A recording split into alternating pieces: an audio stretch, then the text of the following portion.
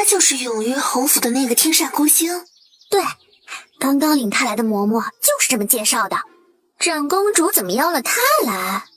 灵王再怎么着也不会看上这个天煞孤星吧？哎，我听说是侯老夫人知道了长公主设宴，特意托人求来的请帖，就指着今天有人能看上她，好把她给送出侯府呢。谁敢娶她？要不是他克死了永玉侯跟侯夫人，永玉侯府能落魄到现在这般光景？一个3岁的奶娃当了侯爷，哼，说出去都是笑话。但她长得好看啊。好看又怎么样？空有一张脸罢了。就是，她不仅克父克母，还心肠歹毒。从道观回府的第一天，葬礼上就把2个叔叔赶出了侯府。听说现在就仗着弟弟对她的依赖，在侯府里作威作福呢。谁敢娶她这样的？听到这儿，谢婉站起来。这么好看，点个订阅吧。谁敢娶我，我不知道，但我知道，爹娘不是被我克死的，而是我那2个好叔叔贪墨府上银子，导致送马草的人以次充好，让马匹在山崖处突然发狂，才害得他们这样。还有，多谢你们承认我的美貌，我每日揽镜自照，也发现确实比你们好看。这话一出，几个少女齐齐色变。不过是空有一张脸罢了，谁不知道他就是个克父克母的天煞孤星？整个侯府的男丁就剩了一个3岁的永玉侯，这谢婉凭什么这么高啊？就凭他那张脸和身段吧。身后的议论，谢婉压根儿就没当回事儿。刚刚走出桃花林，正巧与侯老夫人，也就是他的祖母张氏遇了个正着。待会儿王大人要来，你给我主动点，整个京城也就他不嫌弃你，愿意娶你。祖母，就这么急着把我赶出侯府？这么好看，点个订阅吧。是又怎么样？你已经把持了侯府1年有余，难道还想这么继续霸占下去？再者，男大当婚，女大当嫁，我这都是为了你好。祖母是为了我好吗？难道不是因为那王大人许了祖母，只要将我嫁给他，就给我那2个好叔父寻个好差事？难道不应该吗？你叔父也不过是贪了钟馗1点银子而已，你就不管不顾，当着陛下的面将他们给赶了出去，有你这么当晚辈的吗？哼，只是贪墨的点银子，可他们害死了我的爹娘，像蛀虫一般，趁着我母亲怀孕生子的时候，蛀空了侯府。哼，而现在祖母居然还想着把我卖给所谓的王大人，来换取他们的前程。祖母，凭什么觉得我会听你的？就凭我是你的祖母。自古婚姻大事，乃是父母之命，媒妁之言。你爹娘不在了，自然得听我的。我让你嫁给谁，你就得嫁给谁。再说了，你爹娘不是你叔父们害死的，他们是去道观接你回府的路上摔死的，他们是你克这么好死的。看，点个订阅吧。张老夫人看着他的模样，冷声道：你给我好好在这儿等着，王大人马上就过来。你若是不听话，我就告到宫里去，说你不忠不孝，拿捏着灵儿霸占侯府，苛待祖母。我倒要看看有谁能护着你。说完这话，他拂袖转身就走。看着他的背影，谢婉冷笑，非但没有往外走，反而直接转身朝院内走去。拐过一个拐角，砰的一声撞上了一个硬实的胸膛。宁王李煜，踏破铁鞋无觅处，得来全不费功夫啊。臣女谢婉，谢过王爷。李煜嗯了一声，抬脚越过他朝外走去。臣女恭送王爷。这么好看，点个订阅吧。宁王到，见过宁王。皇姐，坐吧。不是早就来了吗？怎么现在才过来？寻了个清静之地，待了片刻。你从小就是个闷葫芦，偏偏还喜欢清静，也不怕给闷出病来。你可是答应过母后，今儿个要同那些少男少女们在一处，待足了1个时辰才行。知道了。行了行了，也别在这儿杵着了。我们这些妇人可不用你陪，你且去你该去的地方。恭送宁王。李煜一走，院子里的贵妇们都悄悄松了口气。宁王一来，吓得臣妇连大气都不敢出。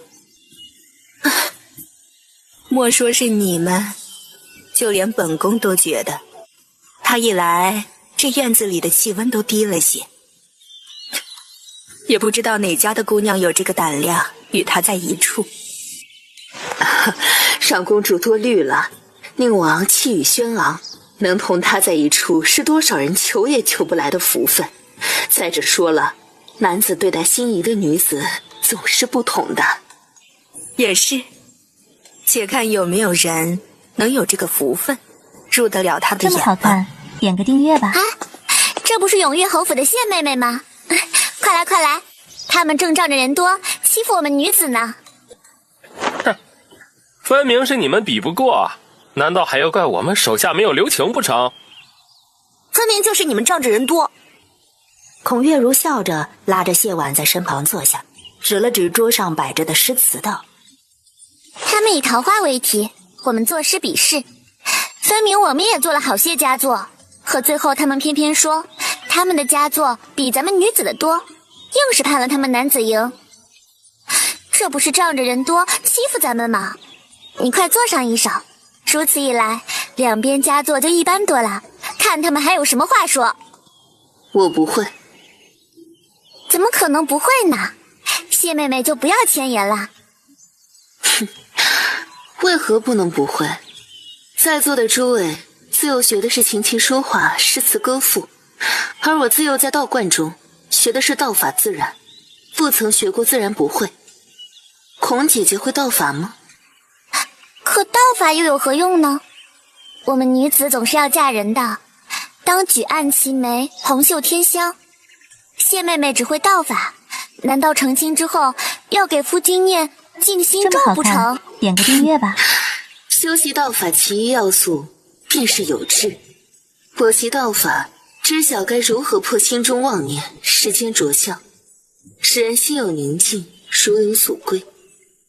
道法包罗万象，日后成亲，我能明夫君之言，懂夫君之难，解夫君之苦。红袖添香一曲，皆与欢难觅，知心人难求。孔姐姐觉得是也不是？就在这时，外间忽然传来通报声：宁王到。见过宁王。免礼。坐吧，本王坐一会儿便走，你们该如何便如何，无需在意本王。是宁王。王爷，不知可否请您评一评诗？今日我们以桃花为题作诗，男子与女子相较，一时竟分不出胜负。若是王爷能从中择一佳作，我等定然心服口服。本王不同试问。此言一出，众人面上都有些难堪。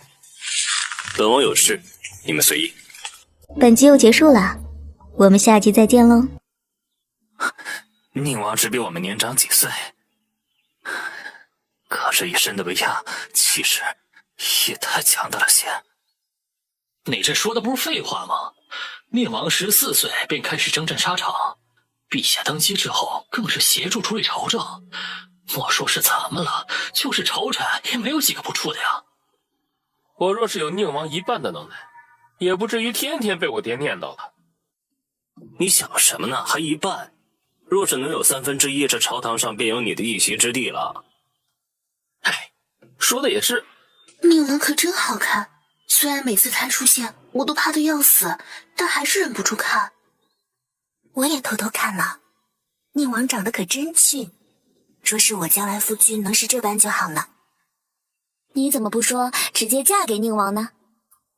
我倒是想啊，可我不敢。再说，宁王也看不上我。此时的孔月如一转眸就瞧见了谢婉含笑的模样。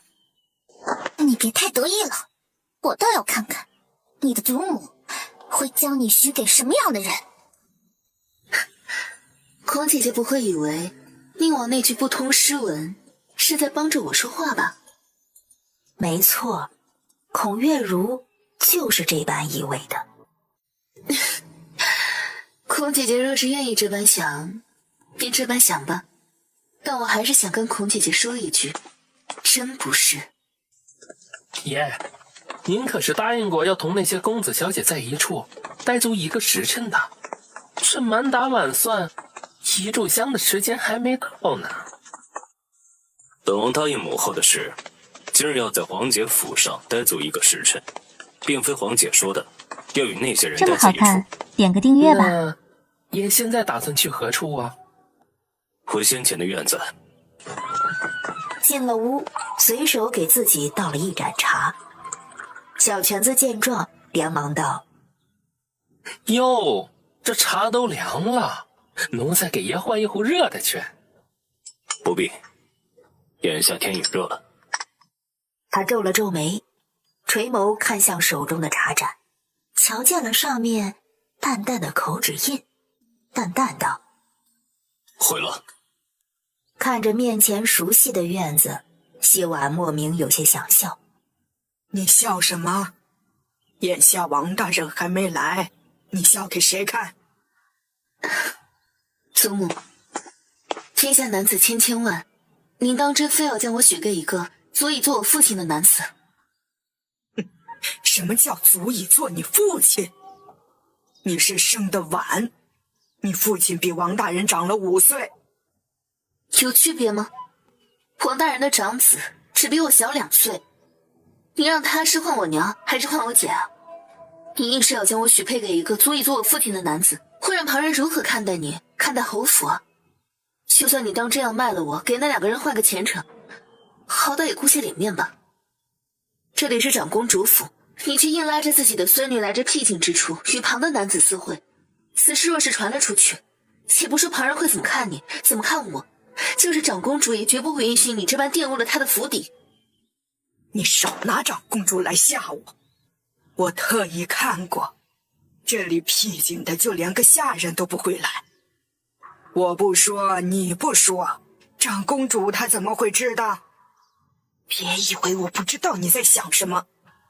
我告诉你，今儿个王大人你见也得见，不见也得见。这么好看，点个订阅吧。要见祖母自己见，请恕我不奉陪。说完这话，他转身便走。张老夫人猛地拉住他：“你虽是我的祖母，但与我却并无恩情。你若好生为我寻一门正常的亲事，看在父亲的份上，我自会尽力为你养老送终。可你却只想着卖了我，为你那2个好儿子铺路。今日你强迫我见到王大人，日后我敢保证，你绝不可能从王大人那儿讨得半分好处。”此时，院子主屋内，主子要不要去看看？这里毕竟是长公主府，今儿个又是长公主设宴，真闹出事儿就不好了。本王从不管家事。祖母跟王大人都说好了的，他马上就要过来了，你就见上一见也不会损失什么。再者，祖母也是为了你好，你天煞孤星的命格，又有几人愿意娶你？你口口声声说我要将你卖了，若是当真将你卖了，直接将你送给旁人做妾，不是更好？你不是不想将我送给旁人做妾，而是因为你要脸面，不想落个迫害孤女的坏名声，连累了你那2个宝贝儿子。眼看着苦口婆心的戏码就要演不下去的时候，王大人终于是来了。王大人，您可总算来啦！谢姑娘，我们又见面了。那王大人你们聊，我去替你们守着外间。有劳老夫人。原本此处僻静，不会有人注意，可一个穿的花红柳绿的大胡人往路口上一站，不注意的都要注意了。老夫人自行离去便好。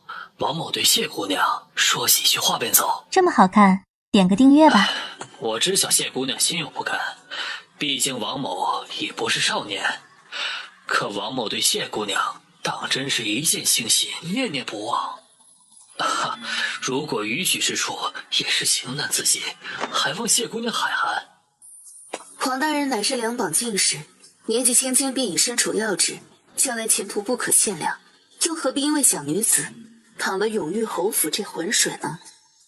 王某与发妻乃是父母之命媒妁之言，便是后院那2位姬妾，也是母亲和发妻做主纳的。不怕谢姑娘笑话，王某活到这么大，还是在见到谢姑娘后，才知情这一字为何物。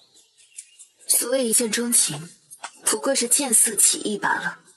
这桩婚事，不过是我祖母一厢情愿的买卖。黄大人即便不为自己的仕途考虑，也该为自己的儿子着想。娶了我，对王家只有害处，并无好处。更何况小女子对王大人无意，还望王大人莫要再纠缠。说完这话，谢婉朝他欠了欠身，转身便要离去。王得水却一下子拉住了他。这么好看，点个订阅吧。真执意如此。黄大人，还请自重。自重？此处乃是长公主府，王某冒险前来，不是来听谢姑娘跟王某划清界限的。谢姑娘不妨猜猜，若是此刻王某毁了你的清白，再说上一句是受了你的勾引，你觉得结果会如何呀？放开！既然谢姑娘不知，那不如由王某来告知你好了。王某乃是吏部左侍郎，朝廷正3品大员。出了这样的事情，对王某而言不过是私德有亏，最多罚俸1年罢了。可谢姑娘就不同了，不仅名声清白全无，最后还是得乖乖嫁给王某。日后就是这京城也难自处。与其如此，倒不如你心甘情愿地嫁给王某。只要你将王某侍奉好了，王某可向你保证，在王某府上绝不会有人越过了你去。就是在外间，王某也愿意为你做脸。不比你被你那祖母卖给了旁人做小妾了强啊！此事不劳王大人操心。放开！敬酒不吃吃罚酒。正要提裙就跑，王得水却是一把拉住他的胳膊，将人给拉回来。臭丫头还想碰，给脸不要脸！他干脆改去撕扯他的衣领，一边撕扯还一边恶狠狠的道：等我今天上了你，看你还清高不清高！屋内的小犬子急得都冒汗了。谢姑娘啊，您倒是喊救命啊！你喊一声，就算爷他不救你，说不定旁边的人还来救你呢。这时，一直看书的李煜忽然开口道：本集又结束了，我们下集再见喽。一个时辰到了吗？尚未。那也差不多了，走吧。突如其来的声响将正气的对谢婉拳打脚踢的王得水吓了一跳，他回头望去，当即扑通一声跪了下来。你王得水，你出息了。臣只是一时糊涂。不对，都是这个贱人勾引臣的，臣只是一时情难自禁。王得水，你身为朝廷命官，在长公主府内私会女眷，强行不轨，本王会如实禀奏陛下。明日早朝，你且等候惩处。王爷，臣冤枉啊！王爷，哼，王爷冤枉你？王爷一直都在这院子中，发生的所有事情，王爷都心知肚明。朝廷有你这种官员，简直就是玷污了朝堂。求你王开。李煜没有答话，小泉子看了他一眼，明白了他的意思。还不快滚！难道还要王爷派人请你走不成？臣这就走，臣这就走。王得水连忙站起来，弓着身子离开。路过谢婉时，他狠狠地瞪了他一眼。瞧见他的眼神，小泉子皱眉道：慢着，王爷还有何吩咐？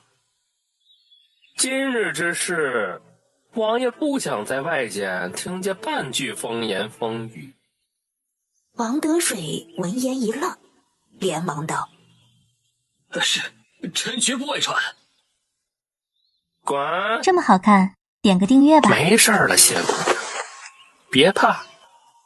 为何不用？谢婉闻言一愣，咬了咬唇，没有出声。本王给你最后一次机会，本王的玉佩为何不用？一旁的小泉子听得这话傻了眼。我舍不得。随你。说完这话，他便转身准备离去。就在这时，他的衣袖忽然一沉。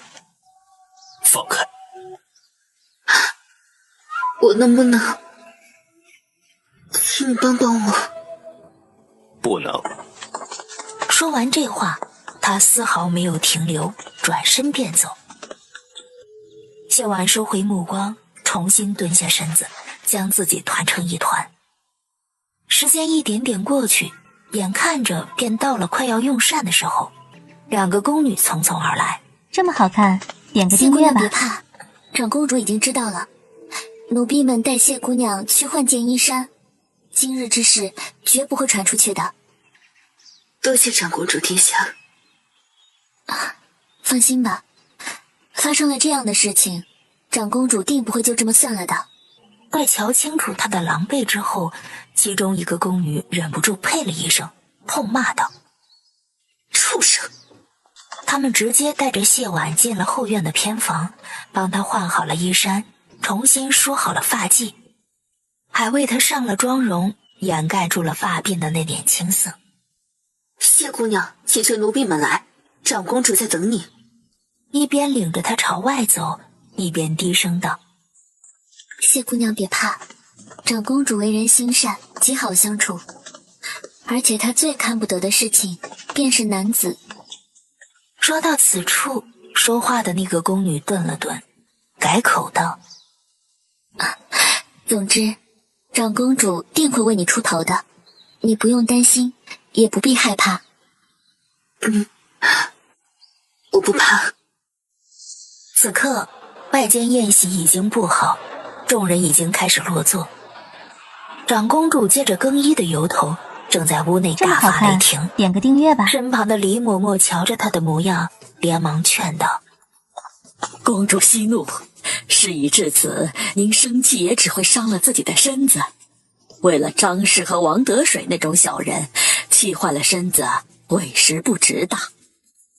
本宫越想越气，尤其是那张氏，本就是乡下的村妇，若不是故去的永玉侯给他正了个诰命，他有什么资格出现在本宫的宴席之上？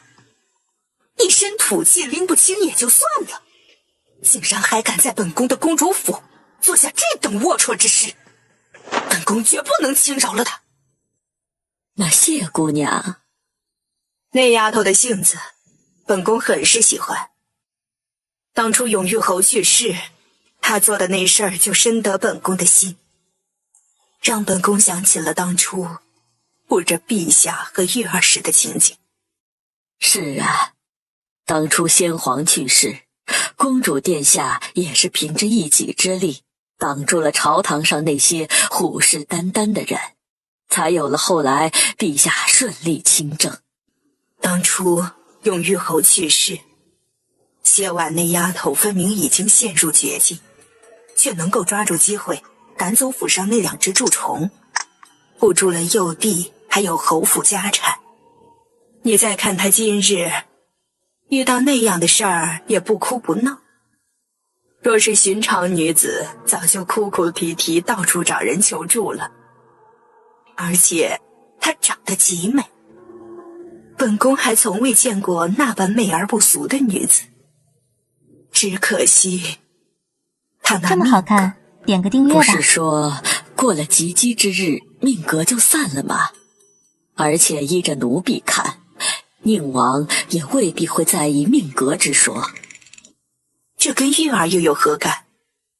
您想想看，宁王是什么性子？陛下和公主送到他府上的女子，宁王眼都不眨，转身就送入了青楼。可今儿个他却主动派人来跟您说了谢姑娘的事儿，明摆着就是要您帮着善后，为谢姑娘讨个说法嘛。或许只是不过是因为那王德水在他门前做那龌龊之事，惹怒他罢了。宁王是您看着长大的，您什么时候瞧过他做那些多余之事？即便那王德水惹怒了宁王，依着他的性子，严惩了王德水，这事儿便算过去了，又怎么会多此一举，特意派人来同您知会一声，还特意点明了谢姑娘依旧在那巷子里。这么好看，点个订阅吧。你说的有道理。所以啊，公主这赏花宴也不全然是糟心的事儿。你说本宫若是直接将那谢婉送到玉儿榻上如何？公主，这可使不得。此事有些让本宫为难。若是寻常女子，不管身份高低，只要玉儿有意，本宫必定撮合撮合。可公主不必苦恼，缘分天定，所谓有一就有二。宁王今日能为了谢姑娘破例一次，未必就不会有第2次。次数多了，宁王的态度也就摆在那儿了。公主只需看着便好。今日也算卸下了本宫心头的一块大石。本宫还以为当年那事儿之后，玉儿已无心男女之事。说起来，也是本宫和陛下对不起她。正说着，外间的宫女通报：禀公主，谢姑娘到了。快这么好请进来看，。点个订阅吧。谢婉抬脚进了屋，屈膝朝长公主俯身行礼。臣女谢婉，见过长公主。好孩子，你受委屈了。臣女谢过长公主相助。这有什么好值得谢的？你是在本宫府上出的事儿，就是本宫的责任。你且放心，那王德水此生的仕途便算是到头了。今儿个这事儿，外间绝不会听到半点风声去。长公主大恩，臣女没齿难忘。瞧着她落下了泪，柔声道：别哭，装哭花了，让旁人瞧出来就不好了。你且坐着同本宫说说话，平复下心情。宴席快开始的时候，本宫带你出去。一旁的李嬷嬷赶紧让人倒了茶。谢姑娘饮些热茶，定定神。谢谢嬷嬷。谢姑娘不必跟老奴这般客气。长公主在一旁瞧着模样，忍不住心疼起来。将本宫那套红宝石的头面拿来。李嬷嬷知道谢婉是真得了长公主的怜爱，连忙将那套头面给取了过来。本集又结束了，我们下集再见喽。本宫将这套头面赠予你，并不是安抚你今儿个的遭遇，而是真心觉得与你有缘。谢婉连忙道谢，而后从腕口退下一枚玉镯来。此物可能入不了公主殿下的眼，却是臣女最好的一枚玉镯。平日里也不曾戴过，还是今儿赴宴特意戴上的。臣女将此物赠与公主，还望公主莫要嫌弃。为何要赠本宫？礼尚往来。公主殿下帮助臣女良多，本该另备谢礼相赠。可臣女也知晓，与公主殿下身份有别，日后未必能有幸再与公主殿下相见。而且，谢婉不好意思地笑了笑。此物确实是臣女唯一能拿得出手的了。很好，本宫很喜欢。公主殿下喜欢便好。看了看一旁的红宝石头面，转头对黎嬷嬷道：“她也没带个丫头来，自己拿着不大方便。回头的时候，你带着人给她送到府上去。”谢婉闻言，连忙起身道谢：“本宫觉得与你甚是有缘，往后你若是遇到了难处，也可尽管来寻本宫。”谢公主殿下。公主殿下是臣女回京之后第一个对臣女表达善意之人。这话有些不这对。么好看，点个订阅吧。第一个对你表达善意的，应该是宁王才是。看着谢婉一脸茫然的模样，你记着本宫这话便是。就在这时，外间宫女来报，说是宴席已经备好，众人也已经落座了。走吧，同本宫一道出去。张老夫人瞧见谢婉搀扶着长公主进来，顿时就皱了眉。另一桌的孔月如也是皱了眉。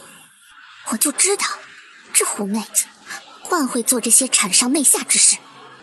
谁说不是呢？剩着一张好脸罢了。哼。饭后，长公主带着她又回到了屋中，寻着她说了些话，然后才派人将她送了出去。真是个好姑娘，可惜偏偏是那样的命格，又有张氏那样的祖母。谁说不是呢？虽是山上养大的，可知礼有节，知恩图报，待人真诚，眼皮子也不似张氏那一家子浅薄，就连样貌也不相似。谢侯府这是逮猪出好笋了。这么好看，点个订阅吧。若不是考虑到玉儿，本宫都想直接收了她当义女，也免得这么好的一个孩子被张氏那一家给连累了。宁王好不容易待一个女子有所不同，您若是将谢姑娘收作义女，那谢姑娘见着王爷还不得喊一声舅舅？王爷嘴上不说，心里还不定怎么怨您呢。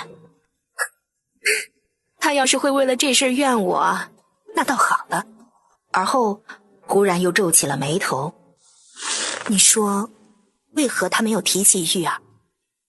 他的事儿被玉儿撞了个正着，玉儿走后，本宫的人就到了。谁都看得出来是玉儿找的本宫吧？他为何只字不提？许是因为男女有别，怕公主殿下误会他是个攀龙附凤的。毕竟公主您没有主动提起，只说了一句您不是第一个对他表达善意的人罢了。本宫光顾着心疼他，将这茬给忘了。若是之前本宫提了，他肯定是要谢的。这一来二往的，不就有了交集？先前您还说他的命格摆在那儿，不好撮合呢。他那命格确实让人忌惮，且看这么看再好看说吧。，点个订马阅吧。车在路上走着，马车内一片寂静。小泉子看着端坐着闭目养神的李煜，有些欲言又止。谢姑娘与自家主子今儿个是头回相见，而且在主子出门英雄救美之前，压根儿就没说过话呀。小泉子想得头疼，忍不住就抠了抠脑袋。要抠下去抠。小泉子犹豫了好一会儿，试探着将好奇问出了口。爷，觉得谢姑娘如何呀？她如何，与本王何干？可爷先前命奴才将谢姑娘的事儿告知了长公主，长公主必然会误会。若是长公主她直接将谢姑娘送到府上，该如何是好？若真是如此，那可就难办了。毕竟谢伯府再落魄，也是有爵位的人家，总不能将谢姑娘也送到青楼去。哎呦，希望长公主殿下莫要会错了意，当真将人送来才好。小犬子，奴才在。你话太多了。宴席散后，张老夫人便给长公主府的一个内侍塞了银子，让他去前院看看王德水在不在。王大人先前宴席未开始之前便已经离开了。这么好看，点个订听阅吧。了这话，张老夫人心头顿时就咯噔了一声。看来谢婉那个死丫头同王大人私会的事被长公主知道了。不大一会儿，谢婉缓步而来，还是长公主身边的丫鬟给送过来的。又劳送我这不孝孙女儿过来，替我谢过长公主。丫鬟没接她的话，转而朝谢婉扶了扶身。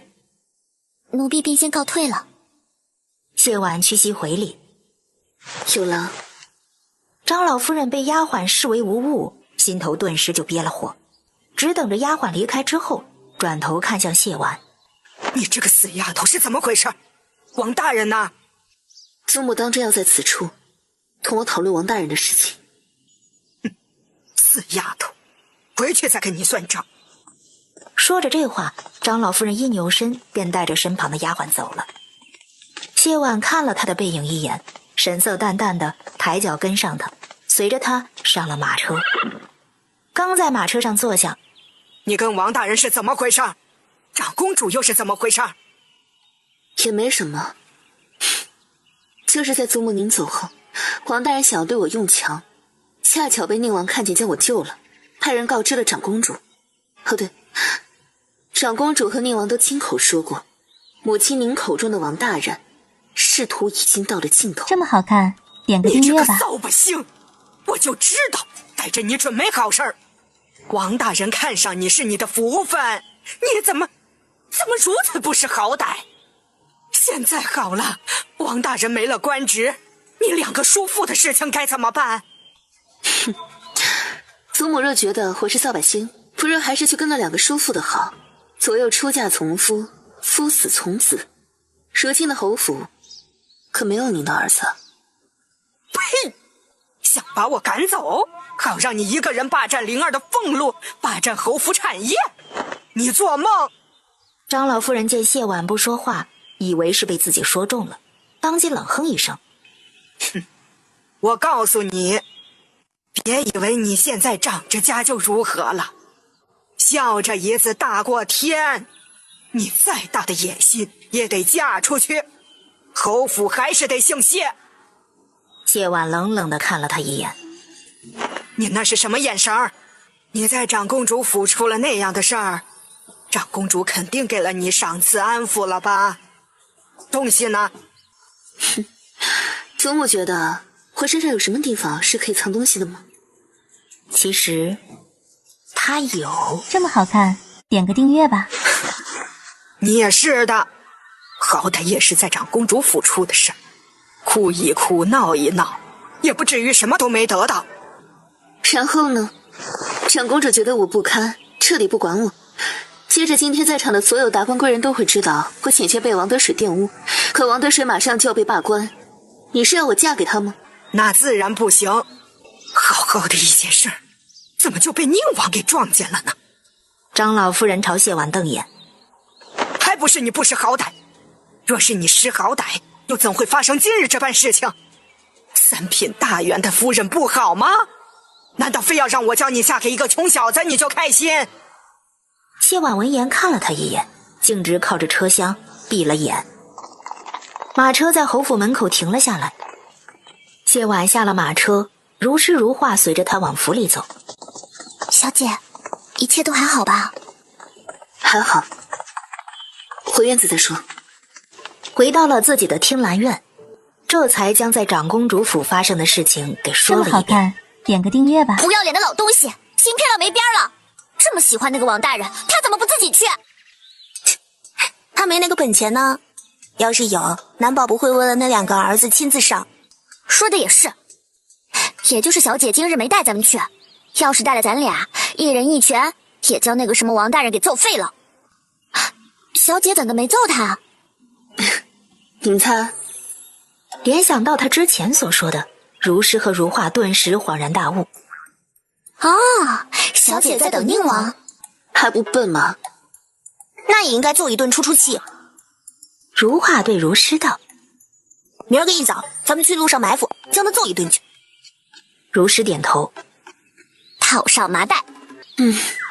我给你们起名如诗如画，本是盼着一个能出口成章，一个能静雅如画。结果你们二人倒好，一个吵架没输过，一个打架永远冲在第一个。小姐不是说过吗？理想很丰满，现实很骨感。我说过那么多，对你有利的就记着。谢婉笑着换了话题。灵儿今日可好？本集又结束了，我们下集再见喽。同往日一样，上午跟着练了会儿舞，中午睡了会儿午觉，这会儿正在跟夫子上课，来找过小姐一回。听闻小姐不在，也没闹腾。不高兴是有的。小姐不若去睡会儿，左右距离侯爷下学还早。不了，长公主送了韦涛头面，过会儿会派人送来。长公主这是给小姐做脸子了，老夫人知道指不定要怎么生气呢。让她气，哼，最好气的大病一场，养个3年5载的病，省得老在那儿出幺蛾子。李嬷嬷亲自来送头面，张老夫人也去迎了。长公主是真心喜欢姑娘，这套头面啊，长公主都没舍得戴过。等到谢婉送了李嬷嬷回来，阴阳怪气的道：“我就说嘛，你在他府上出了那样的事儿，他怎么可能不给你点东西？”祖母口中的他，指的是长公主殿下？不是他，还能是谁？哼，祖母一口一个他，称呼长公主，知道的人是明白。你原本是个农妇，不知礼数，不知道的还以为你对长公主不敬呢。点个订阅吧。你这个克父克母的小畜生！小姐是您的孙女，您这是在骂自己是老畜生吗？说不过如诗，他就盯上了谢婉，长得一副狐媚样，天生的贱骨头，迟早跟窑子里的那些女人一样。如诗刚要骂回去，谢婉却拦住了他。我在外面给了祖母3分薄面，祖母似乎就忘了，说的谢府到底是谁说了算。见他老实了下来，谢婉转头对外间的打扫丫鬟道：“抬水将屋子擦洗一遍，这么大的臭味，怕不是有人吃了屎。”张老夫人的话，谢婉压根儿就没放在心上，倒是如诗和如画却气得不行。小姐怎么不让奴婢骂回去啊？咱们都是未出阁的姑娘，那的阿扎的话，即便是回了也落不得好。收好红宝石头面，他想了想，又将李煜的玉佩给放了进去。如诗和如画本来还在愤愤不平，瞧见玉佩，注意力顿时就被吸引了过去。点个订阅吧。小姐，这玉佩是你们未来姑爷的？瞧着两人一副痛心疾首，想说点什么又不敢说的样子。想到哪儿去了？这是宁王李煜的贴身玉佩，我偷来的。准确的说，虽然是我偷的，但他默许了。想起李煜，谢婉的面上带了笑。我看上他了。小姐看上宁王什么啦？看上他长得好看，看上他性情不错。性情不错？宁王是出了名的冷酷无情，送去宁王府里的那些女子，他眼睛眨都不眨，就直接送去了青楼。小姐是从哪儿看出来宁王性情不错的？整个京城谁人不知宁王是个冷面阎罗？小姐你不会是认错人了吧？哎，你们可以怀疑我的人品，但不能不怀疑我的眼光啊！这么好看，点个订阅吧。因着在长公主府耽误了半日，李煜回来之后用完饭便一头扎进了书房。可小泉子却发现，本该是最忙碌的时候，自家王爷却有些心不在焉。爷，这茶盏是不是有什么问题？没有。那爷为何总盯着茶盏出神？奴才刚才数了数，已经是……小泉子，奴才在。你的话太多了。他明明才说了2句好吗？傍晚的时候，谢林一下学就屁颠屁颠过来了。阿姐，灵儿都好久没看到你了。阿姐这不是回来了吗？灵儿今天跟夫子学了些什么？教教阿姐好不好？阿姐没上过学，只能靠你这个小夫子了。他坐直了小小的身子，转头对门边上站着的小书童道：“将本侯爷的书这么好拿过来。看，点个订阅吧。”小书童立刻将书本拿过来。来，跟我念：学而时习之，不亦说乎？有朋自远方来，不亦乐乎？人不知而不愠，不亦君子乎？谢婉跟着念了一遍，谢灵很不满意。你的脑袋要这样摇起来，本夫子都跟你说过多少遍了？谢婉他委实不大明白了，但瞧着谢灵一脸认真和坚持，他也只得跟着摇头晃脑。学而时习之，不亦说乎？好不容易学完，谢婉立刻对谢林道：“就换件衣裳，净手准备吃饭了啊。”谢林应了一声好，跳下凳子，屁颠儿屁颠儿的离开了。快将香囊拿过来，我头晕。小姐何苦这般折腾自己？侯爷又不是不爱学的。你们不懂，我就是增加这么他学习的好看积极性。点个订阅吧。张老夫人在谢婉那里受了气，回到自己屋中，就让身边的嬷嬷去把他那2个儿子叫了过来。娘，你说说看，这都叫个什么事儿啊？堂堂侯爷的二叔父被赶出去也就算了啊，居然连进个侯府都要走后门。偌大的侯府被一个小丫头片子把持着，说出去都是笑话。说来说去，还不都是你自己的错。若不是你留了把柄，被那丫头逮住，会有今天。侯府当家是陛下亲口定的，你还敢去骂陛下不成？那也不能一直这样下去啊！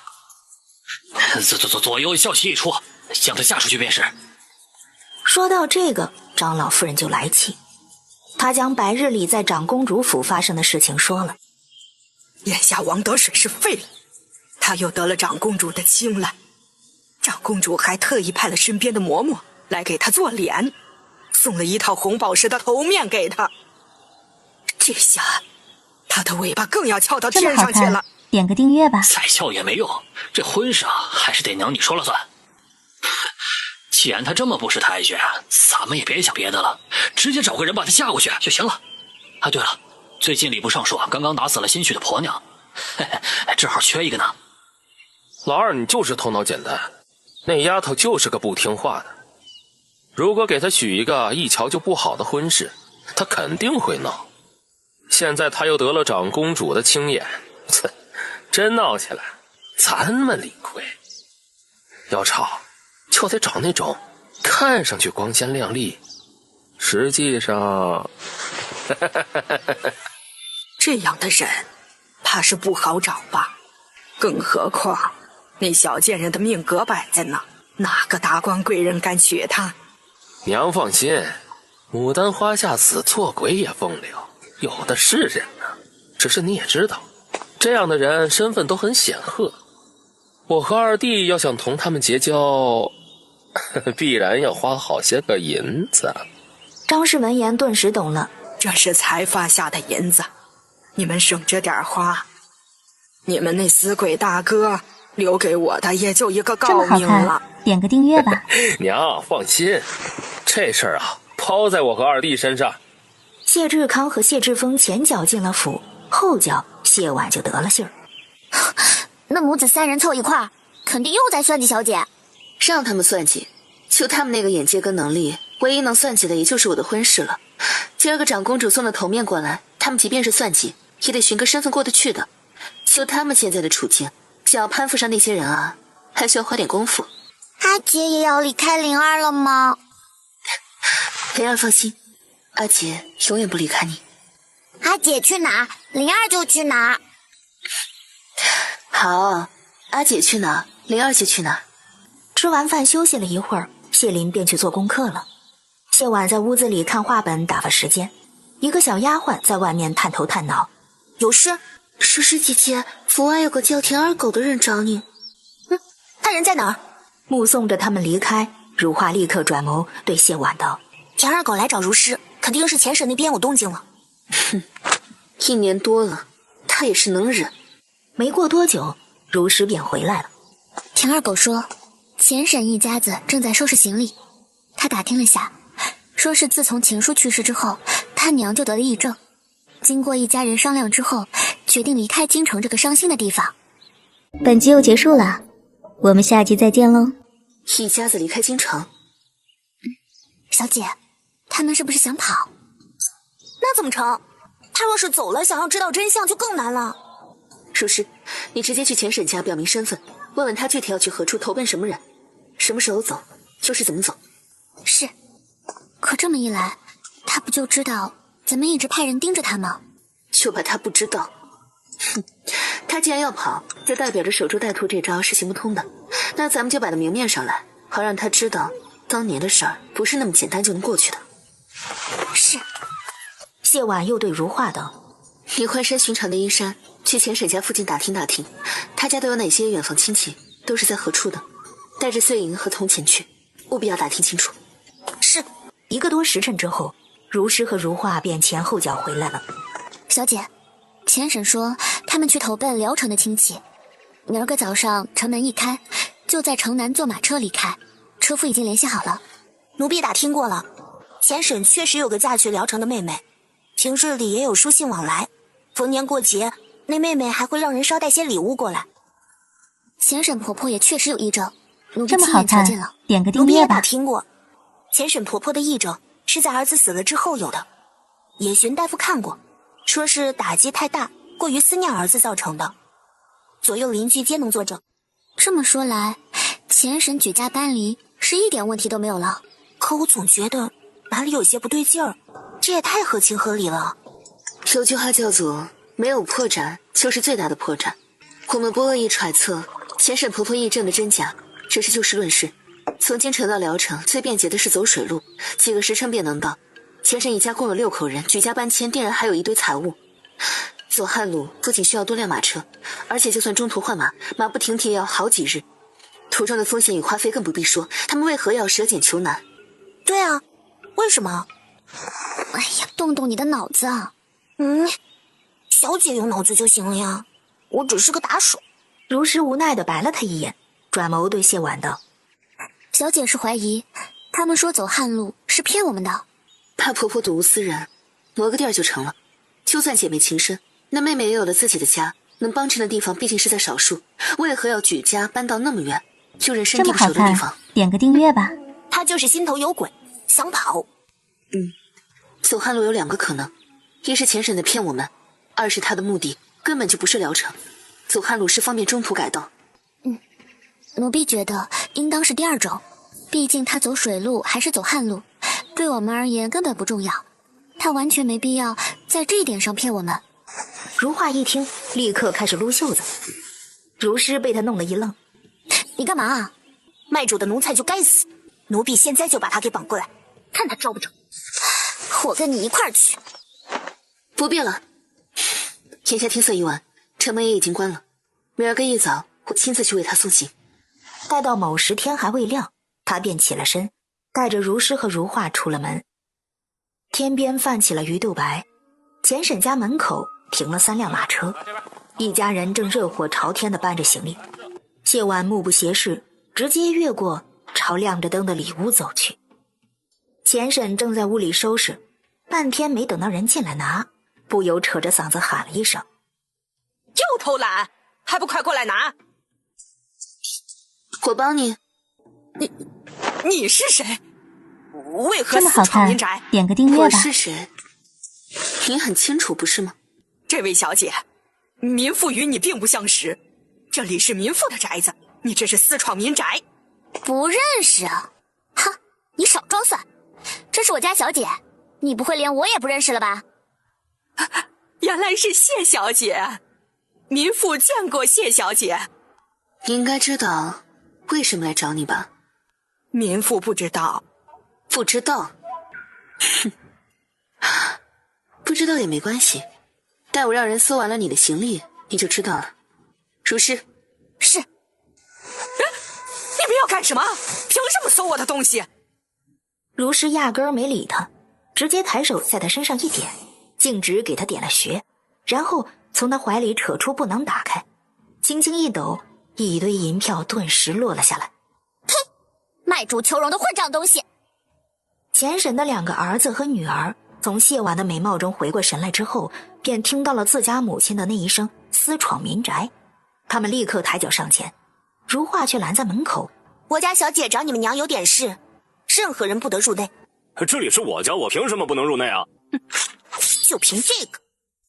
我再说一次，我家小姐有事要处理，任何人不得入内。谢婉接过银票看了看，500两，堂堂永玉侯和夫人的性命，就这500两。这么好看，点个订阅吧。你丈夫不过是侯府的一个车夫，他没那个胆子也没那个本事去谋害堂堂一品侯爷侯夫人。我来找你也只是想知道一些事情而已。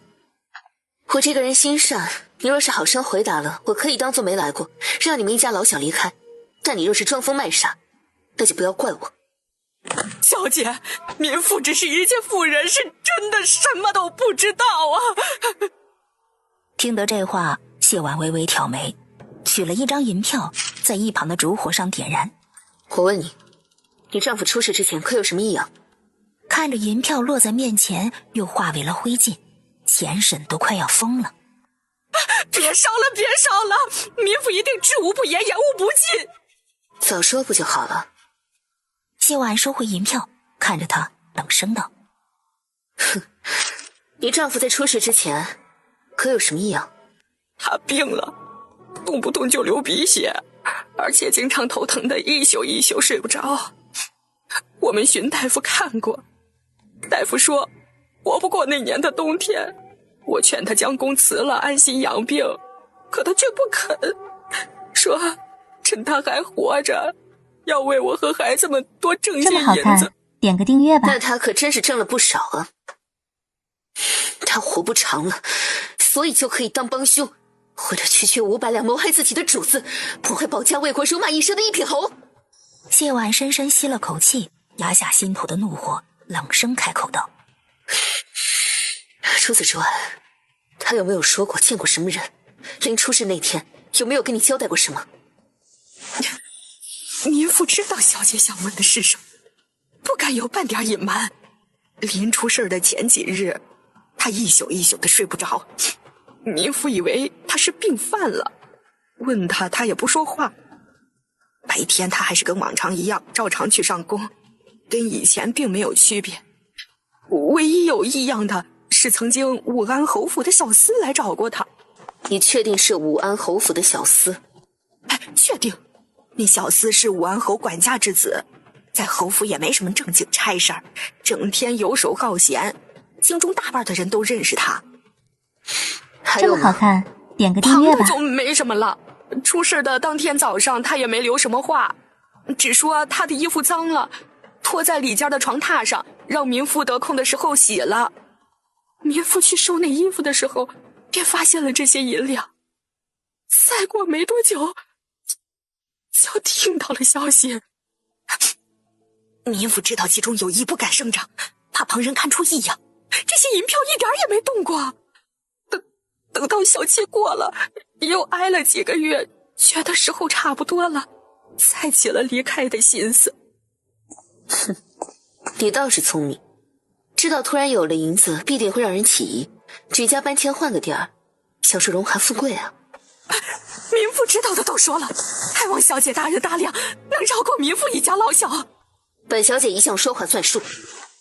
谢婉站起身来，将手中的银票悉数在烛台上点燃，然后一把丢到了他的脚下，转身离去。点个订阅吧。谢婉上了马车，直到驶出去很远，他的脸色这才好看了些。如画这才敢开口询问里间到底发生了什么。如师将事情的始末同他说了一遍，如画顿时气愤道：“呸！猪狗不如的东西！老爷和夫人对待下人一向宽厚大方，月例给的都比别府高多了，他竟然为了一点银子就动了谋害之心，该死，真该死！”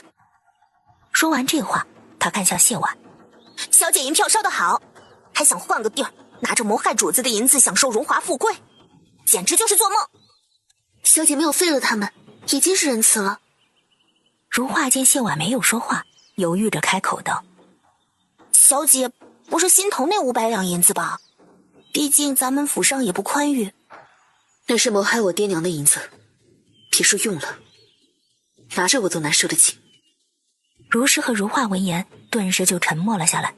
小姐怎知那包裹之中有银票的？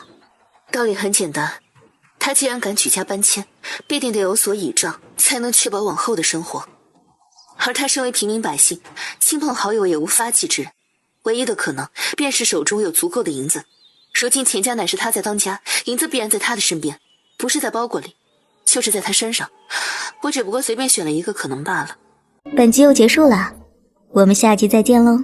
谢婉闭了闭眼，深深吸了口气，再睁开时，目光落在了街边一栋富丽堂皇的3层楼阁上。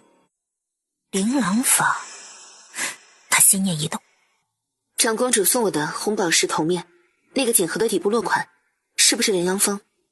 是的，据奴婢所知，这琳琅坊好似与长公主有关。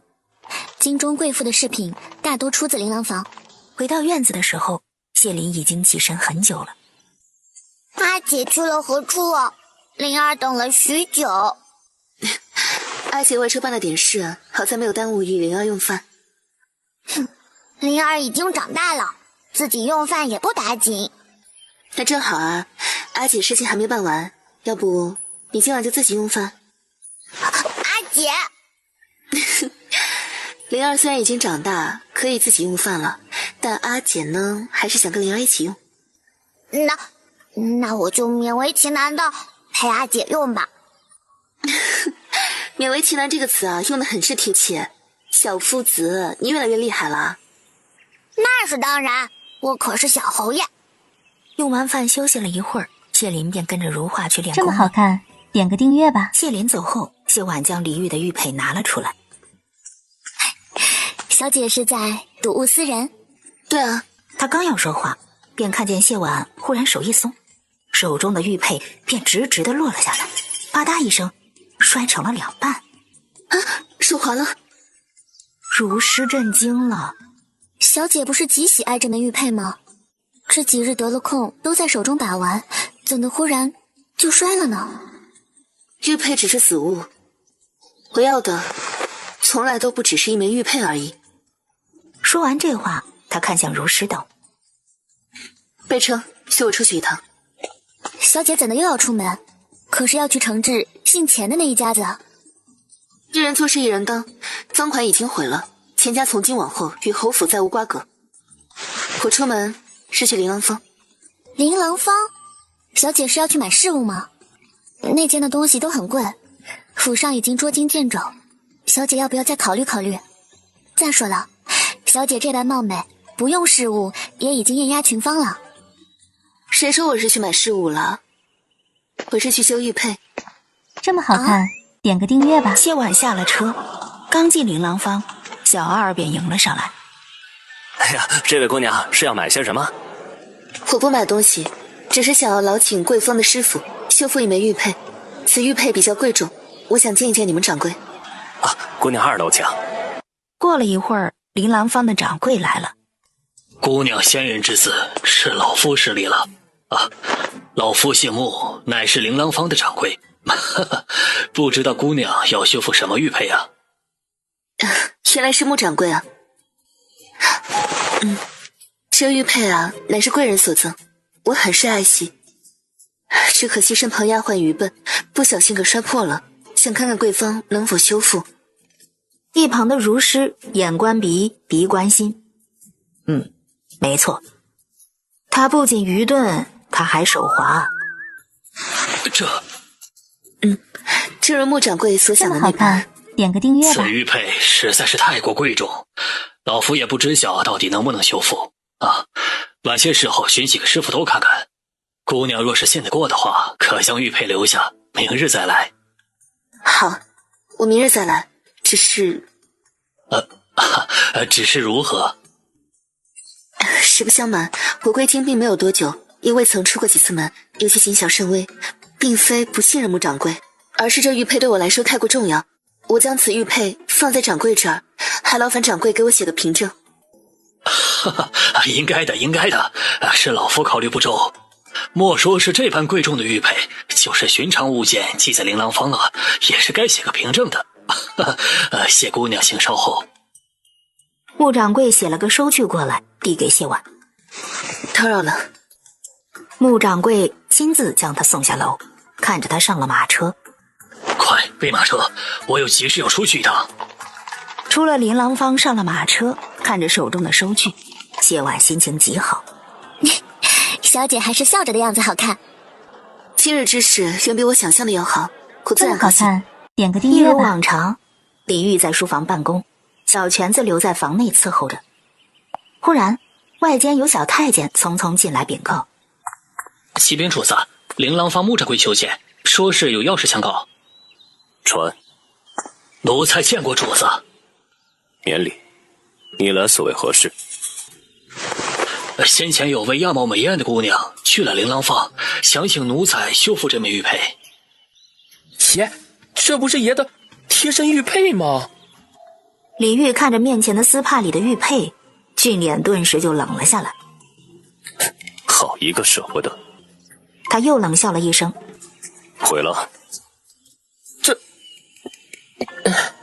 这真要毁了吗？李煜冷冷地看了他一眼，小泉子连忙拿起玉佩。奴才这就去，现在就去。说完这话，他便噔噔噔地小跑着出了书房。那位姑娘说这是她的真实之物，只是丫鬟愚钝，这才不小心摔碎了。哼，与本王何干？穆掌柜犹豫了一会儿，道：奴才同那姑娘约了明日，无论是否能修好玉佩，都将玉佩交还给她。可现在奴才该如何回复？实话实说，无事便退下吧。可奴才写了凭证给那位姑娘，还注明了那是主子的贴身玉佩。那凭证是他主动要的，还是你主动给的？是那位姑娘主动要的。这么好看，点个订阅吧。李煜看着桌上的丝帕，沉默着没有开口。就在这时，小泉子匆匆地跑回来了。爷，事情已经办妥。毁了？毁了，奴才用石头敲的，砸得粉碎，保证连碎屑都捡不起来。李煜看着桌上的丝帕，沉默了好一会儿，从身上解下一枚玉佩来，对穆掌柜道：将此物给他。穆掌柜连忙恭敬地伸手接过。他走后，李煜继续处理公务。换一方砚台来。小泉子闻言回神，急忙重新拿了个砚台过来研墨。将砚台洗了，就用那方帕子洗。为什么他有一种自家主子在报复谢姑娘的错觉呢？小泉子拿起帕子和砚台，默默退了出去。翌日用过早饭，谢婉耐着性子，一直等到了4时2刻，这才拿上字据出了门。穆掌柜一早便在1楼大堂等着，瞧见他进来，连忙便迎上去。姑娘，这么好看，点个订阅吧。谢婉随着掌柜上了2楼雅间，不等坐下，便问道：不知我那玉佩如何了？可能修复？穆掌柜没有直接回答他的话，而是郑重地取出一个锦盒递给他。谢婉伸手接过，便看见了里面与之前全然不同的玉佩。谢婉盖好锦盒，小心地放入宽袖中收好，这才看向穆掌柜。玉佩修复得很好，劳烦掌柜替我谢过那位师傅。穆掌柜以手掩唇，轻咳了一声，没接话。不知掌柜可还记得，昨儿同这个玉佩一道送来的，还有一方丝帕。那方丝帕乃是我母亲的遗物，于我而言很是珍贵，还劳烦掌柜归还。母亲的遗物？那帕子对我很是重要，旁的无法替代。那方丝帕如今在那位师傅手中，我也不知那位如何处置了。无妨的，以那位师傅而言，不过一方帕子而已，想必也无甚用处。只是那丝帕是我母亲所留不多的遗物，还劳烦掌柜帮我问上一问。话都说到这个份上了，穆掌柜也只能点头说了一声好。本集又结束了，我们下集再见喽。那就有劳穆掌柜了。明儿个此时我再来。送走了谢婉，穆掌柜马不停蹄地去了宁王府。外间内侍通报穆掌柜求见的时候，小泉子惊讶了一下。穆掌柜这2天跑得还挺勤。他昨日也是这个时候来的。小泉子看了屋内的客漏，点头道：哟，可不是嘛，不早不晚，掐着时辰过来似的。李煜闻言皱了皱眉，沉默了一会儿，才对通报的内侍道：传。穆掌柜进了书房，行了一礼之后，硬着头皮说出了自己的来意。那位姑娘说，之前包着岁月的丝帕，乃是她母亲为数不多的遗物，所以……在李煜越来越冷的目光下，他还是艰难地把话说完了。那位姑娘想要将丝帕要回去。这话一出，书房内温度骤降，小泉子站在那儿瞪着眼，连大气都不敢出。李煜深深皱了眉，转眸看向小泉子。小泉子当即周身一凛，连忙道：爷，帕子还在，就是如何？昨儿个洗完砚台什么样，现在就还是什么样，而且那似乎应该也不是什么遗物。点个订阅吧。李煜闻言看了他一眼，那眼神太过复杂凌厉。小泉子表示没看懂。取来。小泉子忙不迭地将丝帕取了过来，战战兢兢地放在了桌上。李煜从帕子上收回目光，看着小泉子的眼神像是在看什么蠢物。你办了一个好差事啊。小泉子很是无辜，这也能怪他？爷，要不咱们寻个绣娘，赶紧重新绣一方帕子，这是素帕，一会儿就成了。穆掌柜有些看不下去了，连忙道：此事恐怕不妥，这世上没有不透风的墙，若是让旁人知晓了此事，必然会胡乱猜测。若是以为主子拿了一个女子的帕子，还舍不得归还原物，另寻人做了帕子归还，那可如何是好？那干脆就直接说，只是一方素帕，以为不重要，随手丢了。那位姑娘都说是母亲的遗物了，若是说弄丢了，她问在何处丢的，又是何人丢的，要如何回答呀？那位姑娘拿了主子给的第2枚玉佩，即便是个愚钝的，也已然知道帕子在何处丢的了。倒不如直接就说弄丢了，这样一来，谢姑娘就有借口来见自家爷了吗？这么好看，点个订阅吧。狼子野心昭然若揭。自家爷这个态度，弄得好像她是黄花大闺女似的。谢姑娘她容易吗？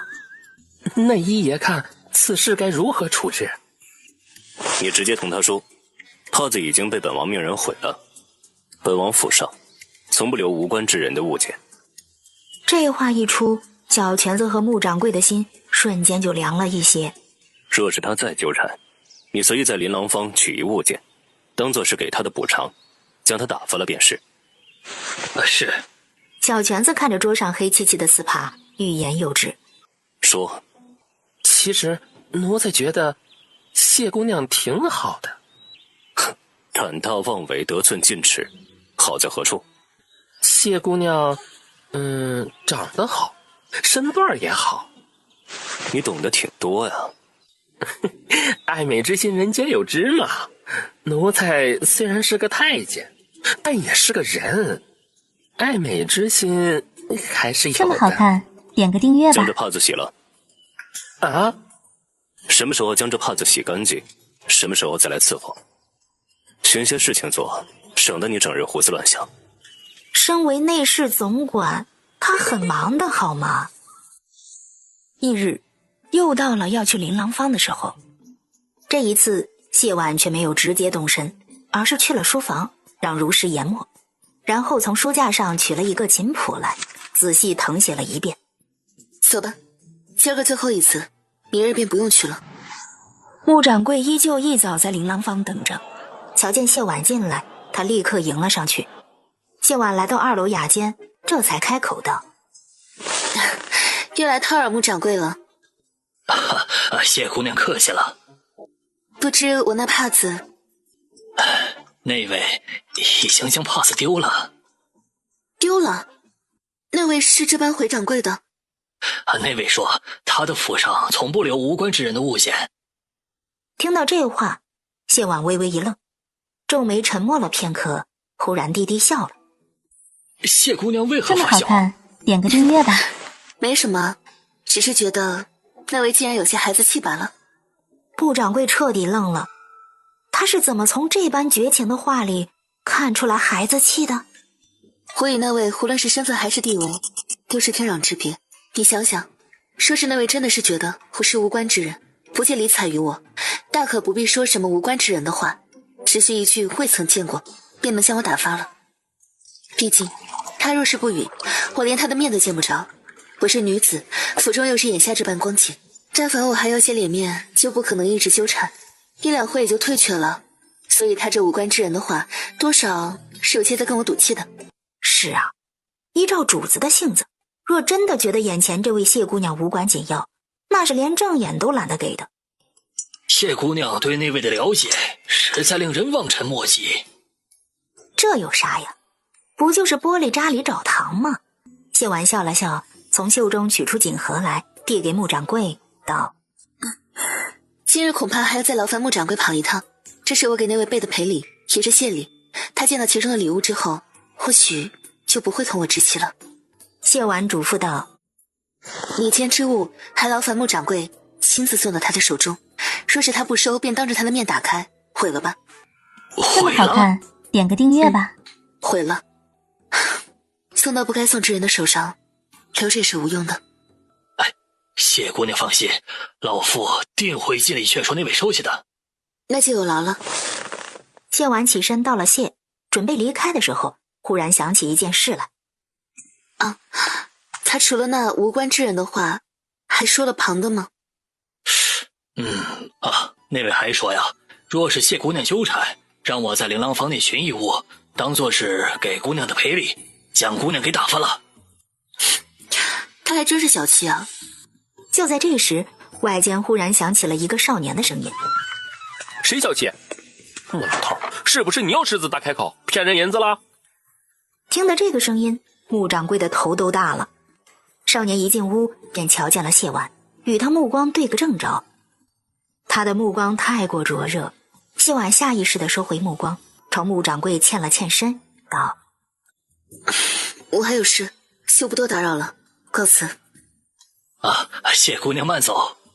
少年站在门口，正好堵着门，直到谢婉来到他面前，抬眸看他，这才回了神。对不住。谢婉没有答话，只朝他欠了欠身，便朝外间走去。这么好看，点个订阅吧。那姑娘是何人？你唤她谢姑娘。小侯爷怎的来了？韩景闻言顿时皱了眉。本世子现在最烦的就是旁人唤我小侯爷。小侯爷是永玉侯府那个3岁的小奶娃。是。世子今日怎的来了？本世子今日来是……话说到一半，韩景忽然反应过来。本世子问你话呢，少问东问西的。他是哪家的？本世子以前怎么没有见过？穆掌柜开始装傻。世子指的是刚才那位姑娘，小的也不知道那位姑娘是哪家的，只是知道她姓谢，应该不是什么世家小姐，毕竟小的之前从未见过。你当小爷是傻的？你将她单独请到雅间，不仅亲自招待，还说了好一会儿的话，怎么可能是第一次见？小爷再给你一次机会，你要是还想糊弄，小爷天天带人堵你的大门，让你一桩生意都做不成。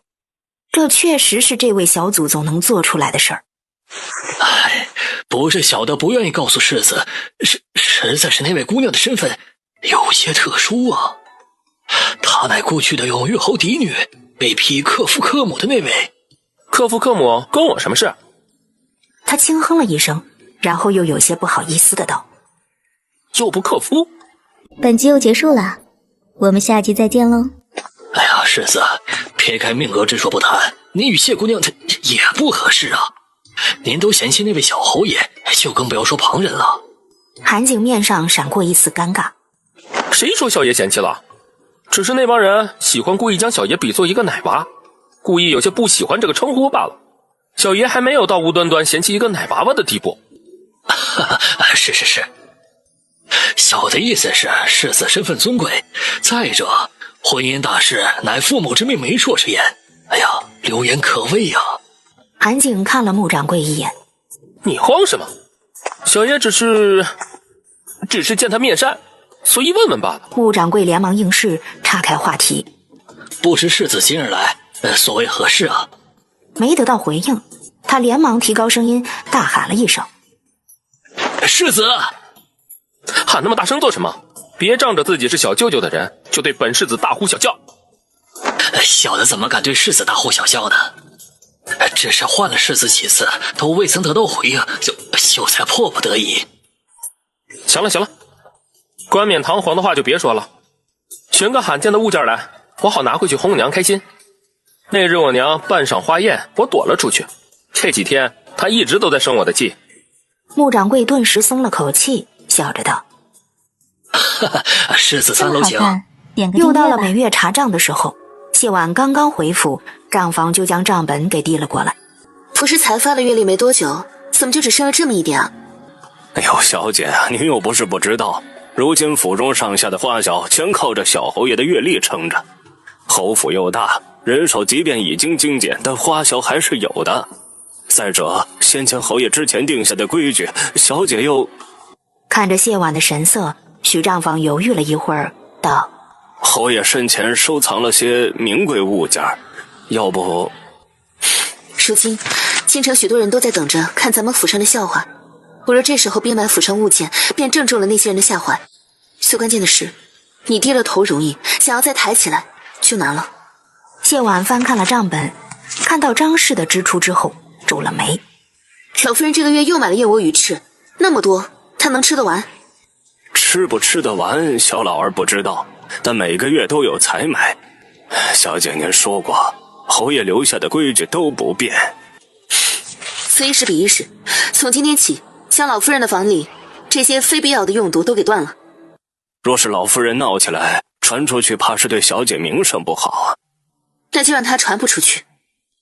同风管家说一声，从今天开始，老夫人院子里任何人都不得出府。如画点头应是。可若是外间的人来看他呢？让他们说我的坏话还少了吗？只要老夫人自己不去外面哭诉，他们再说也没用。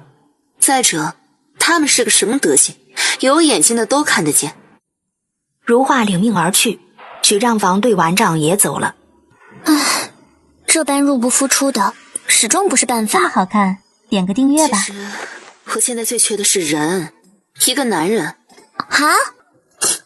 想到哪儿去了？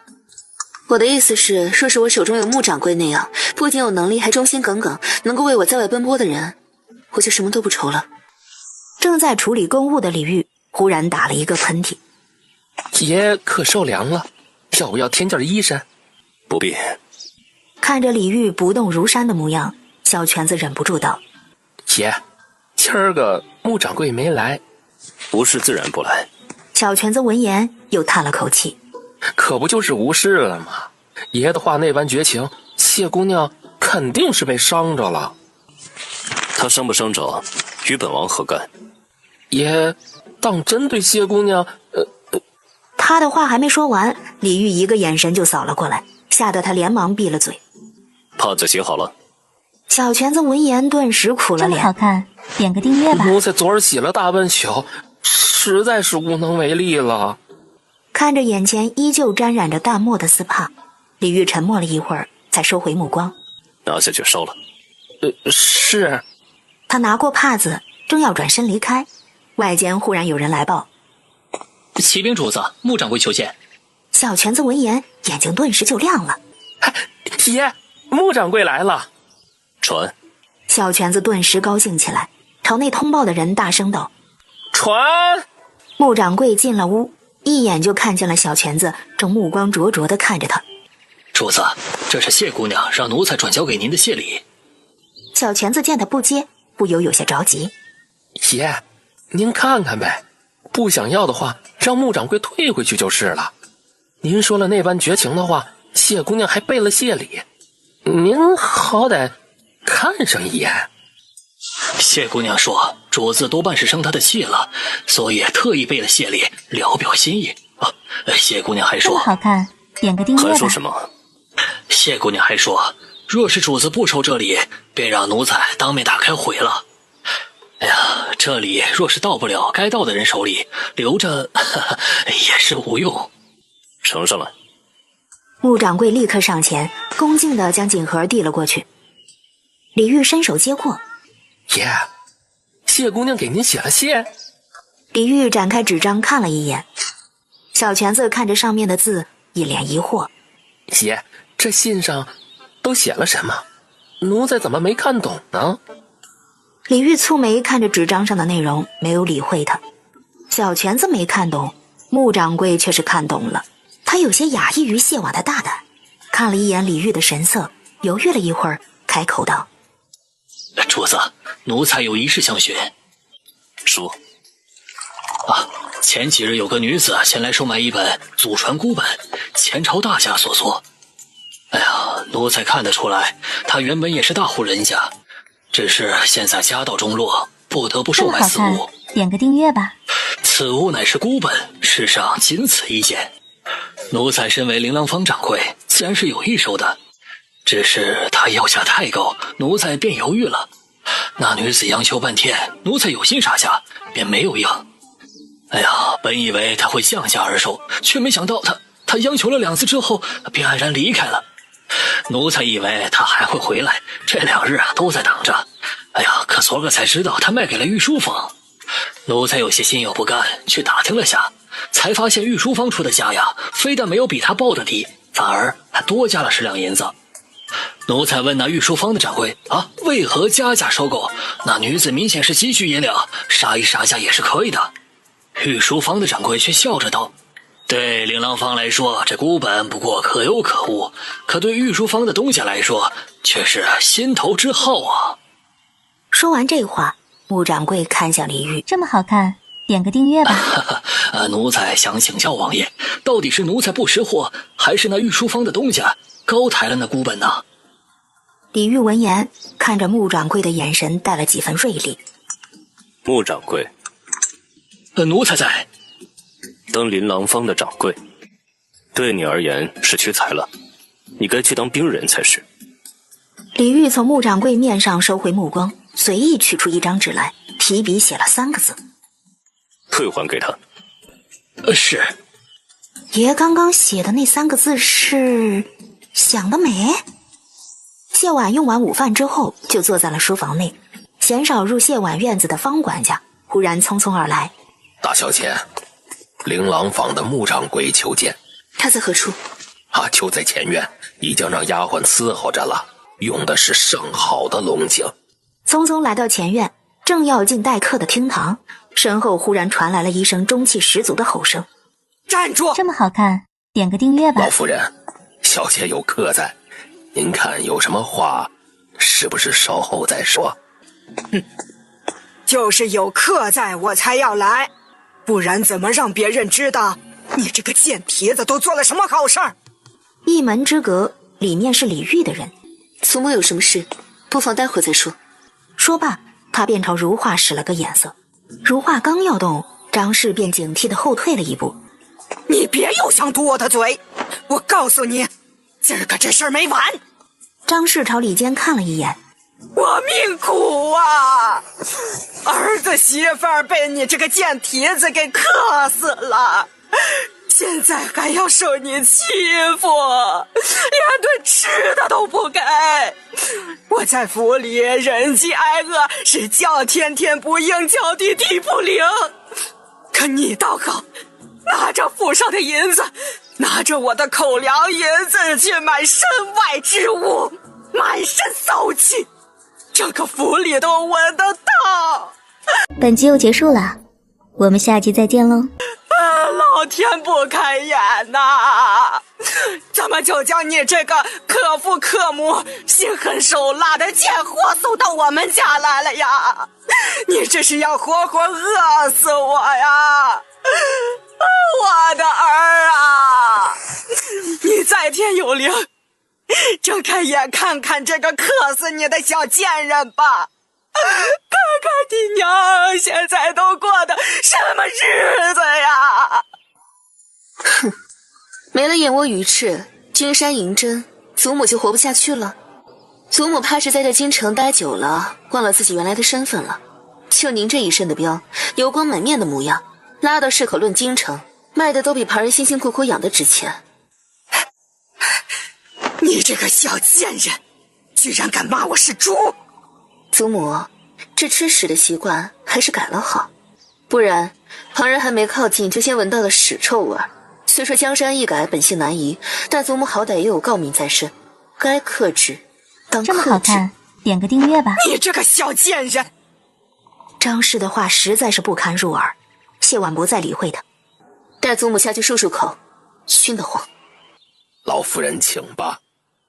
如画直接将张氏拖拽着走了。谢婉看着他们离开，这才带着如师转身进了门。屋内，穆掌柜正坐着喝茶，瞧见谢婉进来，这才起了身。谢姑娘。让穆掌柜见笑了。家家有本难念的经，更何况小老儿听到的不过是谢姑娘操持府中的不易罢了。若是世人都如穆掌柜这般通情达理便好了。谢姑娘言重了。穆掌柜自然不敢受他的礼。姑娘交代的事，小老儿未能做到，实在是有愧姑娘。是我不自量力，又怎能怨得穆掌柜？穆掌柜为了我几次三番奔波，也让谢婉感激不尽。这么好看，点个订阅吧。他伸手接过锦盒，终究还是有些不死心。那位可看了礼仙之物？看了，非但看了，还另写了3个字赠与姑娘。其实，穆掌柜但收无妨。其实，在小老儿看来，主子写给姑娘的那3个字啊，未必代表了什么。姑娘看看便知。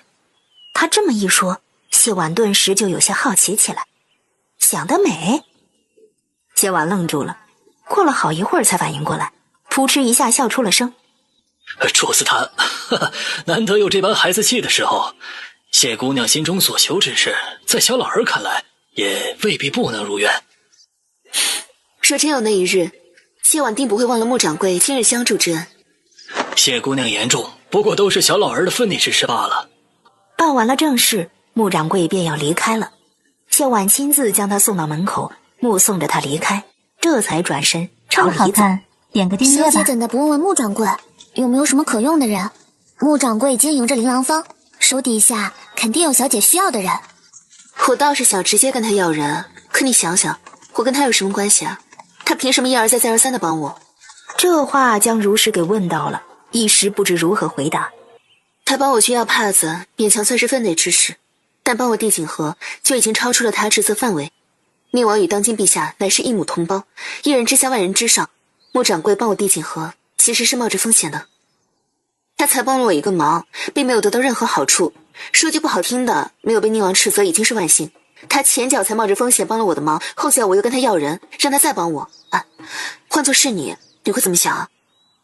是不是会觉得我是个厚颜无耻、得寸进尺、不知好歹的小人啊？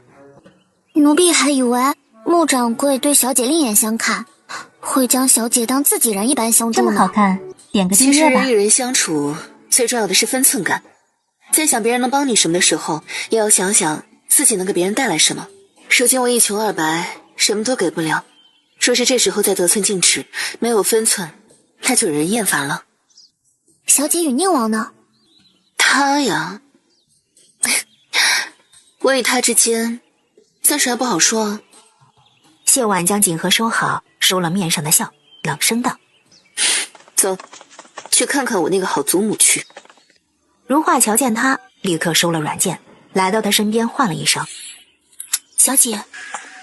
谢婉点了点头，转眸看向正用一双眼愤恨地看着他的张氏。祖母是不是觉得今儿个自己特别聪明，在外人面前栽赃陷害我，败坏了我的名声，好让所有人都知道我虐待了你，给我扣上一个不孝的罪名？这么好看，点个订阅吧。张氏用他那唯一能动的双眼给了谢婉一个白眼。1年多了，祖母似乎还是没有弄明白，你在府中到底是个什么地位。看他的模样，谢婉冷笑了一声。你觉得我唤你一声祖母，你便能对我随意折辱？你觉得你年纪大辈分大，一个孝子压下来，我就得把你当菩萨一样供着你？不然你闹僵起来，我就得受千夫所指，被钉在耻辱柱上，永不能翻身。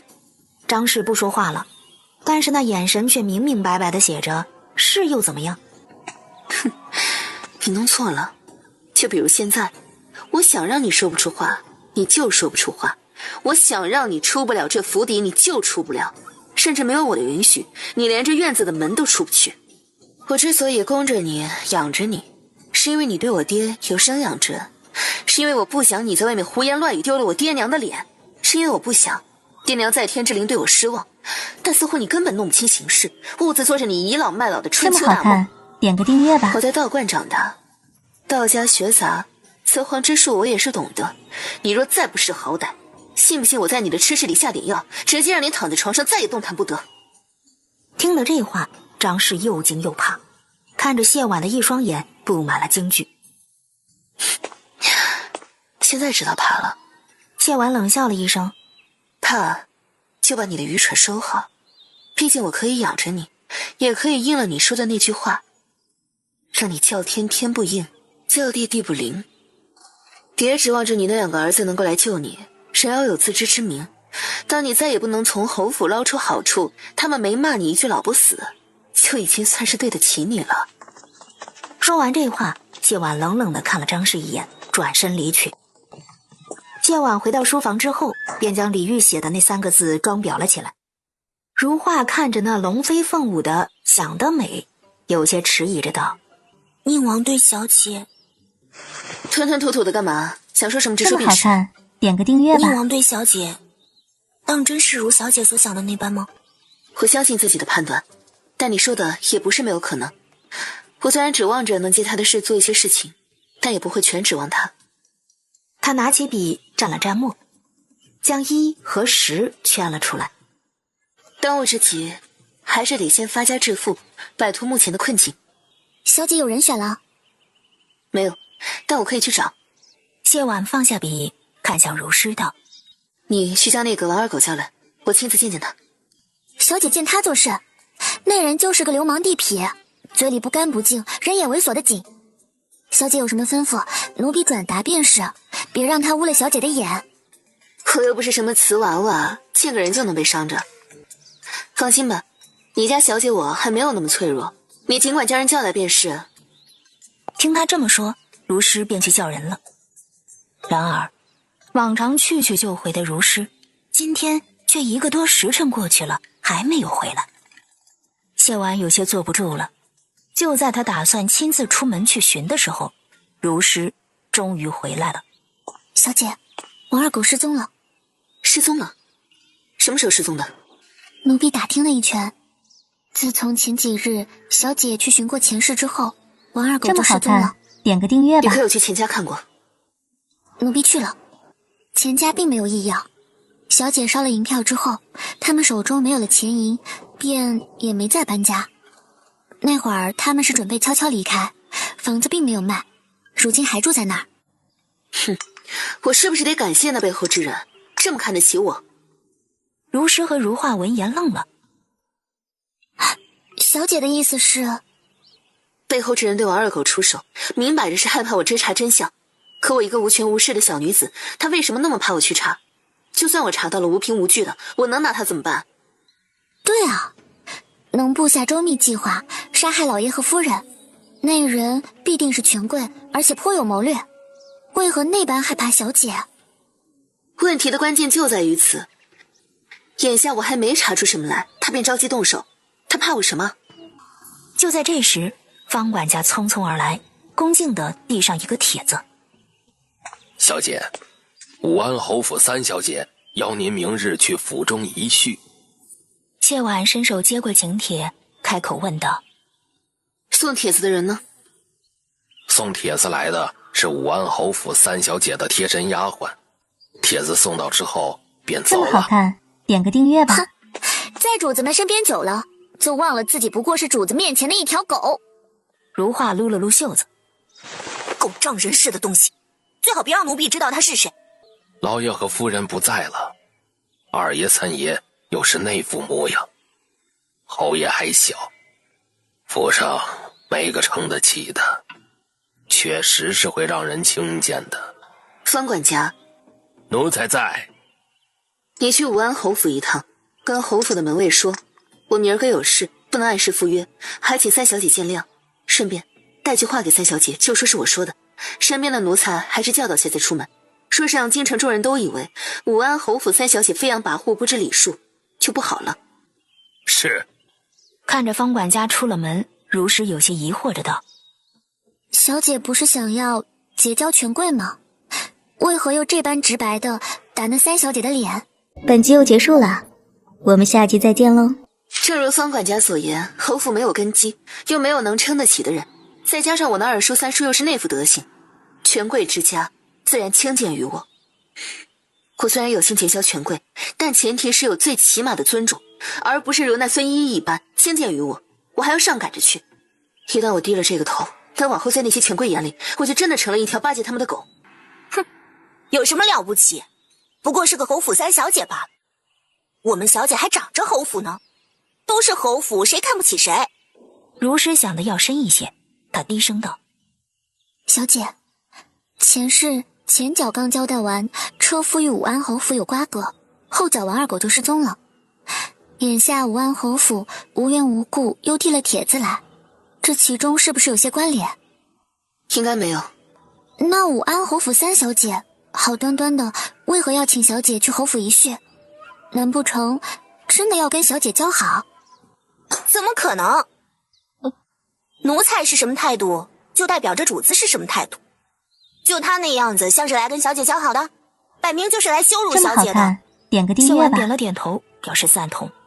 别想了，不管他有什么目的，如今没达成，肯定是要再请我一次的。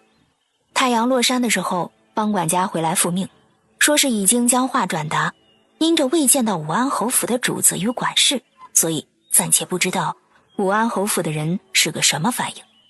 不管他了，所有我的态度已经转达。咱们侯府现在虽然是没落了，可骨气还是在的，没道理被他们这般轻贱，还上赶着。方管家对他的行事十分赞同，当即又说了张氏尿裤子的事儿。老夫人觉得自己受了委屈，嚷嚷着要出府找二爷和三爷。让他去，就他这个折腾的劲儿，这遮羞布不要也罢，我倒要看看，当真闹起来到底是谁更没脸。奴才跟下人们都说一声，倘若老夫人要出府，不必拦着。谢婉点了点头。这么好看，点个订阅吧。武安侯府后花园内，韩景正坐立难安地朝外间张望着。你就把心放肚子里，就如今永裕侯府这般光景，接到帖子他肯定会赴约的。孙依依看着韩景那焦急的模样，拧紧了手中的帕子。景哥哥放心吧，我有心同他交好，还亲自下了帖子，他肯定会来的。孙依依见他对自己视而不见，心头对谢婉的记恨顿时就更深了。过了一会儿，送帖子去的丫鬟终于回来了，韩景立刻上前问道：如何？他可答应了？回韩世子的话，帖子是永裕侯府的下人接的，奴婢并未见着谢姑娘。他不在府上。丫鬟闻言，面上闪过一丝心虚来。也就是说，你连他在不在府上都不知晓，直接就将请帖交给了下人，也不等回话就回来了。他的语声太过严厉，将那丫鬟吓得扑通一声跪在了地上。世子息怒，奴这么婢知错了。好看，点个订阅吧。知错？这就是你们府上的礼数？景哥哥何必动怒？如今谁不知道永裕侯府没落了？他那二爷三爷现在到处在说，只要价钱出得够，他们就能把谢婉嫁给谁。他那般想攀高枝，接到帖子肯定会来的。哎呀，景兄消消气儿，此事确实是下人做的不妥，但依依说的没错呀。如今整个京城都知道永裕侯府正待价而沽，上次他在桃花苑上出尽了风头，对他有意的人不在少数，如今不过是在挑挑拣拣罢了。他正要反驳，武安侯府的管家匆匆而来，一瞧面前这阵仗，顿时又不说话了。有话直说。刚刚永裕侯府的管家带来了话，说是他们家大小姐明儿个有事儿，不能来赴约了。他还说这么好看，点个他还订阅吧。说他们小姐说了，身边的奴才还是教导下才出门。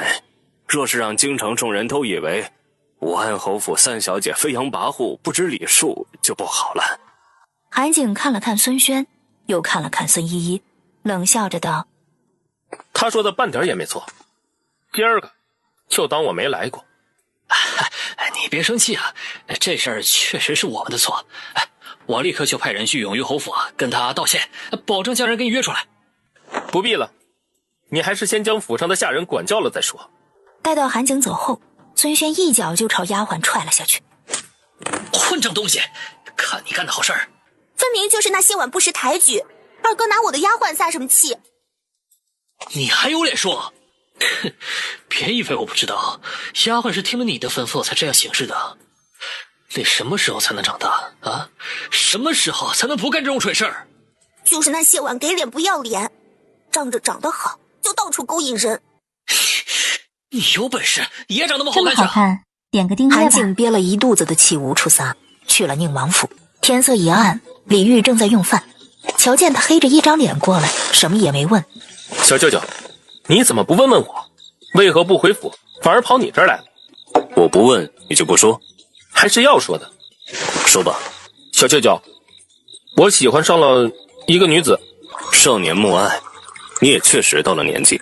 见他如此淡然，韩景顿时觉得自己找对人了，当即便巴拉巴拉将他如何对谢婉一见钟情，又是如何去寻孙轩帮忙，最后被气着的事儿给说了一遍，完全没注意到李煜冷沉下来的脸色。小舅舅，你说我该怎么办？我分明是想讨他欢心的，结果却给他添了堵，平白的让他受了一顿气。他若是知道了，会不会觉得是我让人去羞辱他的？会不会讨厌我？一旁的小泉子看不下去了。世子爷，您完全多虑了。谢姑娘她压根儿就不知道您这么个人儿啊！点个订阅吧。全公公，你能不像小舅舅那样说句话就让人胸口堵得慌吗？小泉子也不想啊，可是小祖宗，你倒是看看主子爷的脸色呀。小舅舅，你能帮我想想办法吗？不能。为什么？不为什么。天色不早，你该走了。难道小舅舅也信那个什么克父克母天煞孤星的命格？还是说因为永裕侯府没落了，所以你也看不起他？不是。那为什么？一旁的小泉子无奈的道：世子，自古婚姻大事乃是父母之命媒妁之言，不是说您喜欢就成的。这个不用担心，母亲若是不同意，我就在地上撒泼打滚，绝食抗议。他就我这一个儿子，最后必然会同意的。意识到自己说了什么无赖的话，韩景有些不好意思的轻咳了一声。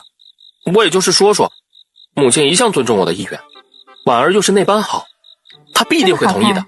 李煜闻言皱了皱眉，看着韩景道：所谓的一见钟情，不过是见色起意罢了。你连话都未曾同他说过，确定是看上他那个人，不是看上他那张脸？小泉子在一旁猛点头。就是，我们也好歹是跟谢姑娘说过话的，有区别吗？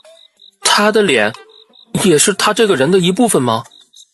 我若是连脸都看不上，还怎么喜欢她这个人？总归是要娶妻的，我宁愿娶个我喜欢的，而且怎么也看不腻的。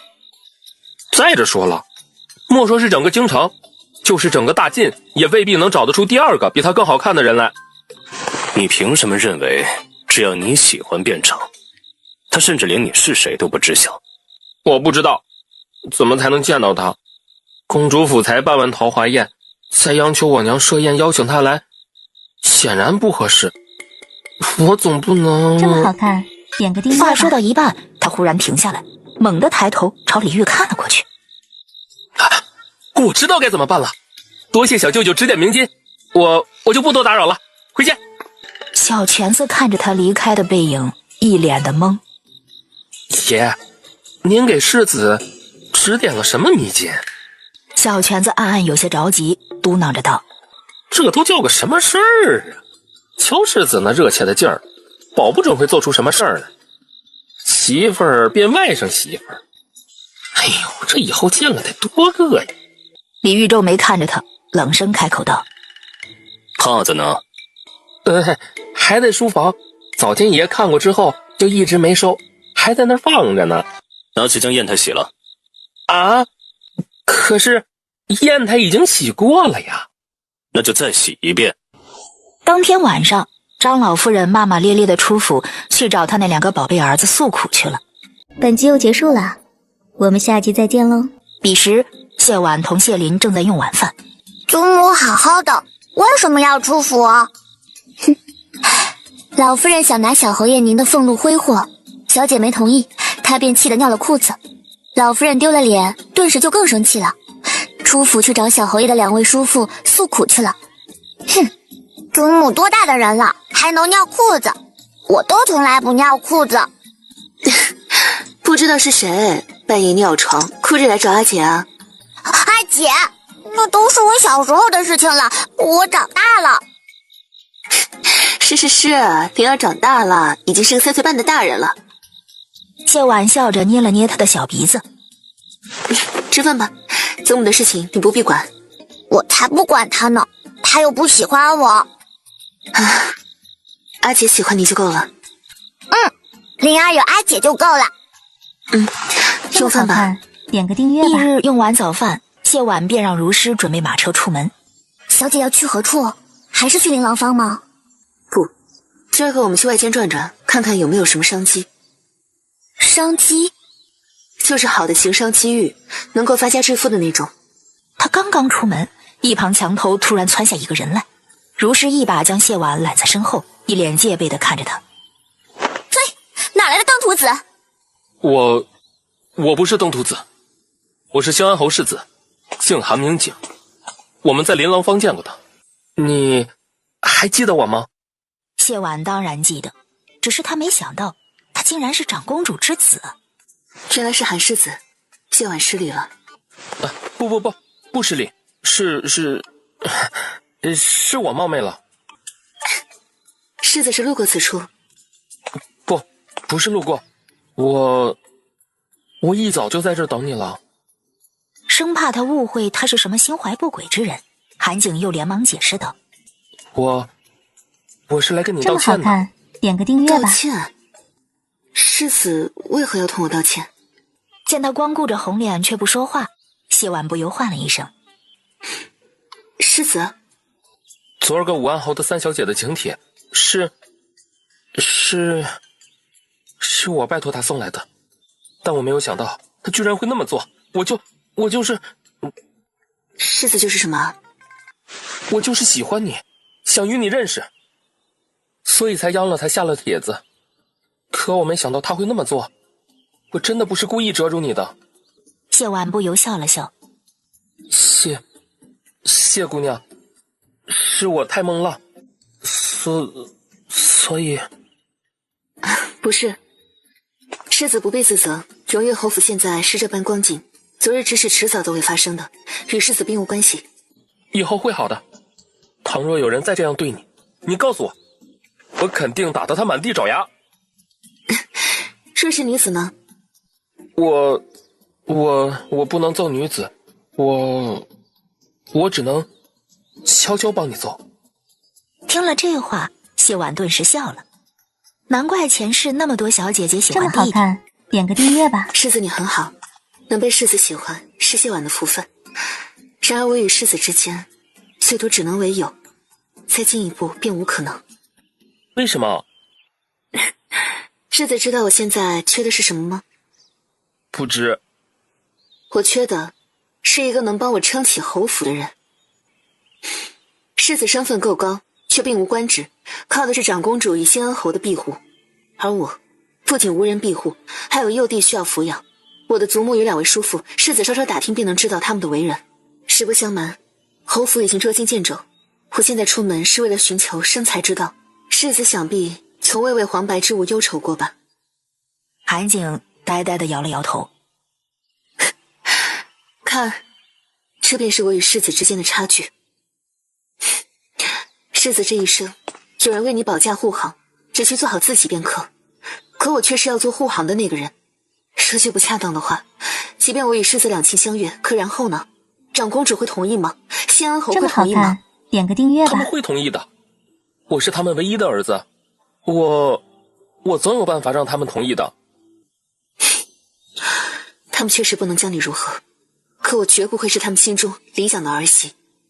他们只需稍稍表现出对我的不喜，我就能被那些讨好长公主、巴结谢安侯的人欺辱。其实，世子能护着我吗？能护着永玉侯府吗？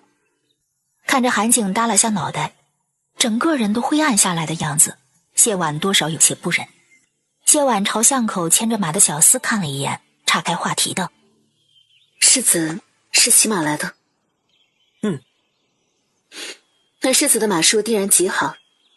在道观之时，我也骑过马，入了京城之后，便再也没骑过了。”“城北有个马场，我常与3、5好友一道去骑马。你想不想去？”怕他拒绝，韩景又连忙道：“你放心，我知道你的意思了。在我没有能力之前，我不会再说那些话。你不是说我们可以当朋友吗？而且那天会有很多人去的。”“这么好看，点个订阅吧。”“很多人。”谢婉叹了口气，转头对如诗道：“你与车夫且先去前面等我。”如诗与车夫走了，整个巷子里就剩下了谢婉和韩景2个人。我与世子今日算是初次相识，谢婉又是女子，许多话本不该说，但世子一片赤诚，我实在不愿欺瞒世子。你直说便是。先前我说，侯府如今缺的是一个能帮我撑起侯府之人。世子觉得宁王如何？若是此刻韩景心中有弹幕，约莫就该是：我想娶你当媳妇儿，你却想当我小舅妈。那日长公主设宴，我遇着了一些不大好的事情，当时是宁王替我解的围。那日我不该逃出去的，若是我不出去，或许替你解围的就是我。这么好看，点个订阅吧。他懊恼完，又急急开口道：“你若是看上别人，或许还有可能，但如果这个人是我的小舅舅，那就绝对没可能了，比我还没可能。”“为何？”“此事我只与你说，你万不可向旁人透露半分。”“世子放心。”“寻常人家男子16、17定亲，年到18，最多不过20，便要成婚。可我小舅舅如今20有2，却连婚事都未曾定下。然而包括皇祖母与我娘在内，无一人敢太过催促。你可知道为何？”“愿闻其详。”“因为……”韩景的声音更低了些。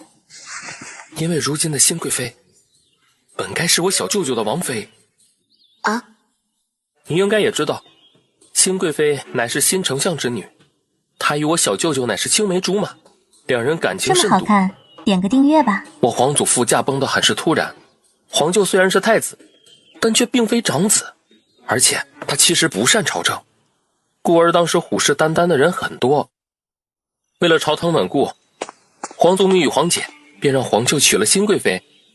而我小舅舅得知此事之后，虽然没有反对，但也为情所伤，必走边关。直到得到新贵妃小产的消息，这才回京。我虽然不谙世事，但也并非是蠢的。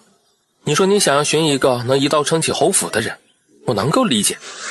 而且我知道，若是换做旁人，我今日的举动实乃是个笑话，甚至是个把柄。可你非但没有觉得不妥，反而很郑重的对待。你拿真心待我，我必然真心待你。我喜欢你，希望你好。你可以不选我，但选我小舅舅实在不是明智之举。”“点个订阅吧。”“世子打算何时去骑马？”“明日如何？明日晌午我们去骑马，午间就在马场用饭，下午还可以打马球。你若觉得太闹，可以去垂钓，也可以去放纸鸢。”“好。”“那我现在就去邀其他人。”谢婉朝他笑了笑，微微屈膝行礼。“世子慢走。”韩景一脸激动地走了。马车吱吱呀呀地往京城最热闹的区域驶去。如诗见谢婉一路上都抿着唇，一言不发，便有些担忧地问道：“小姐心情不好，你们的姑爷得另寻旁人了。为何？之前不都好好的吗？是我会错了意，他心中也有深爱之人，今生即便娶妻，恐怕也无人能越得过去。只是我贪心吧。”谢婉自嘲地笑了笑：“我可以退而求其次，但欲和熊掌，必须先得。”本集又结束了，我们下集再见喽。到了繁华地带，谢婉下了车，在大街上转了几乎整整一日，都没有找到合适的。回去的路上，他嘟着嘴，委屈巴巴的道：“人家说，情场失意，赌场得意，前世和前世总得有个顺利的，为何我一个都不顺？”小姐不若回去摆个七星招财阵，或许就好了。还是摆个五行转运阵吧。谢婉叹了口气：“我感觉啊，招财阵已经拯救不了我了。”晚间，谢婉将谢灵哄睡之后，翻出许久没用过的骑马桩，让如画运了一遍，这才发现1年多的时间，她的身量长开了，原先的骑马桩小了。这可怎么办？总不能穿这个去吧？现在做也来不及了。所以我又不是正儿八经去骑马出风头的，那些贵女也未必个个会骑马。听他这么说，如诗和如画这才放下心来。点个订阅吧。翌日，谢婉陪谢林用完饭之后，头一回认真的敷了个面，然后给自己化了一个美美的妆。小姐今日的装扮，奴婢一个女子都心动了。就是，小姐定能寻到个好姑爷的。外在条件恐怕没人会比宁王更好了，但好不好这事儿，不仅得看外在条件，还得看缘分啊。我现在也想通了，这事急不来。你若盛开，蝴蝶自来，我还是先开个屏。走吧。如诗很是疑惑：“小姐，盛开是开屏的意思吗？”差不多吧，反正今儿个我是开屏去的。城北马场很是热闹，孙轩特意去的早了些，为的就是跟韩景修复一下关系。孙轩陪着韩景跑了一会儿马，瞧着他时不时看向马场外，一副魂不守舍的模样，笑着道：“哎，那日我母亲从桃花宴上回来之后，便提到过谢婉，说她是天生的美人儿，将京城一众贵女都给比了下去。现在你又是这副模样，我实在是好奇，她到底能有多美啊？”言语难以形容，待会儿你瞧见就知道了。很快，孙轩就知道了。你来了？我是不是来晚了？不晚不晚，还有好几个没来呢。你要骑马吗？这么好看，点个订阅吧。今天恐怕是不成了。之前的骑马装已经不大合身，临时做也来不及，我在一旁看你骑就成。你们要赛马吗？赛的，还会打马球，到时候你可以下注博个彩头。你今日很好看。你也很好看。咱俩就别在这互捧了。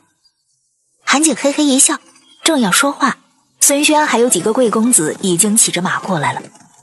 几个少年下了马，目光齐齐地落在谢婉身上。光顾着回家人呢，也不跟我们介绍介绍。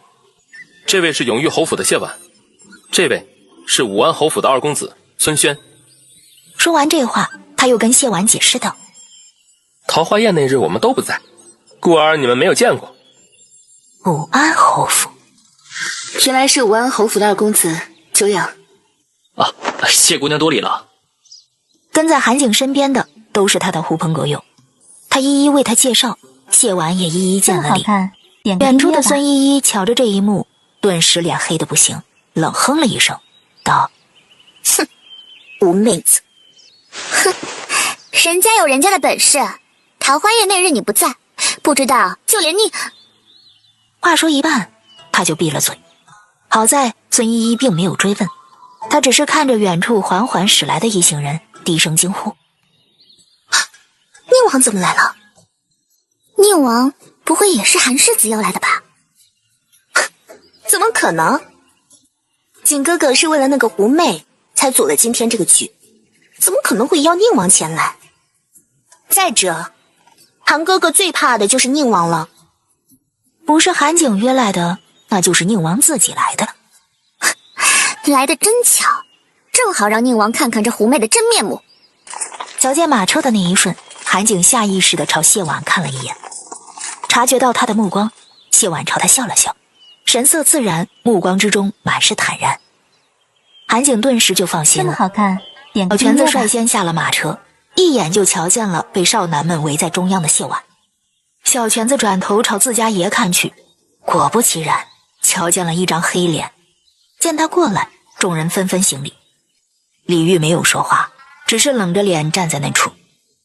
谢婉虽然没有抬头，可李煜的目光犹如实质，落在谢婉身上，让他如坐针毡。李煜从他身上收回目光，看向韩景，冷声吐出4个字来：孔雀开屏。小舅舅，本王说你了吗？谢婉默默把头又低了一些。都看不到我，看不到我，看不到我。小舅舅今儿个怎么到马场来了？公事。今儿这局是你组的。韩景点了点头。初春了，本就是踏春的好时候，独乐乐不如众乐乐，所以我将大家邀来了。这么多人，可曾带侍卫？不曾，也用不着的，毕竟大家都有仆从，更何况……他话未说完，李煜便冷声打断了他的话：可曾带大夫？不曾。那你可曾想过，聚众来此，既无侍卫又无大夫，若是发生意外，该如何是好？这么好看，点个订韩阅吧。景顿时不说话了。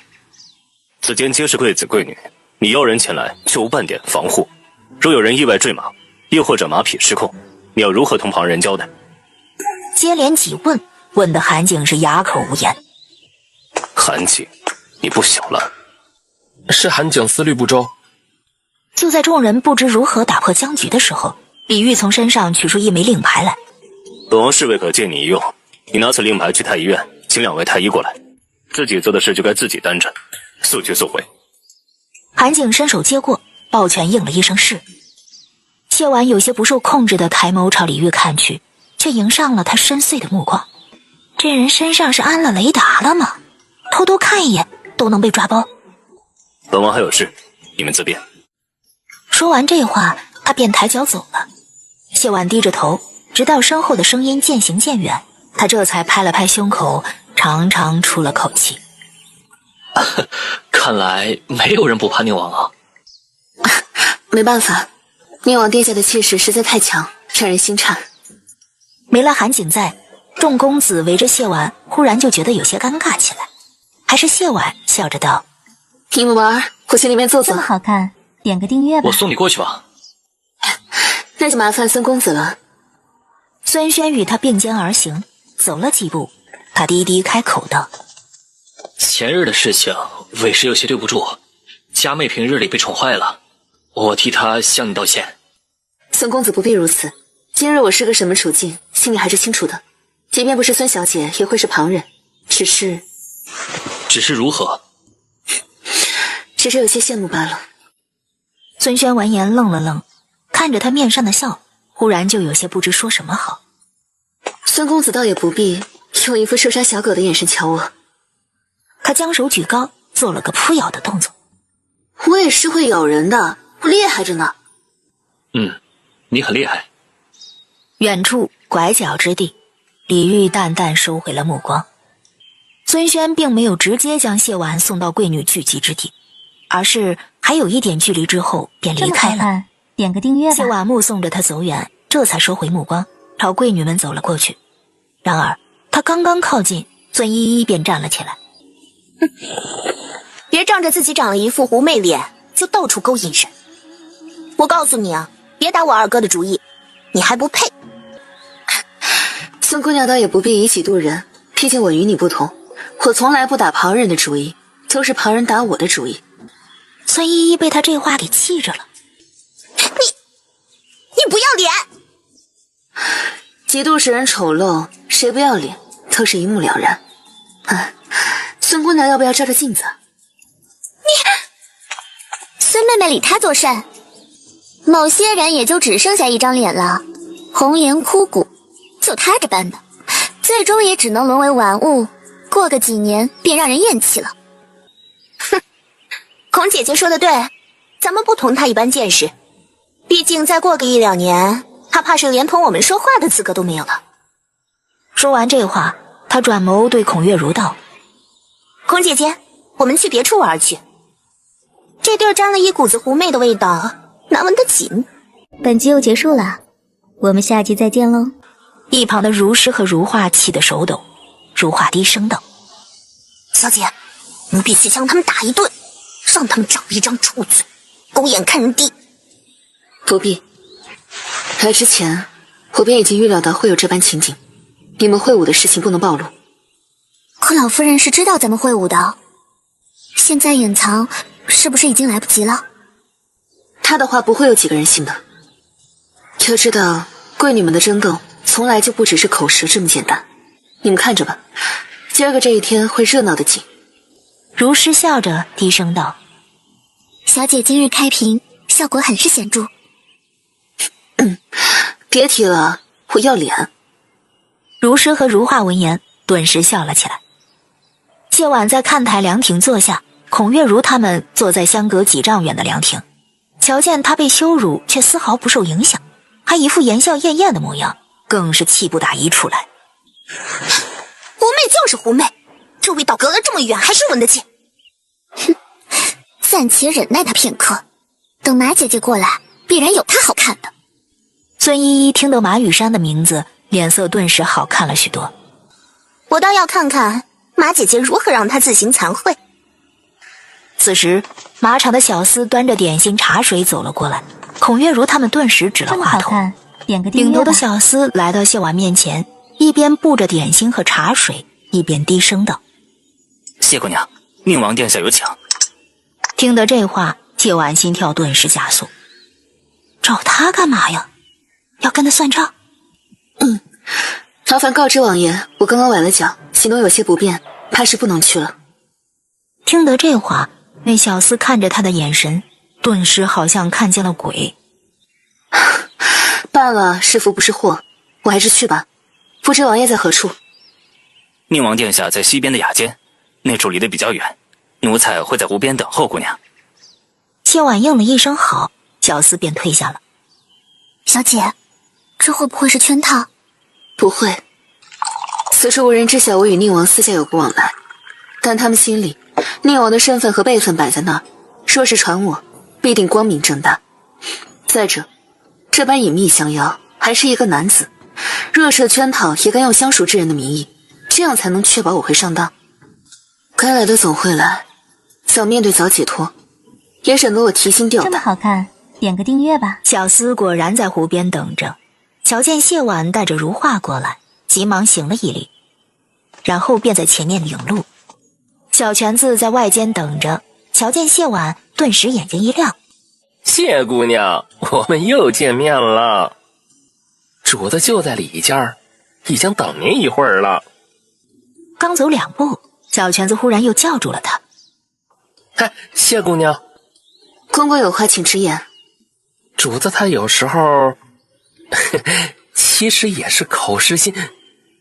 话未说完，屋内忽然响起李煜带着冷意的声音：“小泉子。”小泉子猛然闭了嘴，只朝谢婉笑了笑，然后道：“谢姑娘请。”李煜坐在屋内案台后，手中拿着什么东西，正在看着。臣女谢婉见过宁王殿下。李煜看着他，微微垂了眼眸，随后又抬起，缓缓开口道：“谢婉，臣女在。韩景不是本王，你的招数莫要用在他的身上。他本性单纯，涉世未深，容易当真。”点个订阅吧。原来李煜唤他过来，就是为了跟他说这个。谢婉闭了闭眼，抬眸看向他，笑着开口道：“王爷如此担心世子，不若以身度人。毕竟比起世子，臣女还是喜欢王爷多一些。”此言一出，屋内温度骤降，李煜的脸色越来越黑，也越来越冷冽。在你心中，本王究竟是什么人？在王爷心中，臣女又是什么样的人？这话一出，他就后悔了。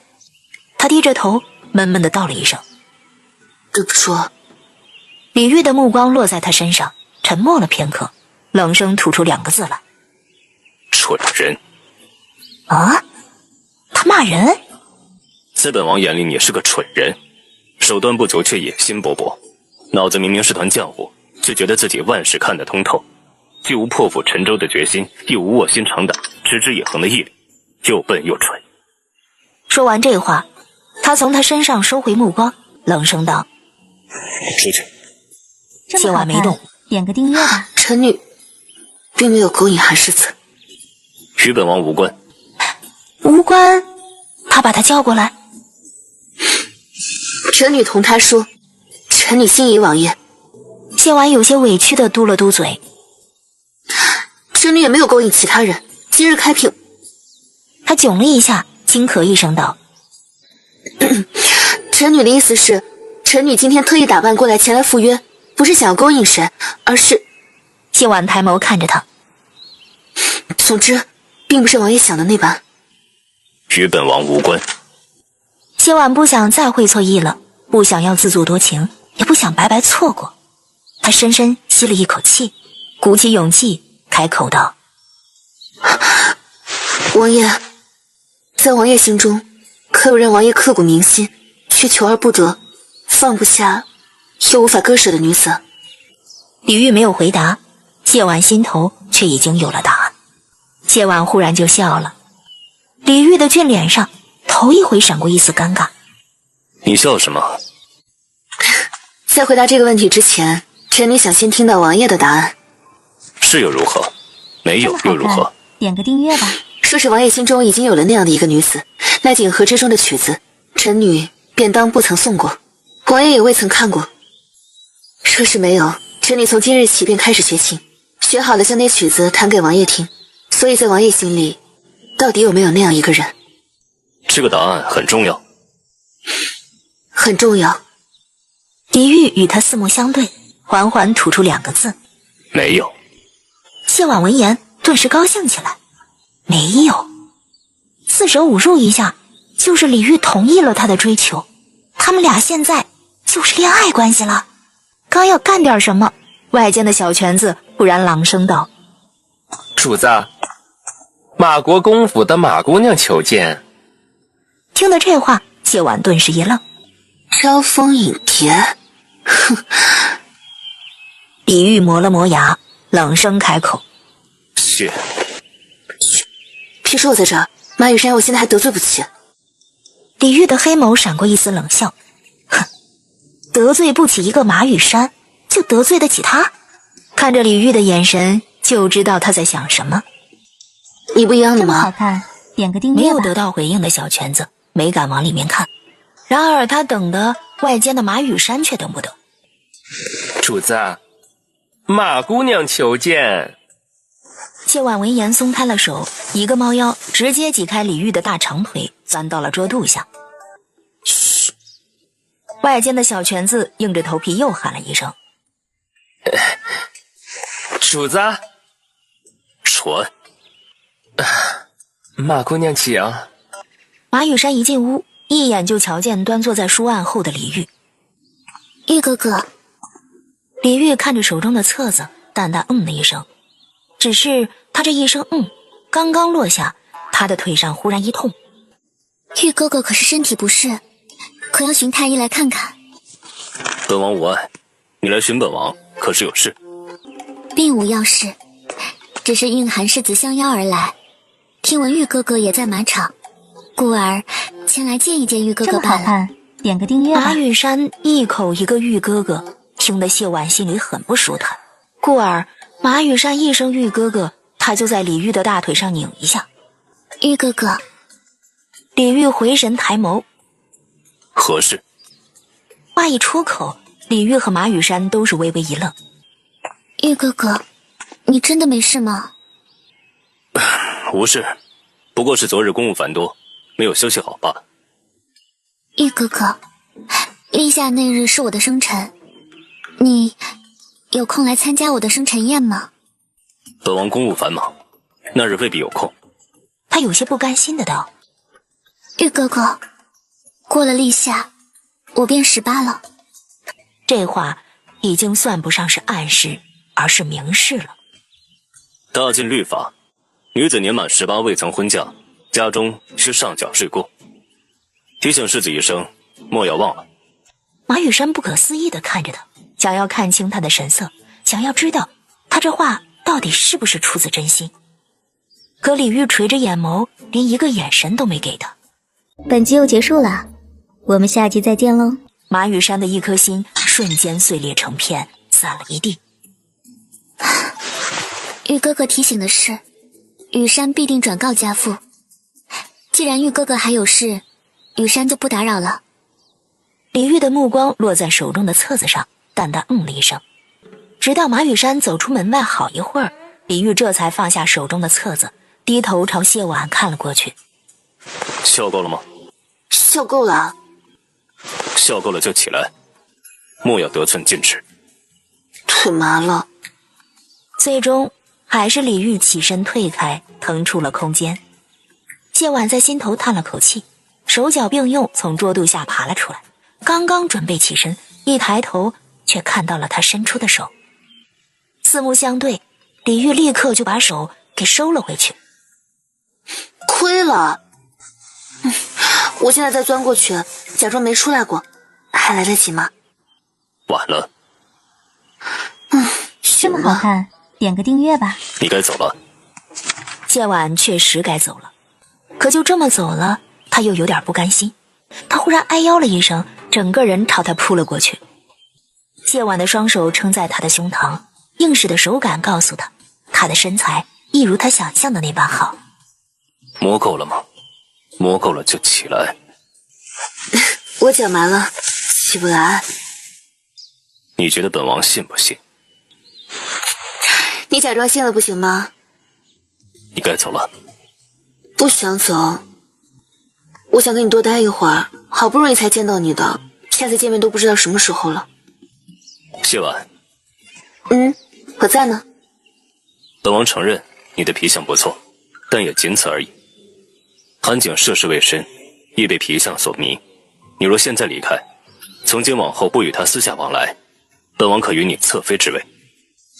侧妃之位？你要的不就是本王的权势？侧妃之位足矣。看着李煜面上万年不变的清冷，谢婉垂了垂眼眸，缓缓站起身来。那臣女就多谢王爷抬爱了。这么好看，点个订阅吧。趁着韩景还未回来，你回府去。王爷是因为心中有我才允了侧妃之位，还是因为怕我同韩景纠缠才允了侧妃之位啊？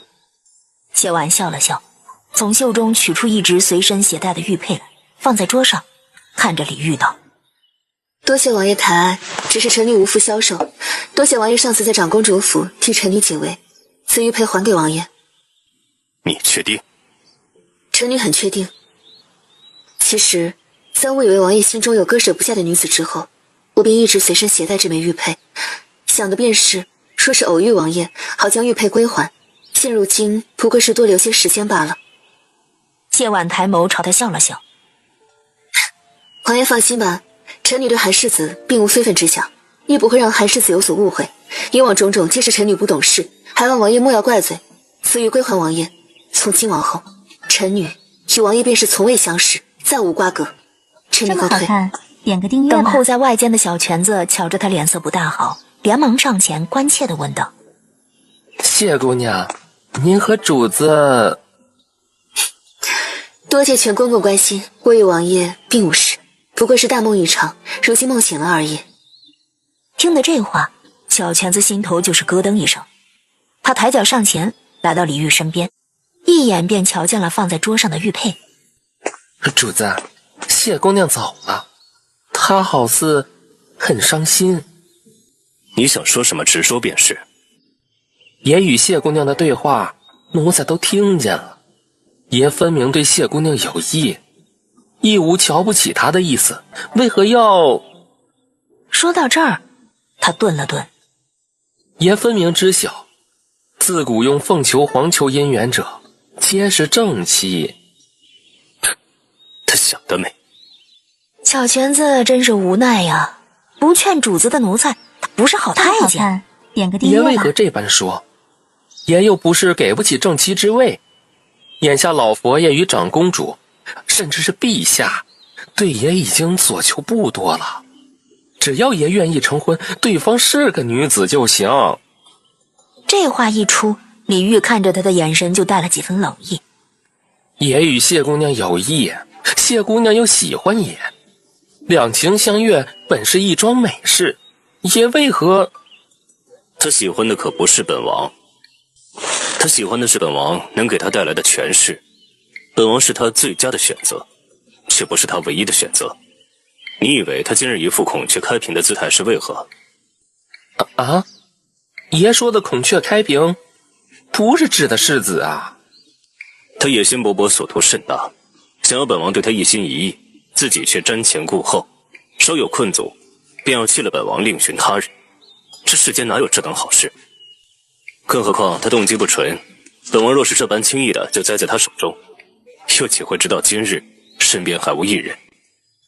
谢姑娘只是处境太难了些，那是他自己的事情。这么好看，点个订阅吧。如他今天的这般举动，侧妃之位已是他对谢婉的交代。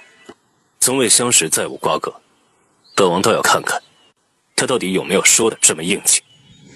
谢婉出了院子，心依旧有些郁闷。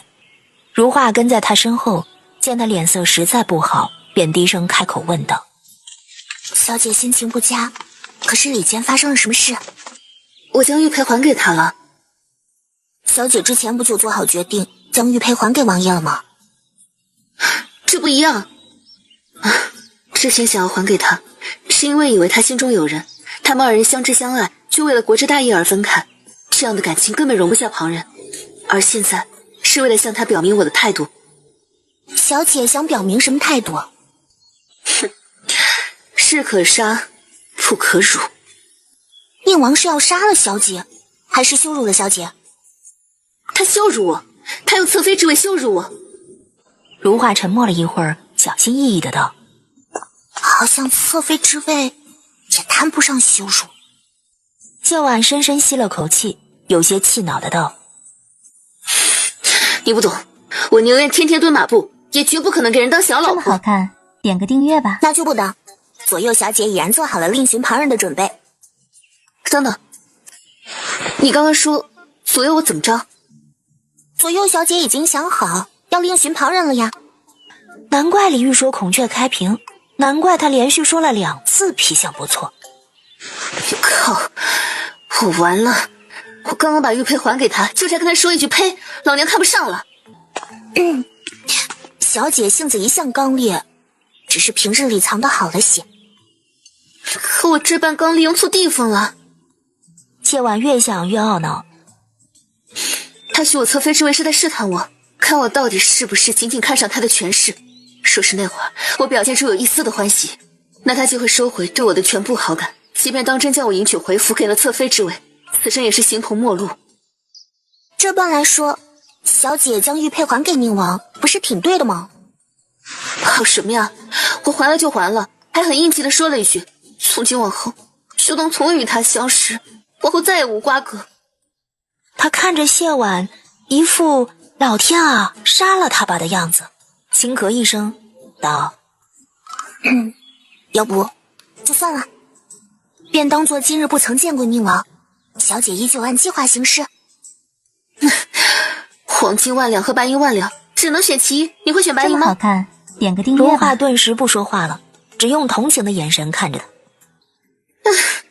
我现在不要脸的跑回去抱着他的大腿说我错了，还来得及吗？如画觉得多半是来不及了。今儿个的事情告诉我一个道理，任何时候都不要把话说死了，尤其是面对李煜这种有800个心眼的大傲娇。小姐的心眼也不少。那也没他的多呀，我最多只有600个。那小姐打算怎么办？回头去抱宁王的大腿哭吗？现在去，他肯定不会理我。只能等他冷静一下再想办法了。如画点了点头，刚要说话，忽然眉头一拧，低声道：小姐，有人在尾随我们。他能听见我们之前的谈话吗？不能，湖边空旷，又有风声和水声，那人离得较远，贴了石子奴婢才发现他的存在。那就不用管，走我们的便是。前面便是围墙的尽头，他拐个弯就能看到马场。身后突然传来一个调笑的声音：“本集又结束了，我们下集再见喽。”哟，这是哪家的姑娘长得这么好看呀？接婉回过身，阁下眼神真好，在背后都能瞧见小女子的相貌。美人在骨不在皮，小爷我阅女无数，自然一眼就能瞧出。更何况，他笑了笑，能被宁王金屋藏娇的女子，又岂会不美？这话一出，如画顿时戒备起来。谢婉脸上的笑容也消失了，静静地看着他。怎么，我说错了吗？虽然我没有看见你是什么时候进去的，但是却亲眼看见你从宁王的屋子里出来的。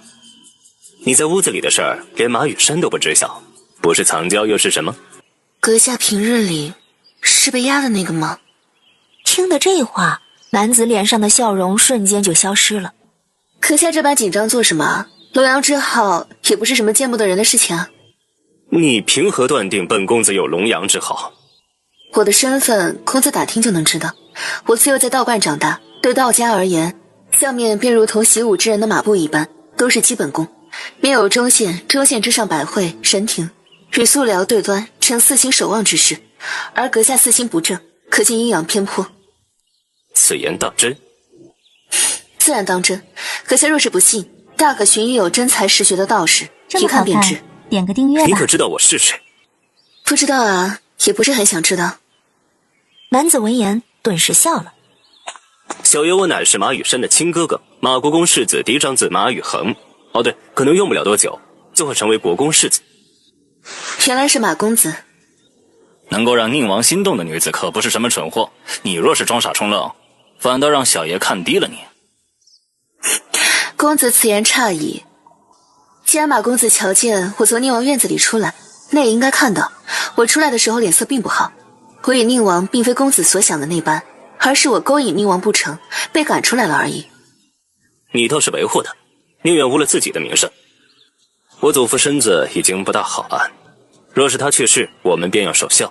我倒是无所谓，但羽山今年已经18，再经不起蹉跎。皇后有意将羽山许配给宁王，你若与宁王当真无事倒也罢了，若是有事，别怪小爷没提醒你。你不仅是在与整个马国公府为敌，还在与皇后娘娘为敌。马公子多虑了。多不多虑你心中有数。点个订阅吧。你知晓了小爷的秘密，小爷也帮你一次。今日之事，小爷不会外传，你好自为之。走了2步，他又回过身来，朝着他笑着道：谢婉，你有一事说错了，小爷是男女通吃啊。如画看着他的背影，皱了眉，低声道：小姐，要不要奴婢将他套个麻袋，揍上一顿？你能不能想个别的招啊？可奴婢是小姐的打手啊，小姐不是从小就这么说吗？竹师是小姐的嘴替，奴婢是小姐的打手。那是在山里，现在还不至于到用上打手的地步。奴婢已经许久没开工了。放心吧，总有你发挥的机会。我们也该回去了。孙依依眼尖，第一个发现了谢婉，她轻哼了一声，朝马羽山道：马姐姐，她就是那个狐媚谢婉。马羽山顺着她的目光看了过去，只是一眼，马羽山便立刻知道，这些贵女们为何会那般对谢婉不屑。这么好看，点个订阅吧。四目相对，谢婉朝他友好的笑了笑。瞧见他的笑，孙依依冷哼了一声：哼，狐狸精，也不知道笑给谁看。孙妹妹，倒也不必对她那般不喜，毕竟她也未曾做过什么伤天害理之事。马姐姐有所不知，她虽然没做什么伤天害理之事，但她一身的骚气根本藏不住，不仅勾引了韩世子，还勾引我二哥。马姐姐，你看，那些男子都被她给迷住了。他转眸朝男子那处看了过去，果不其然，他们不过是欣赏而已，倒也不必大惊小怪。马姐姐这么淡然，只不过是因为她还未曾勾引宁王罢了。这话一出，周遭顿时安静下来。孙依依知晓自己说错了话，立刻慌忙地解释道：马姐姐，我不是那个意思。孙依依慌乱的道歉，一声接着一声。谢婉回到原先的座位，静静看着那一幕，微微挑了挑眉。如诗低声道：奴婢瞧着的马小姐也不是什么好人。我若得势，怕是比她更不像好人。这么好看，点个订阅吧。说的也对，小姐睚眦必报。谢婉为什么觉得这话不太像是夸她的意思呢？韩景策马而来，这般大的动静，马羽山自然也瞧见了。他看了看谢婉，又看了看韩景的背影，微微挑了挑眉。孙依依瞧见他看向谢婉，当即忘了之前的事儿。马姐姐，你看我没说错吧？她就是个不要脸的狐狸精。马羽山看了他一眼，什么话也没说，直接抬脚朝谢婉走了过去。孙依依一人落在后面，孔月如回头看了他一眼，低声道：走吧，偷马姐姐较什么劲儿？谢婉不动如山，佯装未见，直到马羽山来到身边，这才一脸疑惑地朝他看了过去。马羽山朝他笑了笑：谢妹妹是吧？怎的一人坐在此处，不同我们一道玩耍？这位姐姐是？我乃马国公世子之女。马羽山介绍了一下自己，然后笑着道：谢妹妹不会怪我不请自来吧？当然不会，马姐姐请坐。这么好看，点个订阅吧。马羽山落了座，又招呼着众贵女坐下。谢婉虽然对马羽山有好感，但并不准备跟他多亲近。然而马羽山对他却热情得很，一旁的孙依依顿时更加记恨了。她轻哼一声道：哼，马姐姐平日里最难亲近，也不知道你是烧了什么高香。孙妹妹是在说我冷漠吗？马姐姐，我不是那个意思，马姐姐何必同她一般见识？你又不是不知道，她惯是个说话不过脑的。马羽山看了孙依依一眼，转眸又同谢婉说话。谢婉应付了几句之后，渐渐发现不对劲起来。谢妹妹是如何与韩世子相识的？据我所知，长公主那日设桃花宴，她还特意躲了出去。谢婉自然不会说韩景堵她的事情，只是说是在琳琅坊偶遇的。原来如此，看来谢妹妹与韩世子终究是有缘，错过了桃花宴，也依旧能够相识。我与马姐姐也很有缘分，点个订阅吧。说的也是，大意了。马姐姐头上这簪子甚是好看，还有这步摇也是妹妹喜欢的样式，看来妹妹与马姐姐的喜好很是相似。妹妹说的极是，我也觉得与妹妹甚是投缘。这簪子是我特意请琳琅坊工匠打造的样式，还有这步摇亦是如此。妹妹若是喜欢，我让琳琅坊再打造一份送与妹妹。不管是什么，独一份的才显得特别啊。马姐姐的好意，婉儿心领了。妹妹实乃真性情，若是旁人，即便不曾用好，也会推脱一番。我有妹妹这般直言不讳，道出我心中所想。马姐姐谬赞了，我不过是实话实说罢了。妹妹的真性情，当真是让我喜欢的紧。我对妹妹有一种一见如故之感，不知妹妹是否也与我一般？余光里看台下的马场上，马宇恒正看着他，一副看热闹的表情，笑得不怀好意。这么好看，点个订阅吧。谢婉垂着眼眸，一脸正然的模样，愣愣地看着面前的茶盏。有个贵女终于按捺不住，轻哼了一声：哼，谢姑娘到底是什么意思啊？难不成还嫌弃了我们马姐姐不成？我不是，我没有，我只是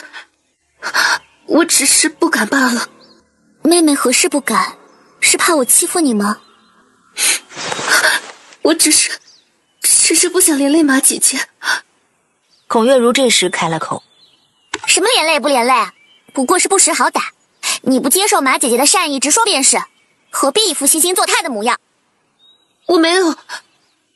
谢婉顿时慌乱起来，向马羽山积极解释道：我命格不好，从小被送入道观，虽说集气之后会能破解命格，可到底有无破解，我也不敢断定。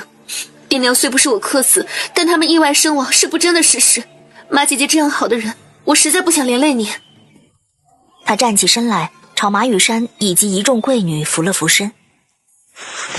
谢婉自知身份，为师不该贪图接受诸位姐姐妹妹的好意，我还是另寻一处坐着就好。本集又结束了，我们下集再见喽。孙轩看向马宇恒道：“这是不是有些不妥呀？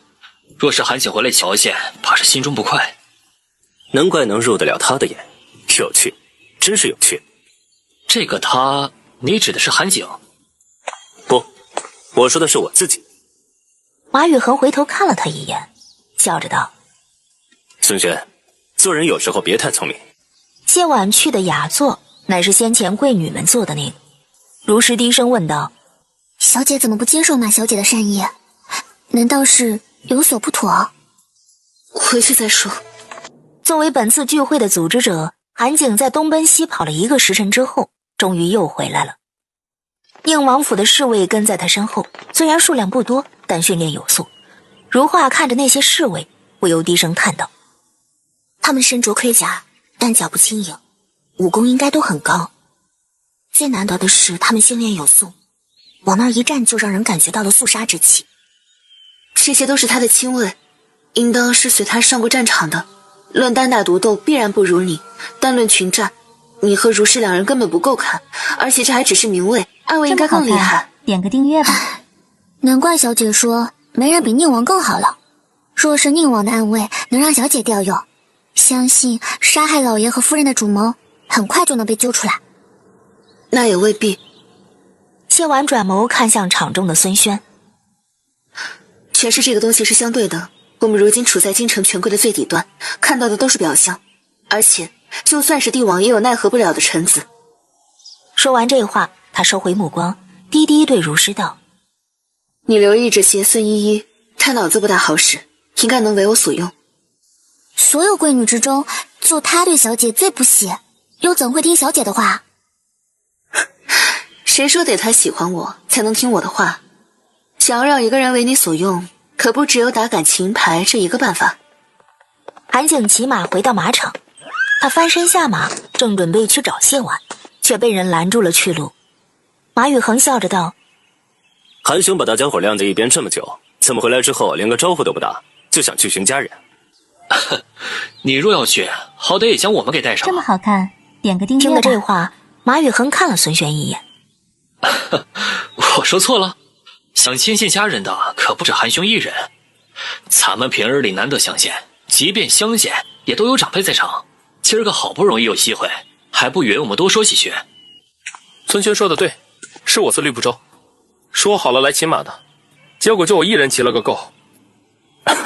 遇着了宁王，韩兄也是运气好。谁说不是呢？韩景虽然大大咧咧，但也不是什么都不懂，所以带着一众贵公子直接去了马羽山他们所在的雅座。马宇恒笑着道：“怎么不先去寻寻你心心念念的人？”马兄，这话在我这说说倒是无妨，若是传了出去，怕是会有损谢姑娘的名声。行行行，倒是成了我的不是了。孙轩在一旁笑了笑，不说话。你跟韩兄的感情果然很好啊。那是自然，我母亲与长公主乃是手帕交，我与韩兄也是一起长大的交情。可真是令人羡慕的情谊啊！但愿你们能一直这般好下去。这么好看，点个订阅吧。孙依依瞧见韩景过来，整个人顿时都精神了，眼里放着光。景哥哥，你终于回来了呀！马姐姐怎的不下去骑马？是我招待不周了？你不曾回来，连个组局的人都没有，又有什么意思啊？是我的不是，咱们玩起来吧。还是老规矩，男子让女子15丈，一圈跑完，先到者获胜，5局3胜。行，咱们各派出5人来，剩下的就下注。只是，他朝谢婉那处看了一眼，谢妹妹似乎有些不大想同我们在一处，可需要叫她。叫她做什么？她在山上长大，她是连马都没牵过，更不用说骑了。再者，你们瞧她浑身上下，除了寻常的簪子和一个步摇之外，连个首饰都没有，能添什么彩头？拿出来的东西，怕是看着都嫌弃。韩景冷眼看着孙依依道：“他在山上长大，不代表他什么都不会。他不带事物，不过是因为他本身就足够让人惊艳，不需要一些多余的事物来衬托。他这般的年纪，操持侯府已是不易。你瞧不起他精品，本世子还瞧不起你尖酸刻薄。信哥哥，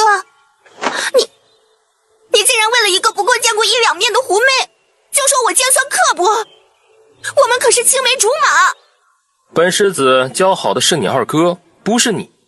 青梅竹马这4个字，本世子可不敢当。这么好看，点个订阅吧。韩世子与谢姑娘不过初初相识，现在就为了她，大庭广众之下这般羞辱孙妹妹，全然否掉这么多年的情谊，是不是有些不妥？孔妹妹此言差矣，感情这事儿，又怎能用时间长短来衡量？在韩世子心中，自然是心仪之人更为重要些。身为男子，若是心仪之人被旁人奚落，却连出头都不能，那实在是枉为男儿了。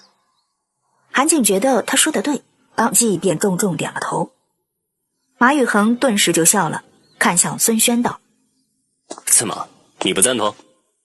孙轩闭了闭眼，不想说话。韩世子说的不错，谢妹妹虽然在山上长大，却也未必什么都不会，咱们还是问问的好。咱们来寻她，是她躲去了别处，哪有咱们要去上赶着的道理？寻的丫鬟将她叫来便是，她若不愿意来，那便是咱们没那个能耐，入了她的眼。韩世子以为如何？韩景可以服了孙依依一个人的面子，却不能服了这么多贵女的面子，当即便点了头。马雨山转头朝自己的侍女道：“去将谢姑娘请来，就说是韩世子相邀。”点个订阅吧。丫鬟将马雨山的话一字不落地转达给了谢婉。谢婉抬眸朝韩景看了过去，瞧着他一副期待的样子，心里就叹了口气，站起身来，抬脚朝他们走了过去。孔月如见状，顿时冷笑了一声：“先前马姐姐有心同他交好，他却说什么命格不好躲了过去。如今韩世子一出现，他就过来了，也不怕命格不好连累我们了。他这命格还真是因人而异。孔妹妹不必这般说，韩世子与我们终究是不同的。”韩景是涉世未深，但不代表他傻。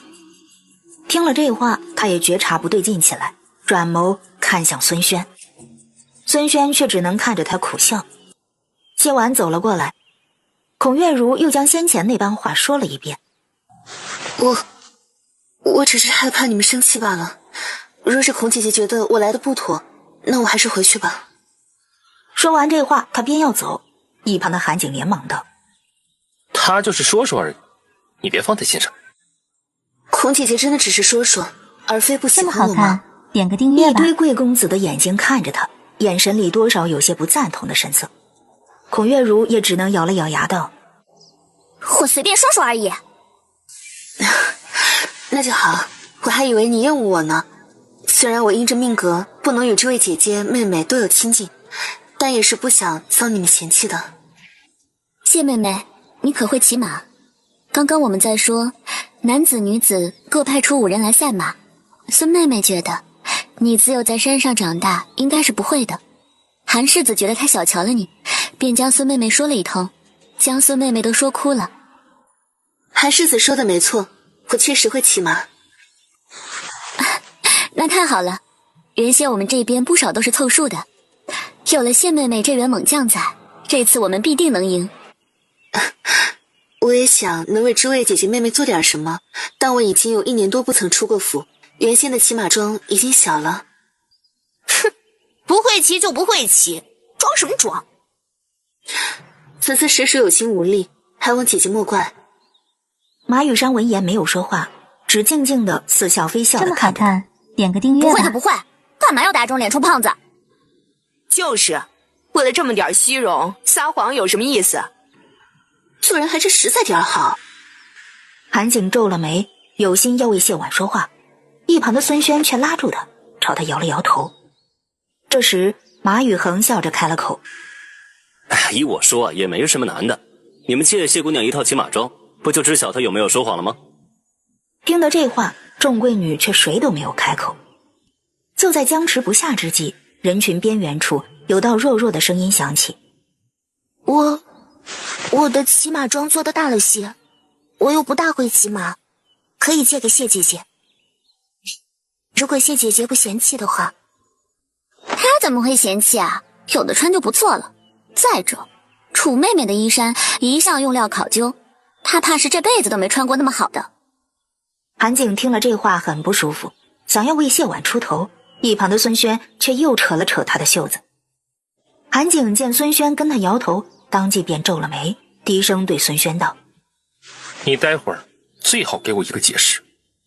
谢婉笑了笑，对这些抨击之言不予理会。既然有了合适的衣衫，那咱们就去换上吧。众人结伴而行，一路有说有笑的朝换衣的屋子那边走去。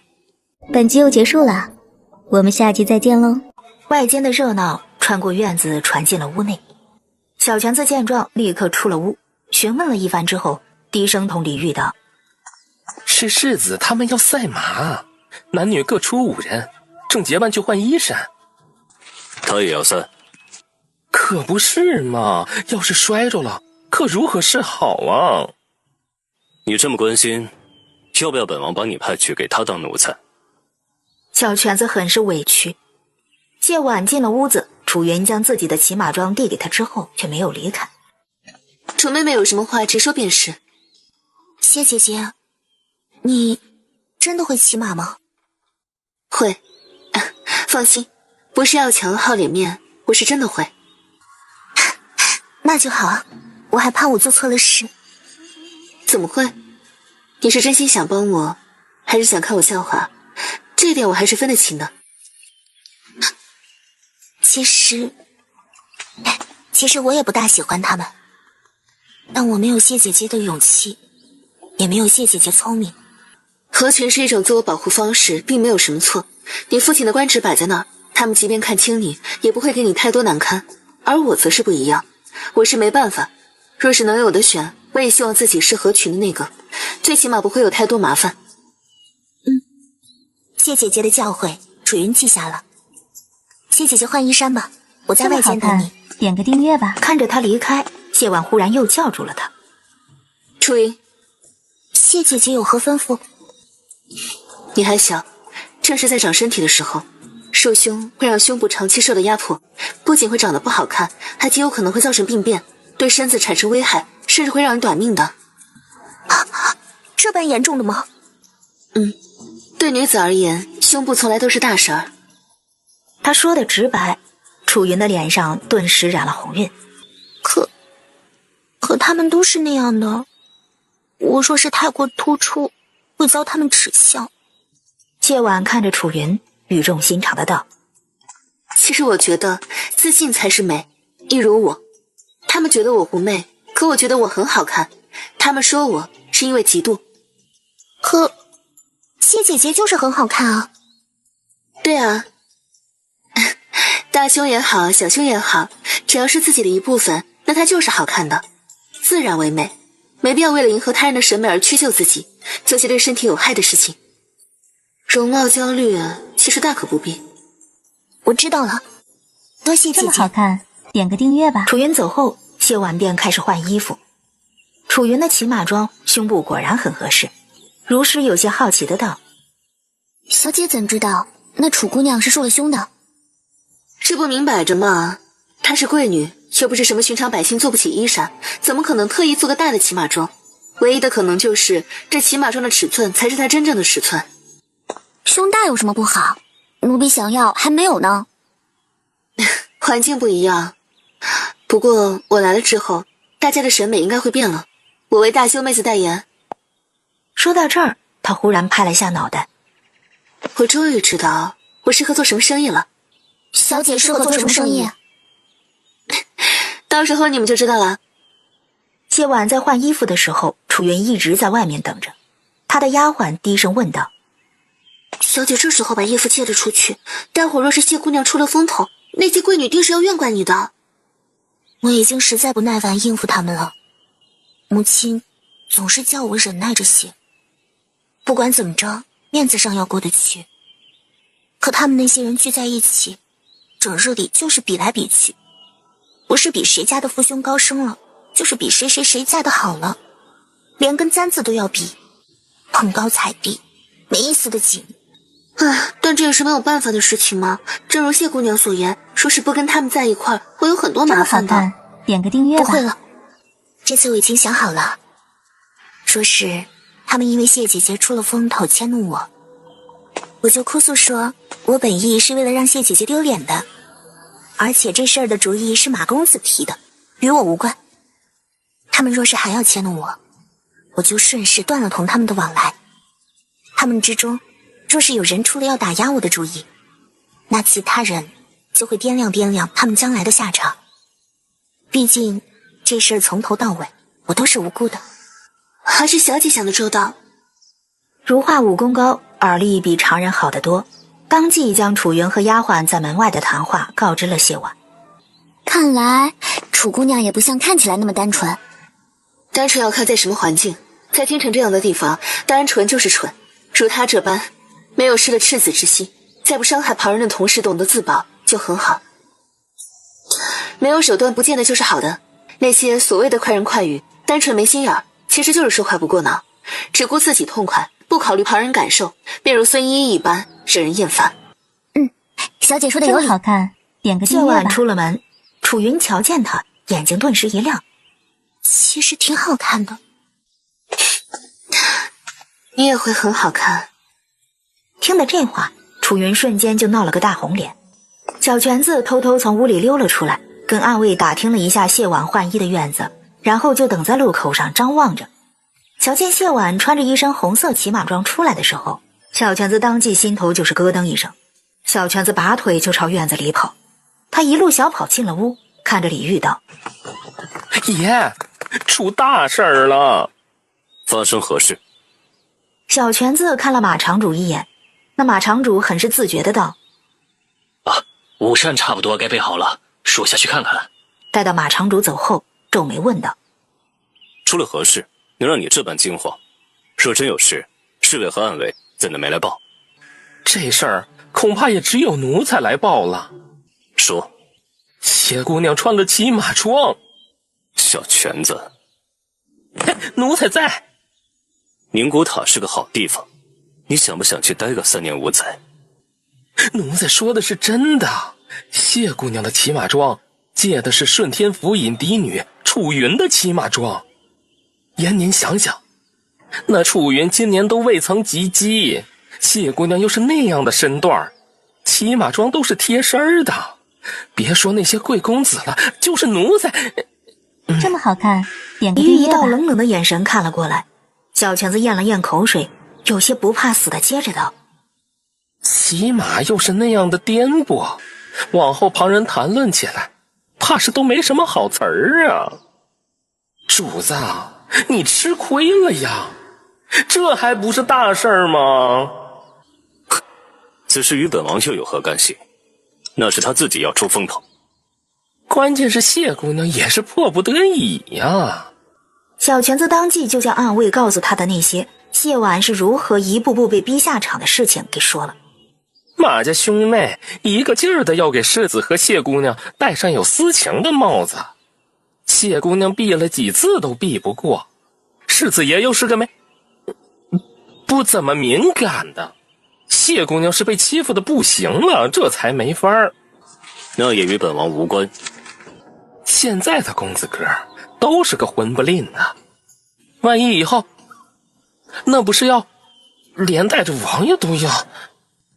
爷，您去看看吧，有您坐镇，最起码那些公子哥眼睛都不敢乱看，也不敢乱说。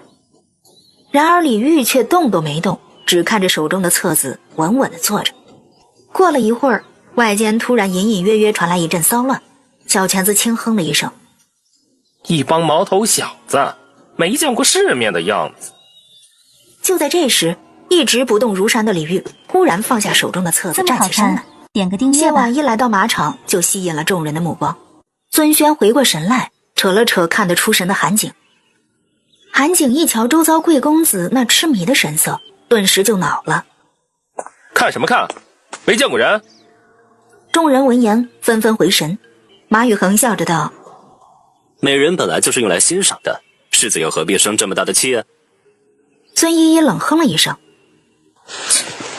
就是自己穿成这个模样出来招摇，还不允旁人看了？这骑马装可真是个照妖镜，狐狸尾巴藏不住了。有贵女应和道：可不就是啊，这衣服穿得跟没穿似的，简直丢尽了女子的脸。还有贵女问旁边的贵公子：她穿的是不是比你们常去的勾栏里的女子更勾人？不然你们怎么会看得眼睛都直了？众贵公子一个个顿时就不说话了。谢婉越来越近，贵女们半点没有收敛，反而一个个的将轻蔑和不耻挂在了脸上。如画和如诗气得手抖，楚云也气愤不已。他担忧地朝谢婉看了过去，却见他只是皱了眉，面上并无羞恼之色。本集又结束了，我们下集再见喽。韩景也同样的担忧地看着谢婉，出声安抚道：你不用将他们的话放在心上。哟，这就开始有人心疼了。哼，果然手段很高啊，山上长大的就是不一样，仅这一点就令我们望尘莫及。谁说不是呢？我听说呀，有些人打着修行的目的，专门做那些阿扎的勾当。有些地方看着是道观庙宇，实际上却是……孔月如看着谢婉道：谢妹妹，你确定你待的地方是正经的道观吗？不会是你娘特意将你送去学什么见不得的东西吧？如诗和如画都快气哭了，齐齐喊了一声：小姐！刚才风大，你说什么？我没听清，要不你再说一遍？我说你娘特意将你送到什么道观，不会是让你去学什么见不得人的手段吧？一个响亮的耳光响起，众人顿时噤若寒蝉。你竟然敢打我！是不是很难相信啊？又是一个响亮的耳光声响起。现在相信了吗？这么好看，点个订阅吧。孔月如气疯了。瞎了吗？给我掌他的嘴！如诗和如画冷哼了一声，正要去对上那两个丫鬟的时候，谢婉又动了。他直接抬起脚，一脚将孔月如狠狠踹倒在地。在众人都还没有反应过来的时候，他又以迅雷不及掩耳之势直接压了上去，拔了头上的发簪，抵上了孔月如的脖子。谁再敢动一下，我就刺下去。你们说我是狐媚，一身的骚味，要离我远一点，我忍了。你们向侯府没落，我连一件好衣裳都没穿过，我也忍了。你们一口一个说我勾引韩世子，直指我与他有私情，我还是忍了。甚至就因为我穿了一身骑马装，你们诋毁我，将我比作勾栏里的女子，我仍旧没打算同你们计较。可你们千不该万不该，不该羞辱我死去的母亲，不该羞辱教导我长大的师傅。谢婉冷笑了一声，看着那些贵女道：哼，骑马装是你们让我穿的，这骑马装与你们身上的有何不同？你们在说我狐媚，将我比作勾栏女子的时候，可曾想过你们身上穿的与我穿的根本相差无几？我穿的像勾栏女子，那你们又算什么？孙依依倔强的道：可我们也没有像你似的穿得这么骚气。点个订阅吧。哼，你们穿不出好，那是因为你们自己身材不佳。若不是脑袋分前后，你们都分不清正面和背面，除去了这身衣裙，几乎与男子无异。有人刚要说话，谢婉却忽然笑了笑：哼，不好意思啊，我说错了，你们也没有那么不堪。他的目光在众贵女胸口扫了一圈。你们不是分不清正面和背面，而是小荷才露尖尖角，荷包蛋上两大枣。有贵女忍不住道：你无耻，不知羞！哼，你们将我比作勾栏女子，说什么道观寺庙，还说什么见不得人本事的时候，怎么没觉得自己不知羞耻啊？怎么就允许你们嘲笑我丰满，我不能嘲笑你们干瘪？马雨山冷了一张脸，开口道：谢妹妹，他们的言辞确有不妥，但你出手伤人又羞辱他们，是不是有些过了？过了？他们羞辱我，将我比作勾栏女子的时候呢，我的羞辱抵得上他们羞辱我的1/10吗？他羞辱我在先，又侮辱我死去的母亲，侮辱教导我长大的师傅。我若是还能忍，那我如何对得起我死去的母亲？如何对得起我的师傅？还是说，马姐姐能够忍，众人是不是可以效仿，而无需承担任何后果？马羽山还想为孔月如辩解点什么，可一抬眸就瞧见了李煜冷着一张俊脸，看着跪压在孔月如身上的谢婉，大步而来。他微微愣了愣，而后立刻换成了一副大公无私的模样，看着孔月如道：此事确实是孔妹妹你的不是，身为贵女，你怎能……他话未说完，李煜已经走近。发生了何事？远处便能听见你们喧哗。韩景上前一步，气呼呼的正要开口，一旁的马羽山却叹了口气，先开口道：其实这原本只是一件小事，口舌之争罢了。他囫囵吞枣的将事情给说了一遍。点个订阅吧。韩景这是头一次见到马羽山竟然能这般避重就轻。小舅舅，事情根本不是这样的。身为组局者，在你组的局上发生了这样的事情，你还有什么话说？小舅舅，我知道我有错，可是就……一旁的孙轩拉了拉他的袖子，低声道：听王爷的。马羽山见状，心里顿时一阵欢喜。玉哥哥还是向着他的，不过是个误会。谢妹妹虽然反应过激，但毕竟是孔妹妹无礼在先。谢妹妹起来吧，这事儿便算是过去了，往后也不要再提，免得伤了姐妹情谊。哼，好一个姐妹情谊，只是很可惜这4个字我有些受不起。谢妹妹别说气话了，各退一步，这事儿就算过去了。马姐姐，我深知侯府眼下是个什么光景，也从未想过与你们闹什么不快，所以我一而再再而三的忍让，佯装听不懂你们的羞辱。可有些人是逆鳞，是碰不得的伤口，是心中最真实的存在。莫要说是那般羞辱，就是稍有不敬，我也会要个说法。这谢妹妹是不是有些严重了？毕竟孔妹妹也没说什么太过分的话。哼，那样的话都还不过分，那什么才叫过分？这么好看，点个订阅吧。谢婉又将簪子抵近了几分，看着孔月如，冷声道：道歉。孔月如的脖子顿时就见了红。李煜看着谢婉，冷声道：起来。马羽山看着谢婉道：谢妹妹，宁王殿下的命令你也不听吗？藐视皇族可是杀头的大罪。道歉，向我母亲和师父道歉。李煜顿时皱了眉，又冷声说了一次：起来。谢婉依旧没有动。道歉。小泉子一看，人都懵了。谢姑娘，你暂且放开孔家小姐，王爷会为你主持公道的。谢婉似乎没有听到小泉子说的话一般，依旧倔强地跪压着孔月如，厉声道：道歉。李煜没有再开口让谢婉退下，而是就这么静静地看着他。孔月如知道，这下彻底是没有人来救自己了。我错了还不行吗？当然不成，你要同我母亲还有师父道歉。我向你母亲还有师父道歉，对不起，我错了。听到这话，谢婉这才拿开簪子起身，放开了他。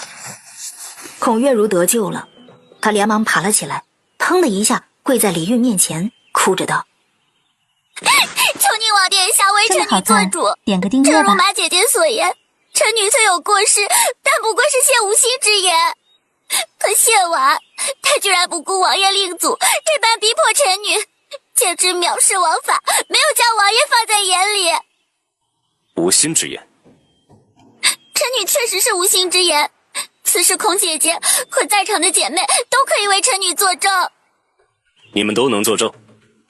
马羽山开口道：孔妹妹确实是无心之言。一众贵女连忙附和：对，是无心之言，无心之言。是吗？李煜又将目光投向了那些少男们。他们说的都是真的？少男们一个个低下头不说话，唯有孙轩说了一句：与事实恐有些出入。石青。话音一落，忽然不知从何处纵身而来一个黑衣劲装男子，落在李煜身侧，俯首抱拳道：属下在。将事情的经过复述一遍，从头开始。是。石青立刻回禀道：王爷从马场离开之后，谢姑娘便与钟公子分开，去了诸位小姐聚集之地。他从谢婉靠近孙依依和孔月如，却被讥讽身上有狐媚味儿，被孤立开始说了起来。他不是简单的复述，而是将每个人说了什么做了什么，甚至连他们的语气和声音都模仿得惟妙惟肖。以上便是事情的经过。你们还有什么话要说？孔月如跪在地上，脸色比被谢婉威胁之时还要惨白几分。孔月如。孔月如身子一凛，臣女在。本集又结束了，我们下集再见喽。身为二品大员的嫡女，你恶意侮辱他人，对死者不敬，辱骂其生母和师父，毫无世家之女该有的风范，实乃无礼无仪无德。你父亲乃是礼部尚书，能教导出你这样的女儿，可见也是德不配位。你的所作所为，本王会如实告知你父亲。明日早朝，本王也会如实告知陛下。至于孔太妃那儿，本王亦会派人如实告知。王爷，一切都是臣女一人之过，恳请王爷。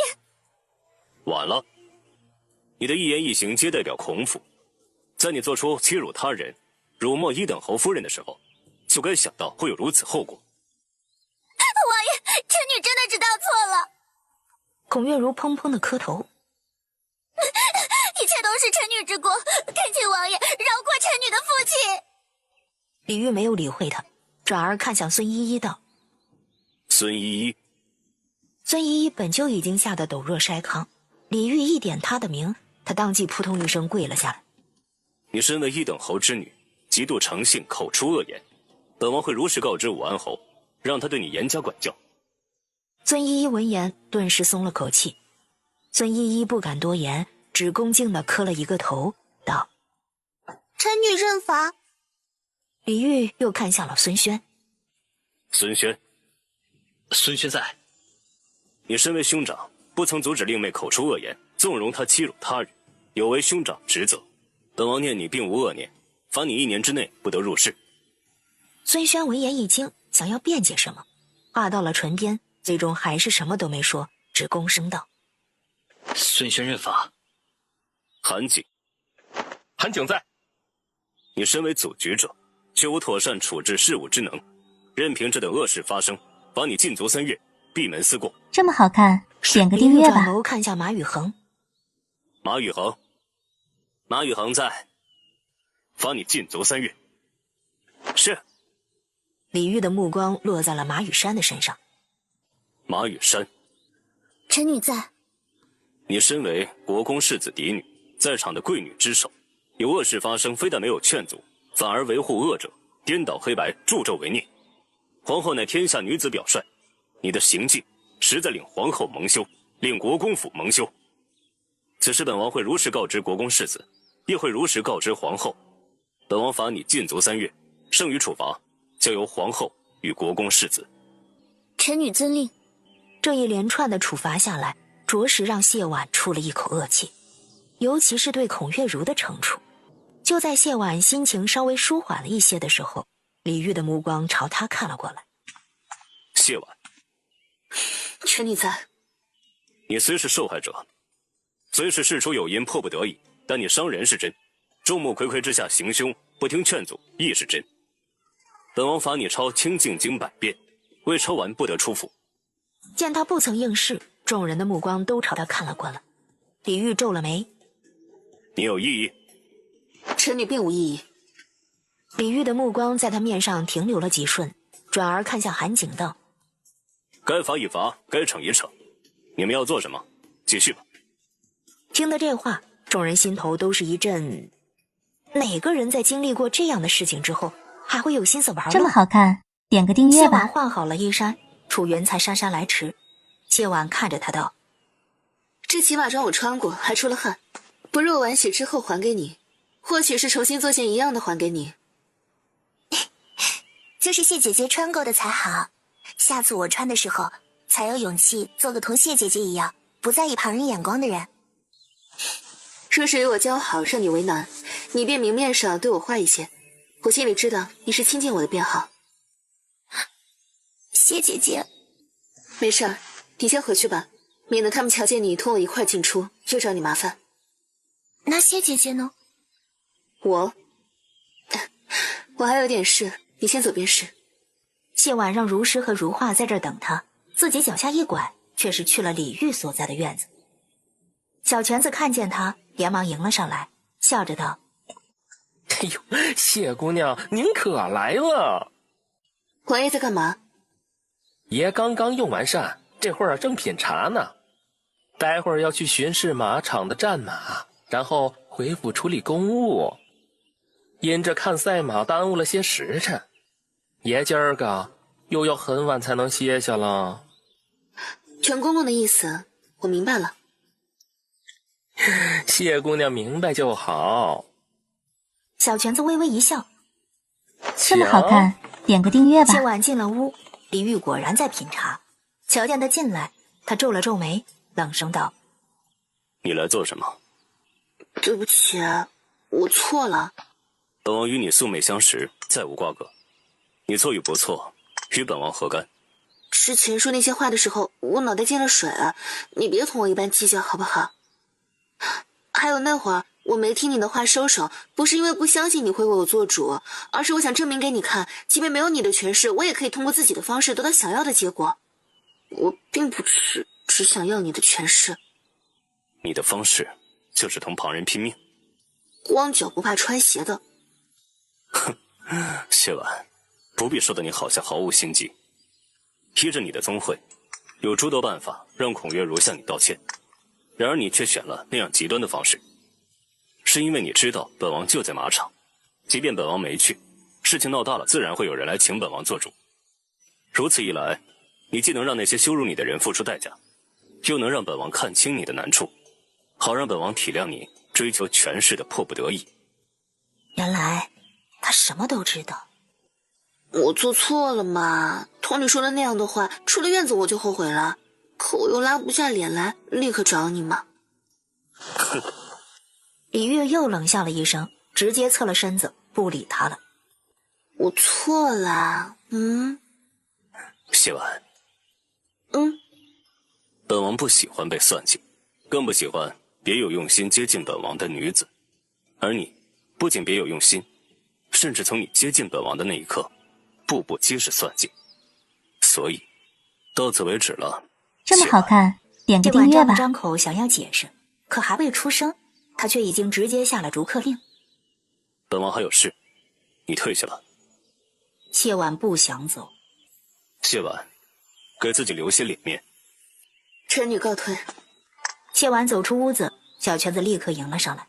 “主子的话，谢姑娘不必放在心上，主子不过是矫情了些。”“矫情？”“也就是遇上了谢姑娘，主子才有些矫情的毛病，矜持的跟个黄花大闺女似的。”“这次他是认真的，但也怨不得他，是我自己做的有些过了。”“谢姑娘不会真的信了爷那句到此为止吧？”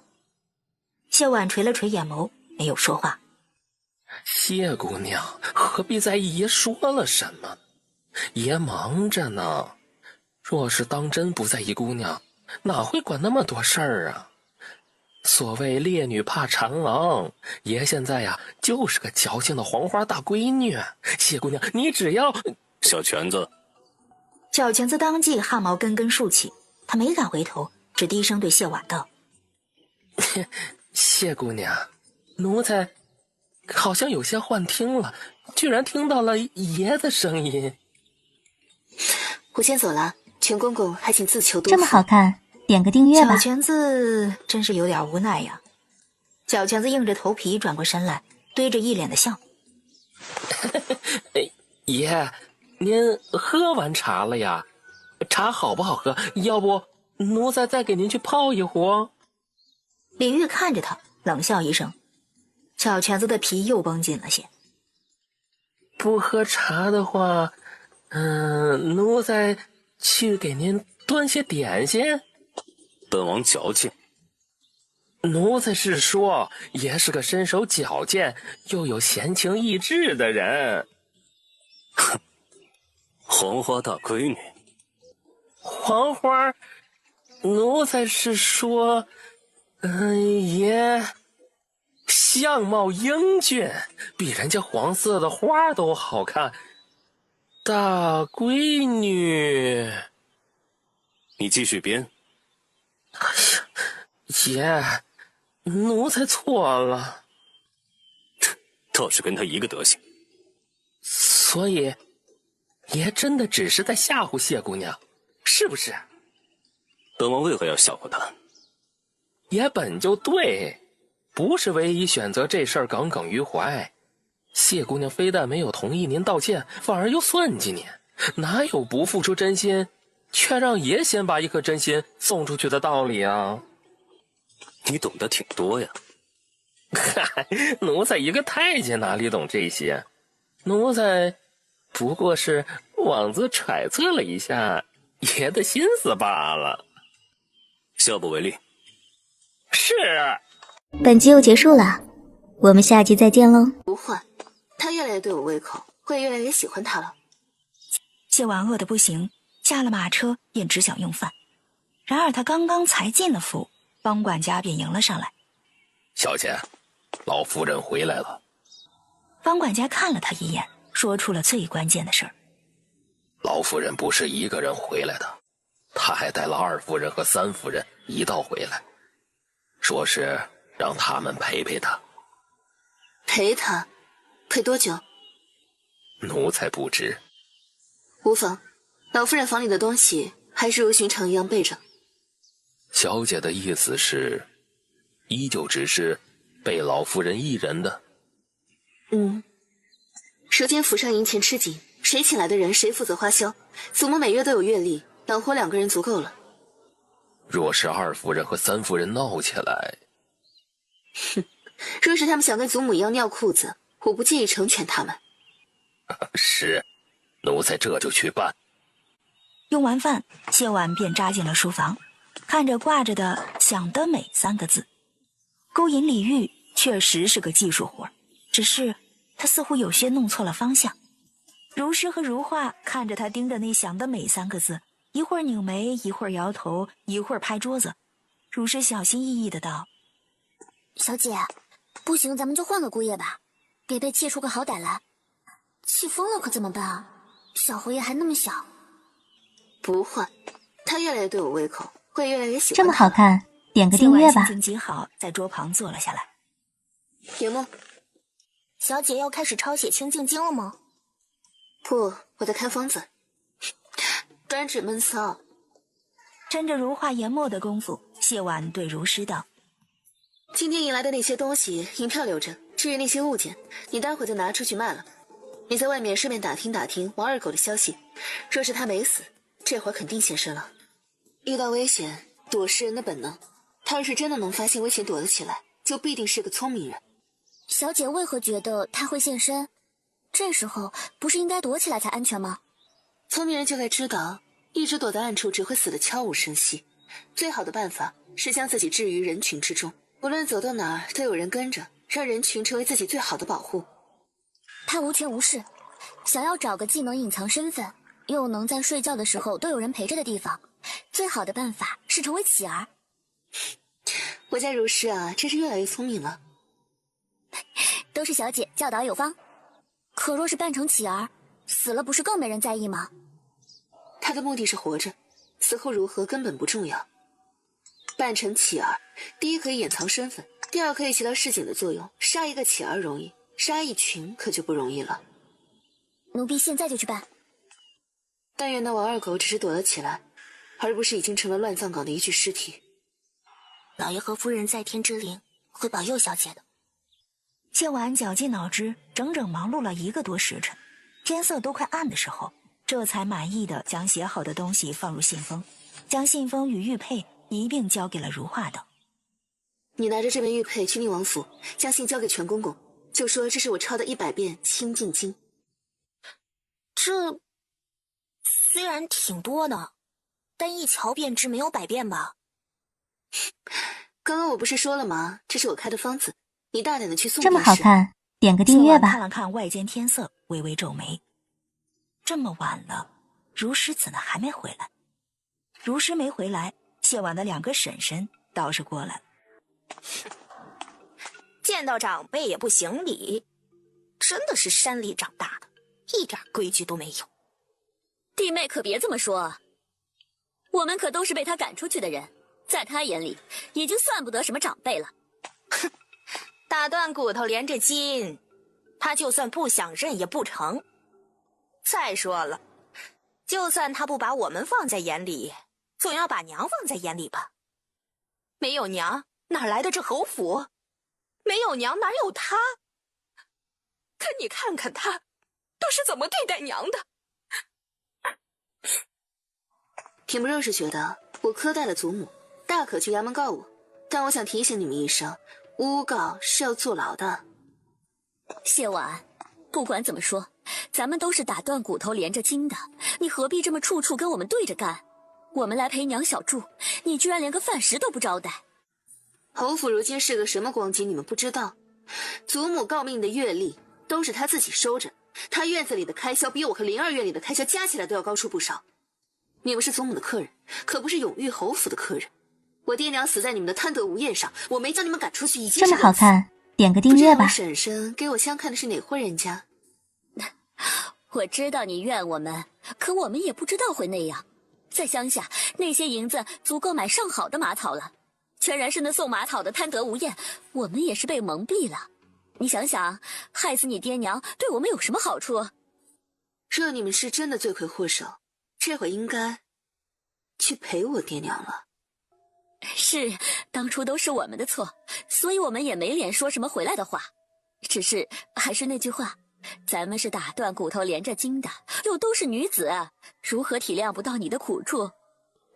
所以我跟你三婶还有2位叔父费了9牛2虎之力，帮你说了一个好人家。哼，你们能帮我寻什么好人家？你这说的什么话呀？不管怎么说，你都是我们的侄女，你嫁得好了，我们脸上也有光，是不是？就是，我们之间就算有矛盾，但也是关上门一家子的事情，怎么可能在婚事上埋汰你？你嫁得好，我们也会跟着沾光。你放心，这桩婚事你保管满意。是吗？不知2位婶婶给我相看的是哪户人家？秦郡王世子李泽，怎么样？是不是个顶好的婚事？你嫁过去就是郡王世子夫人，将来就是郡王妃。这么好看，点个订阅吧。见谢婉露笑，孙氏和小张氏就以为她是满意的，谢氏连忙趁热打铁。那郡王世子样貌也是不错的，你若是愿意，改天咱们去秦郡王府上坐坐。秦郡王府出的价钱最高，可不就是，比别家高出5成呢。弟妹，你胡说八道些什么？我的意思是，他们家最有诚意。对，他们家最有诚意。虽说钱银不代表什么，可若是求娶你的人家连钱银都不舍得出，嫁过去也是不受重视的。恐怕要辜负2位婶婶的好意了。今儿个去赛马场，我得罪了宁王，被罚抄100遍清净经，不抄完不得出府。你居然得罪了宁王！谢婉点了点头。宁王很生气，说不是看在我爹娘的份上，这会儿他都要治我个大不敬之罪了。你是如何得罪宁王的？也没什么，就是今儿个在马场的时候，有闺女羞辱我母亲，我一时气不过，用簪子刺伤了她。宁王当时也在场，他让我收手，我没听。宁王的话你也敢不听？谢氏整个人都被惊着了。你是老寿星上吊，嫌命长吗？2位婶婶是知道我脾气的，我这个人真生气的时候，是什么也顾不上。这回想想也是后怕的紧，这门我是出不了了。说真要相看，只能劳烦2位婶婶将郡王世子领到侯府来了。本集又结束了，我们下集再见喽。小张氏和谢氏闻言顿时犯了难。谢婉叹了口气2位婶婶若是没有旁的事儿，就先回去吧，我还要抄书呢，一天抄2遍也要50天才能抄完了。那你快些抄啊，我们就不打扰你了。谢婉看着他们的背影，轻哼了一声，想卖他挣银子，也要看他们有没有那个本事。小张氏和谢氏离开没多久，如诗便回来了。他告诉谢婉，他在京城大街小巷转了一圈，凡是乞丐他都留意看了，并没有瞧见王二狗。我也只是抱着一丝希望罢了，寻不到才是正常的。你辛苦了，先去休息会儿吧。奴婢不累。如诗闷闷的道：就是没寻到人，奴婢这心里有些堵得慌。王二狗其实人不错，办事儿挺认真负责的。奴婢给了他那个差事，他整整1年多都守着，尽忠尽职的。别想了，明儿个你去他之前的住处，寻他穿过的衣衫，给他立个衣冠冢吧。咱们能做到的也只有这样了。过了一会儿，如花也回来了，将玉佩交给谢婉道：奴婢已经将东西亲手交到了全公公手上。谢婉了一声，收好玉佩，将小张氏和谢氏来过一趟的事情说了。这几日说是遇着了，你们待他们的态度好一些。他们那么对待小姐，奴婢不把他们的腿打断就算好的了，怎么可能还对他们的态度好一些？如诗脑子要活络些，看着谢婉一脸淡然的模样，开口问道：小姐是不是已经给他们挖好坑了？深渊巨坑这么好看，点个订阅吧。如花和如诗听他这么说，顿时就来了兴致，正要细问，谢琳来了。阿姐，今天灵儿过得如何？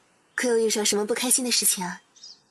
没有，就是一天都没瞧见阿姐了，有些想你。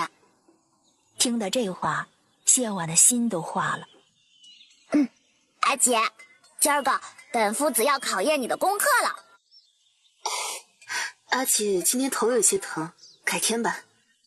哼，这招上次阿姐已经用过了。阿姐记错了，阿姐是肚子疼。这招今天灵儿也跟夫子用了，夫子在供房外守了灵儿整整1个时辰。很好，不愧是他亲弟弟。阿姐，夫子说要以身作则。行吧，你要考什么？也没什么。阿姐，你先将《三字经》和《百家姓》背一遍吧。最后的最后，谢婉背出了《三字经》，却怎么也背不出《百家姓》。唉，阿姐别为难自己了。你放心，虽然你很笨，但灵儿不会看不起你的。阿姐谢谢你啊。不客气。没事的，阿姐，咱们家有一个聪明人就行了。这么好看，点个订阅吧。晚间哄睡了谢琳之后，谢婉总算是可以休息一会儿了。然而，她刚刚准备躺下，守在屋内的如画却忽然整个人都戒备了起来。小姐，有人来了，是个顶尖高手。按兵不动，先看看来意。话音刚落下没一会儿，窗外忽然响起了一道低沉的男声：谢姑娘，属下白云奉王爷之命前来送还此物。紧接着，一个东西就从窗外飞了进来，精准地落在了桌上。王爷还有句话带给姑娘，请说。王爷说：“孺子可教。”听得这话，谢婉顿时忍不住笑了。王爷还有句话带给姑娘，请讲。王爷还说，3日之内若不能将罚钞送上，玉佩一并收回。很好，给个甜枣再打1巴掌。话已带到，白云却未离开，看着窗户上的倒影，谢婉开口问道：白侍卫可还有事要嘱咐？姑娘可有话要带给王爷？谢婉想了半天，很不走心的道：请告诉王爷，我想他了。属下告退。谢婉看着桌上的信封，一阵无语。他转眸朝如画问道：我都对症下药孺子可教了，他为什么还要我罚钞？也许是乐趣。谢婉他宁愿不要这个乐趣。么好看，点个订阅吧。白云悄然回了宁王府，李煜仍在书房内忙碌。启禀王爷，信已送还。他有何反应？谢姑娘很是高兴。轻笑出声了，应该就代表很高兴吧。谢姑娘有句话带给王爷。他居然还有心情给本王带话。谢姑娘许是羞涩，犹豫了许久，才让属下给王爷带了句话。他很想王爷。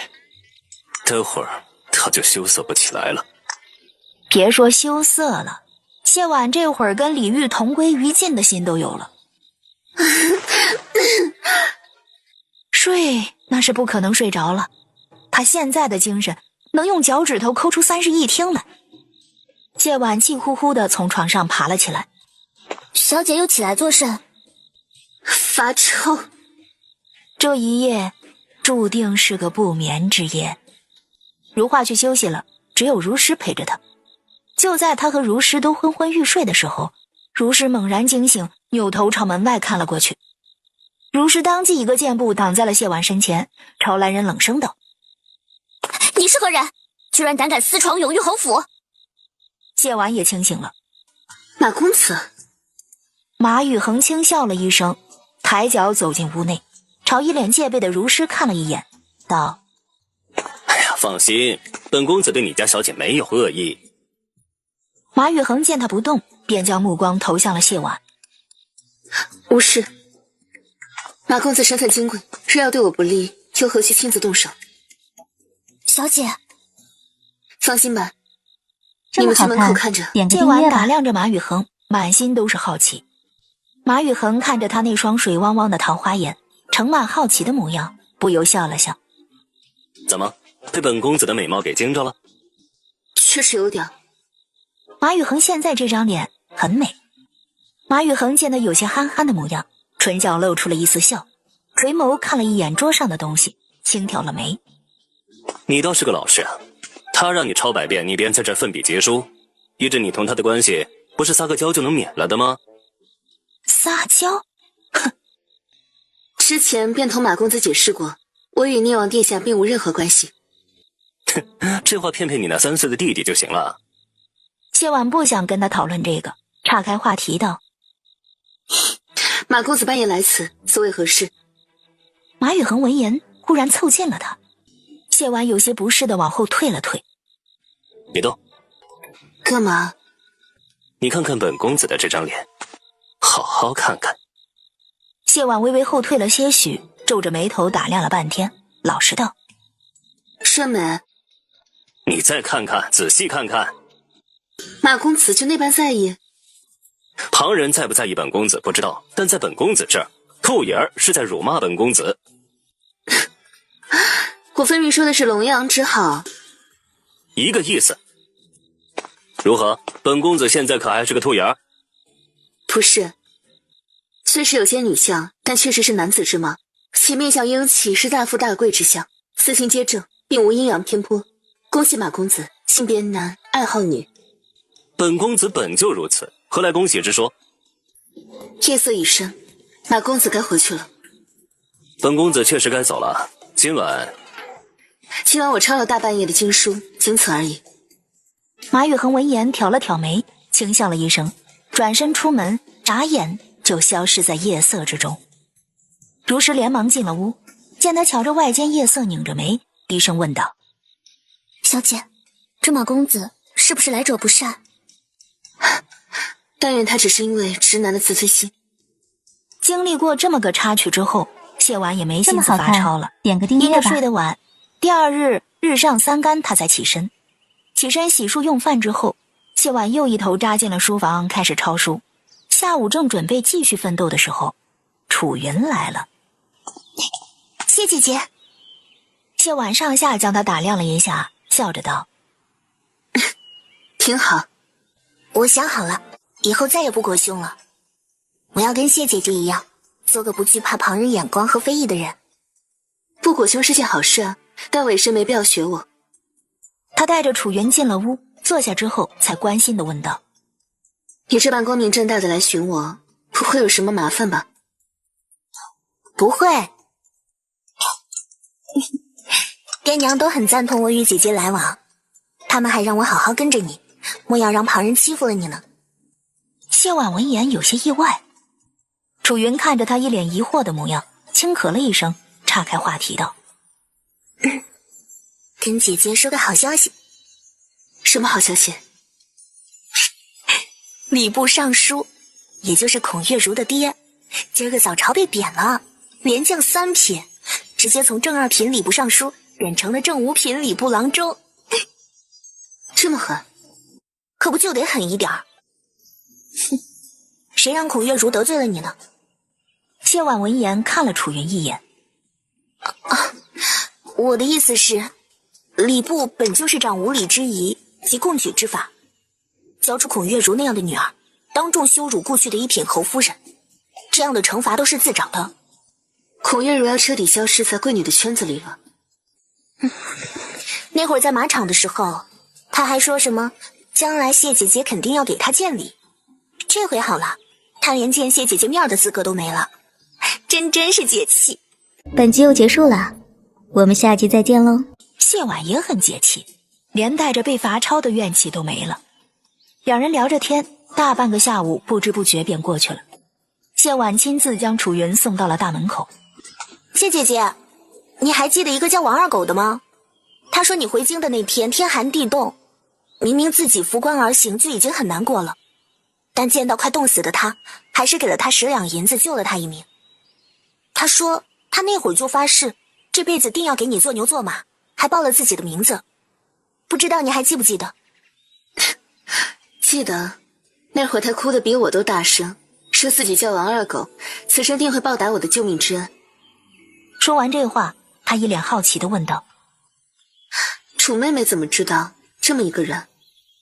她是我们府上新招的花匠，我瞧着杜鹃开得挺好，便让人挪种到我院子里。今儿个她干活的时候，正好听见我说要来见你，便一脚冲到我面前，求我问问你还记不记得她。若是记得的话，问你能不能把她给买了。这不太好吧，她如今已是你们府上的人。没什么不好的，不过一个下人而已，谢姐姐还同我计较这些吗？而且我瞧着她是个知恩图报的，姐姐若是要的话，待会儿我便将卖身契和人一并给你送来。哪有你给我人，还有你给我送来的道理？他转眸朝如画看了过去。如画，跟楚妹妹一道回府，将人领回来便是。是小姐。也行，那我便先回去了。谢姐姐早些解了禁足，我们好一块出去玩。现在是春天，正好是踏春的时候。好，我尽量早一些。这么好看，点个订阅吧。晚间临睡之前，如诗忽然想起一件事情了。小姐，你的经书今儿个都没抄，还能抄得完吗？不抄了，即便今儿个没被事情耽搁，3天抄7万多字，我也是抄不完的。那如诗有些担忧道：若是后日王爷派人来收玉佩该怎么办？不用他派人来收，明天我就给他送过去。听得这话，如诗和如画都惊了。啊？我不开玩笑，真的明天一早就给他送过去。那明儿个秦郡王的事儿，我也有安排，明儿个你们听我的吩咐便是。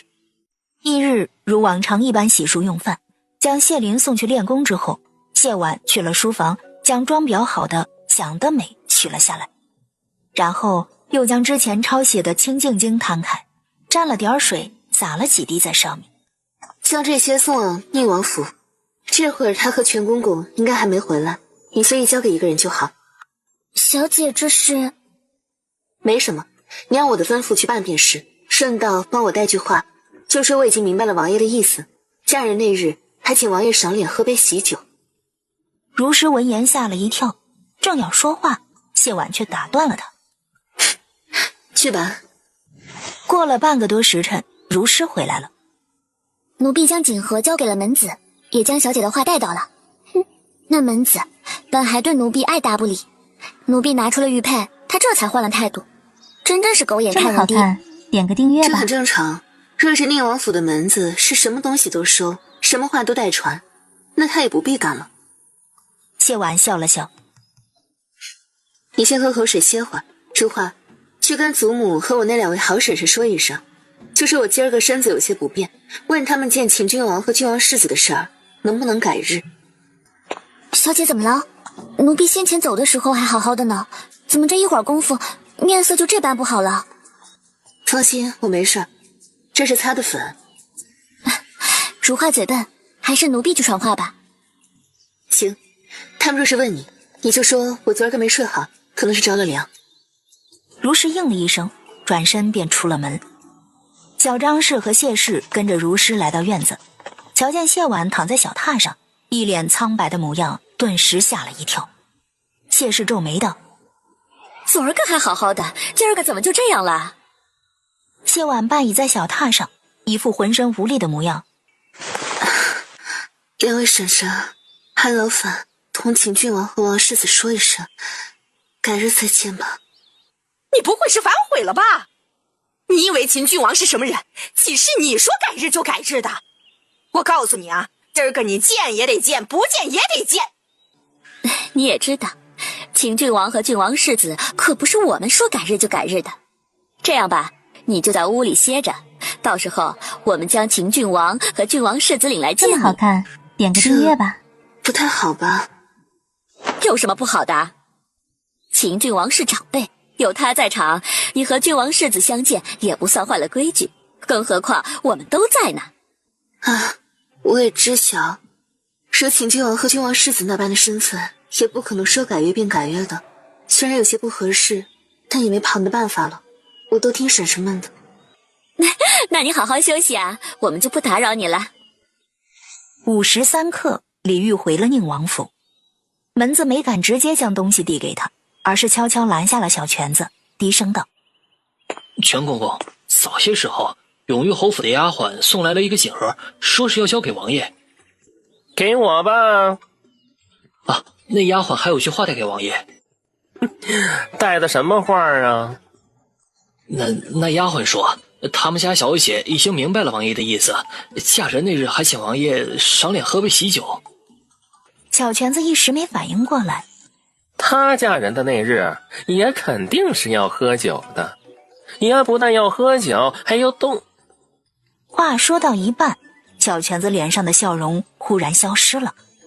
你把刚刚的话再说一遍。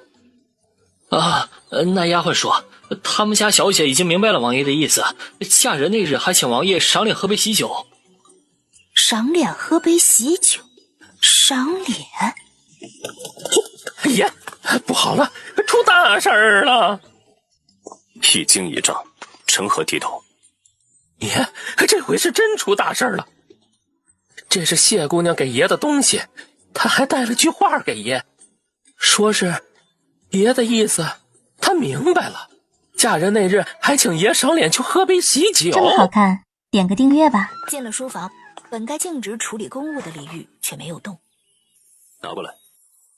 是啊。小泉子连忙将锦盒抱了过去，恭敬地放在了原本放着奏章的书桌上。李煜看了他一眼，小泉子没动。李煜到底也没说什么，只是打开锦盒，将玉佩和卷轴拿出来放在一旁，最后又将那一摞抄写的清净经拿了出来。忽然他的手停了下来，小泉子探头一看，就看到了纸张上的水字。这谢姑娘是哭了吗？他拧了眉，放下手中的纸张，出声唤道：白云。白云立刻现身，躬身道：主子，去查一查永玉侯府的动静。是。李煜今儿个回来的比较晚，有内侍进来请示，是否要拨饭。李煜看着手中的纸张，摆了摆手，示意那人退下。小泉子在一旁劝道：爷，还是用些吧，哪怕随意用些也是好的。不用，备些点心便是。小泉子让那内侍赶紧去办，有些担忧地问道：谢姑娘是不是误以为爷让她3日内抄完100遍经文，是故意刁难她？不是误以为，本王就是刁难她。100遍经文，寻常人最少也需要5、6日才能抄完。爷好端端的刁难谢姑娘，这么好看，点个订阅吧。小泉子看了桌上的玉佩一眼，顿时恍然大悟。啊，爷是要谢姑娘来同您认错。不应该吗？应该，应该。谢姑娘几次3番算计爷，爷还没怎么着呢，他却先同爷放了狠话，简直就是恃宠而骄。你是哪只眼睛看到本王宠他了？他2只眼睛都看到了呀。然而这话小泉子是不敢说的。可谢姑娘误会了爷，已经心灰意冷，这可如何是好啊？李煜没说话，他将手中的纸张重新放回锦盒之中，拿起了一旁的折子，淡淡道：研墨。没过多久，白云回来了，他躬身禀道：谢姑娘的2位叔父这几日联络了许多权贵，声称谁出的银子多，就将谢姑娘许配给谁。秦郡王和郡王世子以要迎娶郡王世子夫人为名，出价白银5万两，拔得头筹。今日申时去前往永裕侯府见谢姑娘。据秦郡王昨日在万春楼所言，若今日确认谢姑娘乃是京城第一美人无误，不日便会将谢姑娘迎娶回府。秦郡王和郡王世子是个什么德行，京城谁人不知啊？迎娶？呸！就他们也配？白云抬眸看了李煜一眼，低声道：爷，还有一刻便是申时，依着秦郡王的性子，怕是此刻便已经到了永裕侯府。爷，李煜没有说话，他只是冷了眉眼，看着锦盒，抿了薄唇。小泉子忍不住就着急地唤了一声：爷。你说的没错，他确实恃宠而骄。本集又结束了，我们下集再见喽。小泉子没听懂他的意思，不由就啊了一声。李煜冷声道：全京城都知道的事情，他能不知道？爷的意思是，他能在一堆人中选了来招惹本王，可见早就对京城众人做了了解。秦郡王府是个什么模样，他心中一清二楚。他能将那2个叔父赶出永裕侯府，能利用张氏在本王面前博取好感和同情，又怎么可能会受那2个叔父的摆布？本王令他3日内抄完100遍经文，又不是昨日才下的令，可他却在秦郡王要去侯府的今日送来东西。那爷打算怎么办？不思悔改，得寸进尺，想逼着本王先低头，可以，本王成全他。爷，三思啊！你何曾见过本王被人逼迫？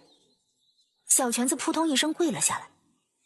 奴才就知道，从未有人能逼迫爷，也知道爷最厌恶的便是这些个身不由己，更何况那个人还是谢姑娘。可奴才还是希望爷能三思，奴才不想日后爷想起来后悔。毕竟这世间谢姑娘只有一个，即便将来还有旁人能入了爷的法眼，但那人也并非谢姑娘了。你倒是会为本王考虑。你觉得若是本王不出手，就依着他的性子，他当真能嫁入秦郡王府？小泉子在心头叹了口气，他没有争辩，只叩首道：请爷三思。片刻过后，他冷声开口：小泉子，奴才在。你去一趟长公主府。这么好看，点个订阅吧。申时2刻，李嬷嬷带着人踏入了永裕侯府的大门。方管家得到消息吓了一跳，连忙一边小跑着前去迎接，一边派人通知张老夫人：李嬷嬷，你家小姐呢？秦郡王与郡王世子在府上做客，小姐正在作陪。李嬷嬷冷笑了一声，一边疾步朝前走，一边道：如今永裕侯府除了3岁半的小侯爷之外，皆是女眷。秦郡王和郡王世子是受了谁的邀前来府上做客，还让一个未出阁的女子作陪？你们考虑过这事儿传出去之后，永裕侯是个什么名声吗？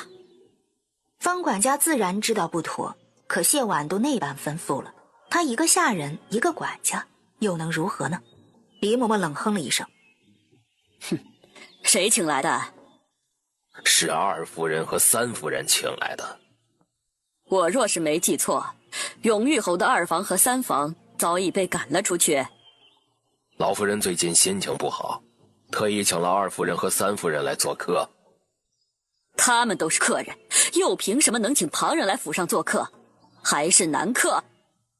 张老夫人听闻李嬷嬷来了，就知道肯定是来找谢婉那个小贱人的。然而李嬷嬷毕竟代表的是长公主，她也只能前来相迎。嬷嬷这话说的我就不爱听了。二房三房虽然搬出了侯府，但他们依旧是我的儿子儿媳。只要我在府上一天，他们就是这侯府的主子，如何请不得客人来？再说了，就算是长公主，也不好轻易的管我们府上的家事吧。这么好看，点个订阅吧。哼，恕嬷嬷我直言，到了老夫人这个年纪，与人说话还是自称一声老身为好。还有，这座府邸名为永裕侯府，可同你没有半点关系。先侯爷是出于孝道将你接入了府上，谢姑娘也是出于孝道才允你在府上居住。说句不好听的，谢姑娘哪怕就是将你请出去，也是有这个权利的。他敢？他一个小贱人，凭什么赶我走？老夫人，你最好口下留德。李嬷嬷见过的大风大浪多了去了，但还是被张老夫人那声小贱人给气着了。就凭谢姑娘是奉旨掌管侯府，她就有这个权利。张老夫人还要说话，李嬷嬷却摆了摆手。我今儿个来，不是听老夫人你在这儿大放厥词的。谢姑娘在何处？我奉长公主之命，请她去长公主府小住几日。她还能在何处？自然是在待客。那谢姑娘在何处待客？哼，自然是在她的屋子里。你让男客去一个未出阁姑娘的屋子里，有什么不行？迟早都是要嫁人的，待到嫁了人，还不是都是一样？李嬷嬷真的是不知道说什么好了，她心头隐隐有了不大好的预感。李嬷嬷连话都懒得跟张老夫人说了，只转头对方管家道：“谢姑娘的院子在何处？劳烦带路。”这么好看，点个订阅吧。来到院子门前，看着惬意的躺在摇椅上，手拿着画本晒太阳的谢婉时，李嬷嬷顿时就愣了。谢婉瞧见李嬷嬷，也是一脸的意外，连忙起身道：“李嬷嬷怎么来了？”李嬷嬷朝屋内看了一眼，轻声问道：“这院子里就姑娘一个人？”“是啊。”“旁的也不重要了，姑娘你没事就好。长公主派老奴来，请姑娘去公主府小住几日。”“小住？”“其实原不是小住的，只是这个时辰天都要黑了，让姑娘来回奔波有些不大合适。长公主这才说了小住的事儿。”“多谢长公主厚爱，我这就让人收拾。”她转身吩咐如诗和如画收拾小住的东西。如诗和如画应了一声是，转身进了屋。李嬷嬷看着谢婉，犹豫了一会儿，还是问道：“老奴先前在前院听闻，秦郡王和郡王世子来府上做客了。”“是我那两位婶婶邀来的，在我这坐了一小会儿便走了。”这时候张老夫人姗姗来迟，瞧着院子里只有谢婉，顿时也惊了。她张口就问道：“秦郡王和郡王世子呢？”“跟着两位婶婶走了呀，祖母没瞧见吗？”“行了，你爱上哪儿上哪儿去，别以为你攀了高枝就能如何了。”“我请得的。”“这么好看，点个订阅吧。”瞧着张老夫人那倚老卖老的跋扈模样，再看着谢婉低眉顺眼的样子，李嬷嬷瞬间就想起了谢婉在长公主府遇到的事儿。她忍不住冷声道：“老夫人，谢姑娘将来的造化可大着呢，你不要什么阿猫阿狗都往府上带。”“什么阿猫阿狗？那可是秦郡王和郡王世子，能看上他是他8辈子修来的福分。”李嬷嬷顿时就被张氏给气着了，她冷笑了一声道：“哼，倒是我多嘴了。嬷嬷对咱们府上的事儿可能不太了解，说出这样的话也是情有可原。”估摸着时间差不多了，谢婉朝里头唤了一声：“如师，收拾好了吗？莫要让嬷嬷久等了。”如师应了一声，很快便拎着一个包袱，同如画一块出了门。谢姑娘走吧。一路无话，眼看着出了后院，就要到前院的时候，小张氏和谢氏的丫鬟们却匆匆跑了过来，哭喊着道：“老夫人不好了，出事了！”张老夫人还没反应过来，谢婉便先开了口：“出了何事？”小张氏的丫鬟去了他一眼，没吭声。谢婉冷声道：“侯府由我做主，府上所有的事都归我管，到底发生了什么事？你现在说，说不定我还能想想办法。”快说！老夫人与小姐跟奴婢们来就知道了。谢婉有些歉意地对李嬷嬷道：“府上出了事，可能要耽误嬷嬷的时候了。”无妨，老奴在这儿等候姑娘这么好看，点个订阅吧。待到他们走后，有婢女低声道：“嬷嬷不去看看吗？毕竟全公公还在外面等着呢。”不管怎么着，这都是永裕侯府的家事，哪有我一个外人上赶着去看热闹的道理？你去外间一趟，同全公公将前因后果说明白，看他怎么说。丫鬟应了一声是，转身离开。过了片刻，那丫鬟又匆匆回来了，低声道：“全公公说了，谢姑娘是个有主见的，在永裕侯府这样的地方，谢姑娘为了自保，做出什么事来都不为过。天塌下来还有王爷顶着。”走吧，看看去。谢婉和张老夫人随着几个丫鬟来到院子门前，正要往里走，却猛然停了脚步，因为里间传来的声音实在是不堪入耳。两个娼妇！祖母，里间可是请君王和君王世子，而且事已至此，祖母现在进去的话……他赤红了双眼，朝谢婉看了过去。是你这个小贱人，对不对？是你干的，对不对？祖母怎么能这般平白无故污蔑我？我就算有通天的本事，也没办法强迫秦君王和君王世子，更没办法强迫我两位婶婶啊！还说不是？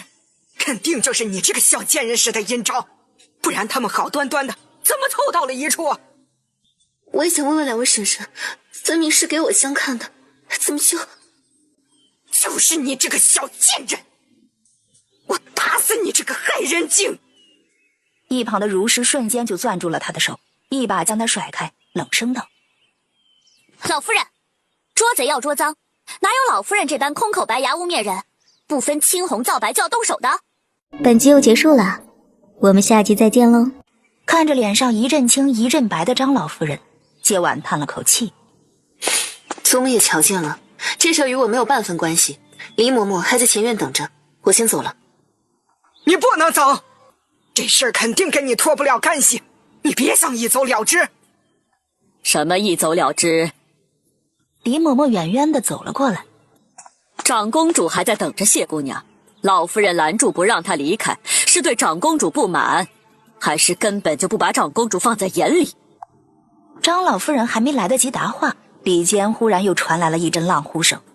李嬷嬷不愧是大风大浪里过来的，眨眼便恢复如常，转眸对谢婉道：“姑娘尚未出阁，在这儿委实不大妥当。”不行，她不能走，这事儿跟这个小贱人脱不了干系。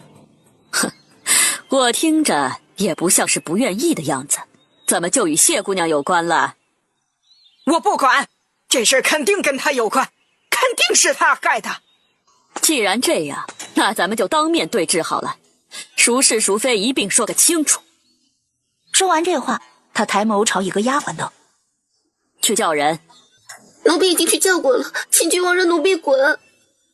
李嬷嬷也没想到会有这么一出，理了理身上的衣服，道：“我亲自去叫。”李嬷嬷进了院子，来到门前，伸手敲了敲门，朗声道：“秦郡王，奴婢乃是长公主身边的李嬷嬷，郡王若是尽兴了，还请早些出来，有些事情需要郡王出面说个清楚。”过了一会儿，里面才传来了秦郡王的声音：“本郡王待会这儿便来。”么好看，点个订阅吧。李嬷嬷应了一声，转身出了院子，对张老夫人道：“等着吧。过了片刻，里间的门打开了，秦郡王和郡王世子走了出来。秦郡王看向李嬷嬷道：“李嬷嬷怎么在此处啊？”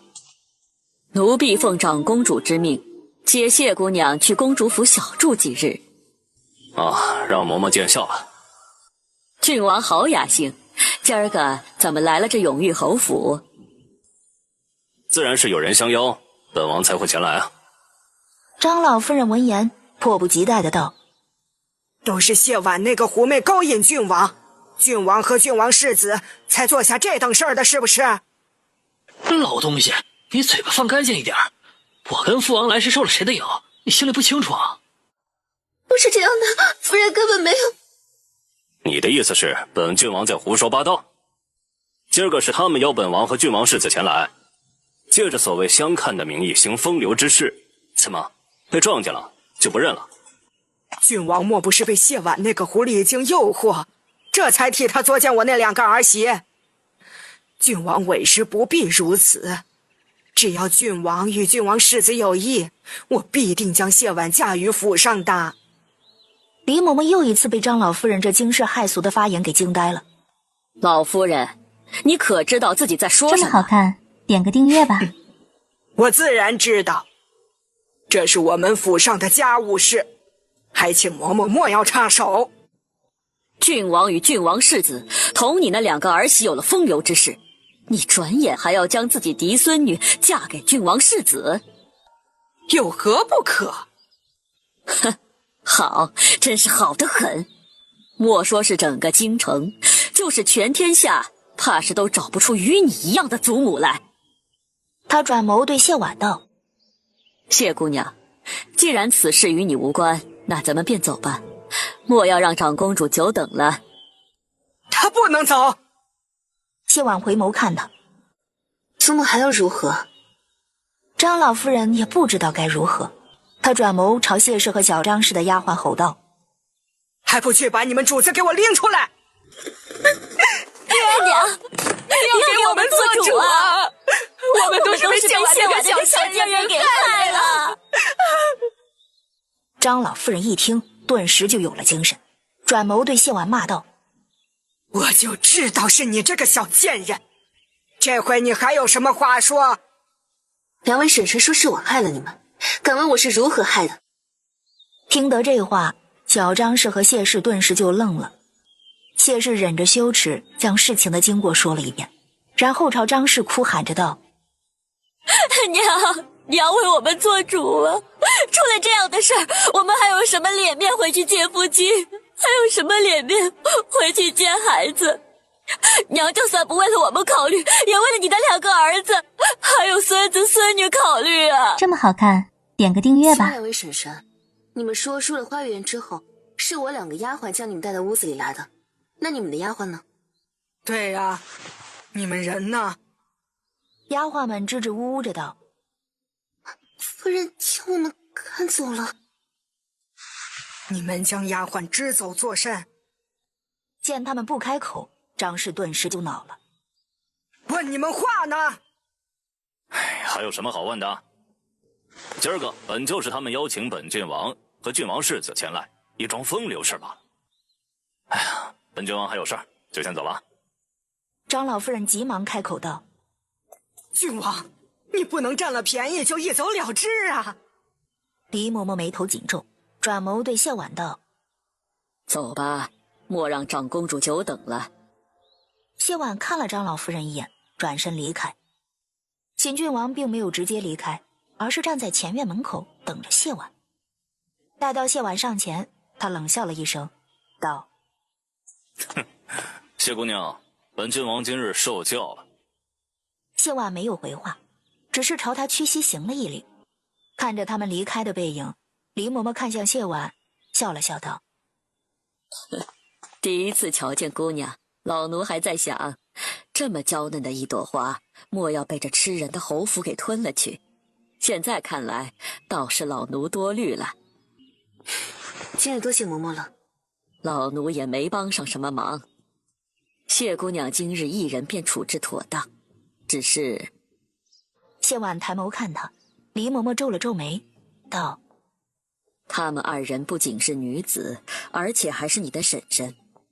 即便你要先下手为强，也不必真的做到现在这一步。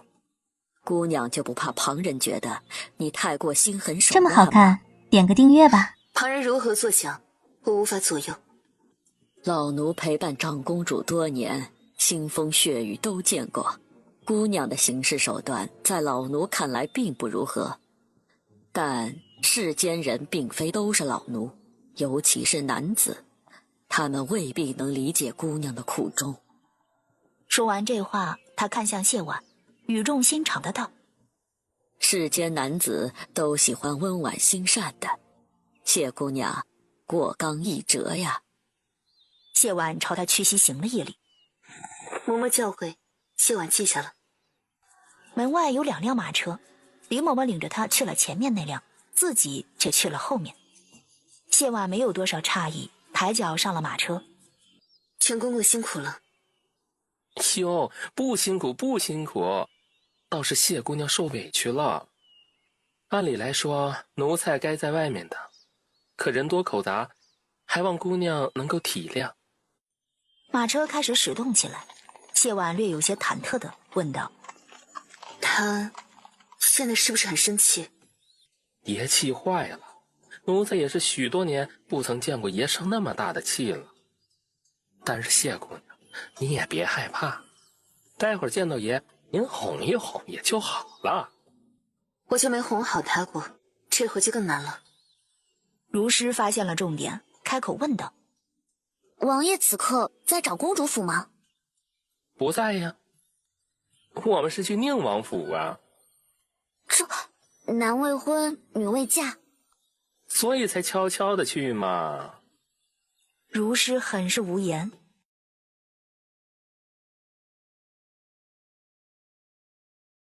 本集又结束了，我们下集再见喽。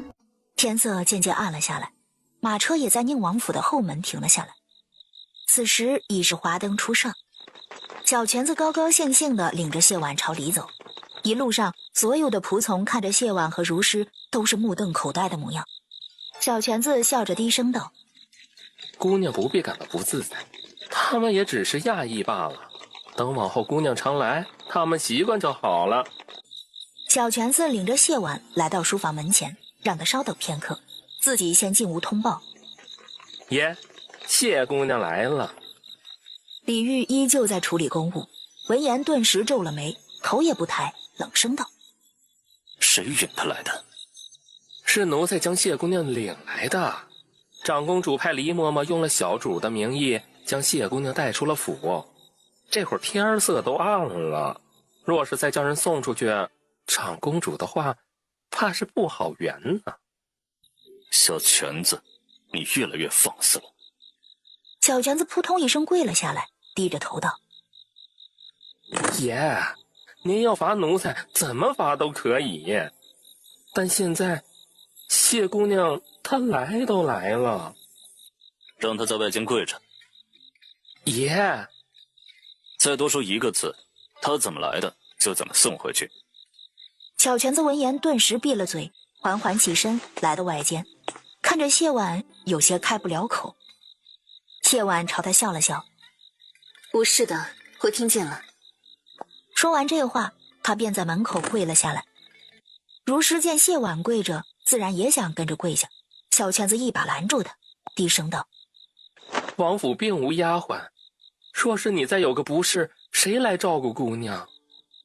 你且先随咱家前去安顿下来再说。这么好看，点个订阅吧。如诗看了谢婉一眼，见他点头，这才跟着小泉子走了。整个院子静极了，只有屋内响起的纸张翻动的声音。过了一会儿，小泉子回来了，他低声对谢婉道：奴才就让如诗先在院子里候着。多谢全公公。谢姑娘不必同奴才这般客气，奴才先进去了。时间一点一点过去，谢婉从华灯初上跪到了夜半3更。月挂柳梢，屋内的声音终于停了下来，脚步声渐渐靠近，最终一双黑色的皂靴从眼前掠过。你可以不用跪了，明日一早回去。从今往后，你与本王再无瓜葛。说完这话，他一甩衣袖，直接将衣袖从他手中抽出，大步离去。小泉子看了看跪着的谢婉，又看了看李煜的背影，着急的道：爷，再多说一个字，本王就将你送回宗人府。他不敢再说话，只沉默着跟在李煜身后离开。如诗走了过来，低声劝道：小姐，先起来歇着吧，瞧着天色待会儿就要下雨了，咱们先回去，明日再想想办法。听我的，你现在赶紧去休息，最好能睡上一觉。为什么？小姐在这儿，奴婢怎么可能睡得着？因为你若是现在不睡，往后几天可能就没机会了。待会儿不管发生什么事儿，没人唤你之前都不要出来。出去吧。小姐何必？回去吧。奴婢听小姐的。如诗走了，院子里就剩下了这么好看，点个订阅吧。小泉子刚伺候着李煜退下外衫，忽然屋外划过一道亮光，将屋内都给照亮了一瞬，紧接着雷声响起。不知道谢姑娘是不是还跪着？要下雨了。她即便现在跪着，也不过是种手段罢了。待到雨大了，她挨不住，自然会回去。小泉子闻言没有说话，只默默吹熄了灯盏，退出了房间。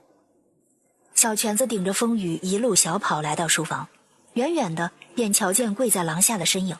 他连忙上前，蹲下身子劝道：谢姑娘，您先起身回去吧，爷已经歇下了。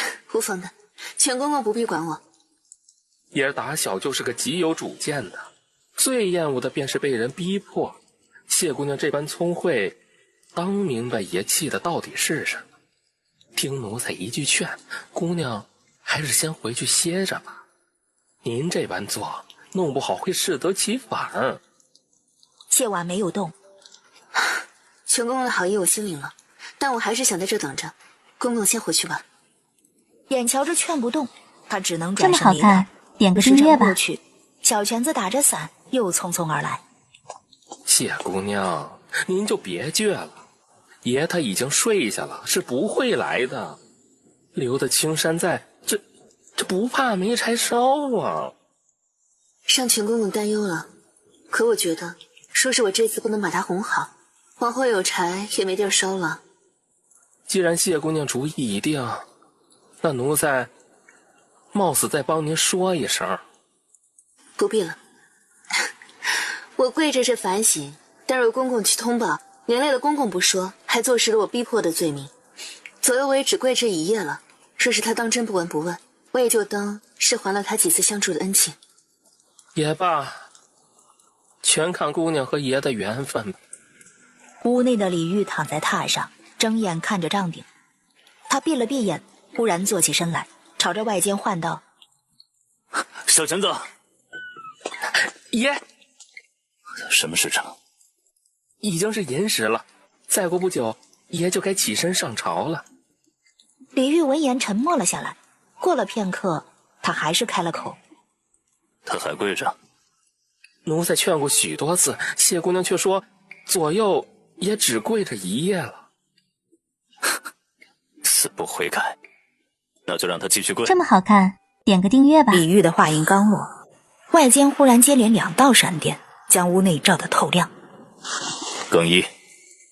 小泉子闻言面上一喜，立刻上前为他更衣，一边更衣一边道：谢姑娘脸色都发白了，外边又是风又是雨的，整个人都打着颤。奴才劝过好几次，可她却不肯起身，性子倔得跟爷年少时一模一样。李煜冷眼看他，小泉子缩了缩脖子，还是将话说完：谢姑娘真的挺难的，奴才本以为她那祖母和婶婶再糊涂，也只是想要将她许配给秦郡王李泽罢了。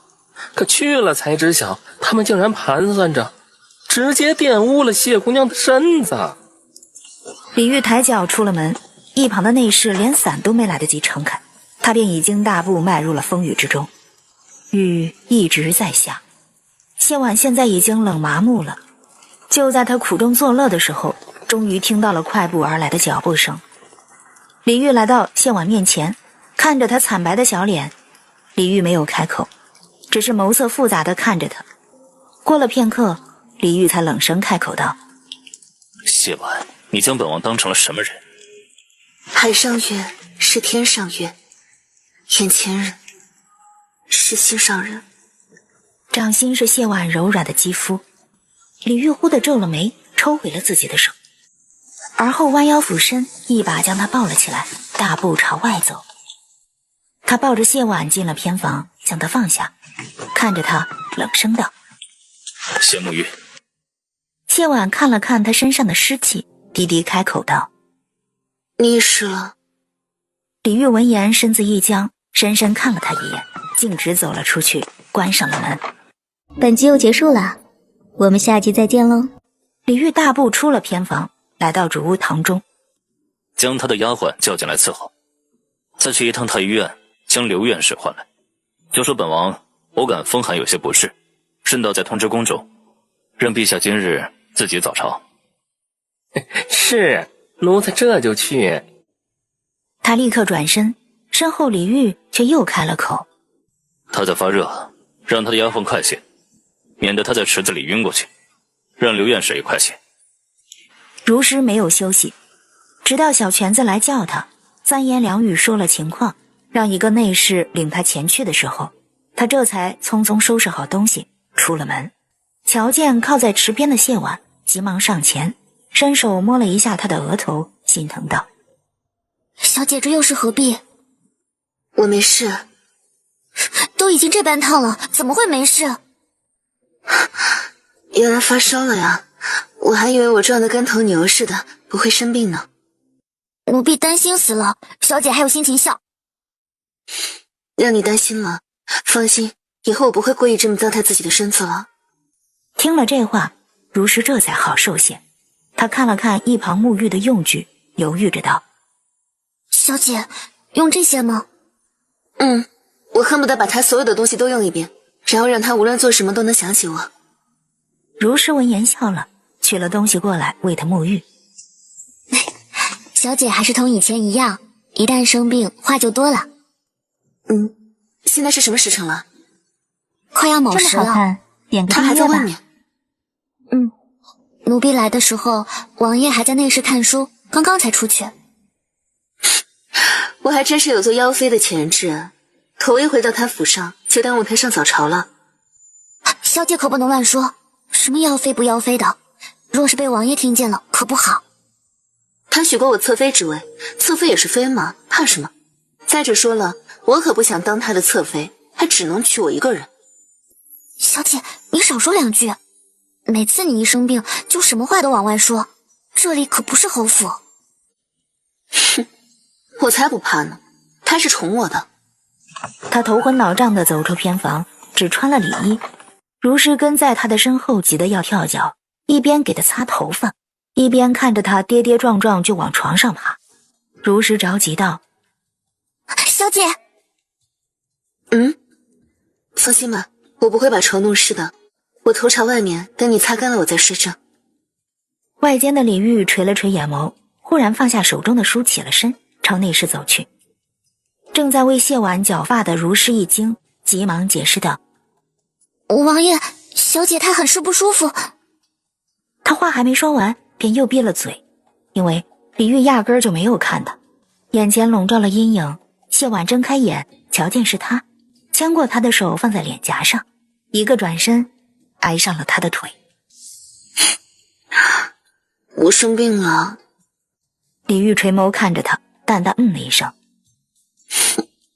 都是你害的，不过没关系，我原谅你了。这么好看，点个订阅吧。嫩滑的血肌，触手却带着热，让李煜皱了皱眉。他想抽回手，谢婉却低低道：冷。李煜垂眸看了眼他依旧湿漉漉的长发，朝外间冷声吩咐道：生一盆炭火来。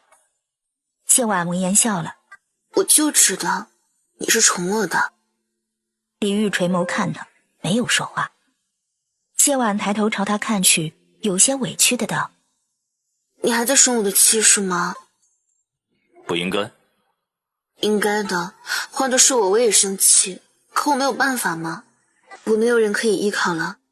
你不知道我有多害怕今天你不会派人来救我。他絮絮叨叨地将今天的事情说了一遍。我在屋内燃了毒香，那毒能使人麻痹不能动弹。我那2个婶婶走了，独独将我留下面对秦君王父子。那李子还想要亲我，可我是想被你亲的。话音未落，李煜的眉头忽然紧皱，面色也冷了下来。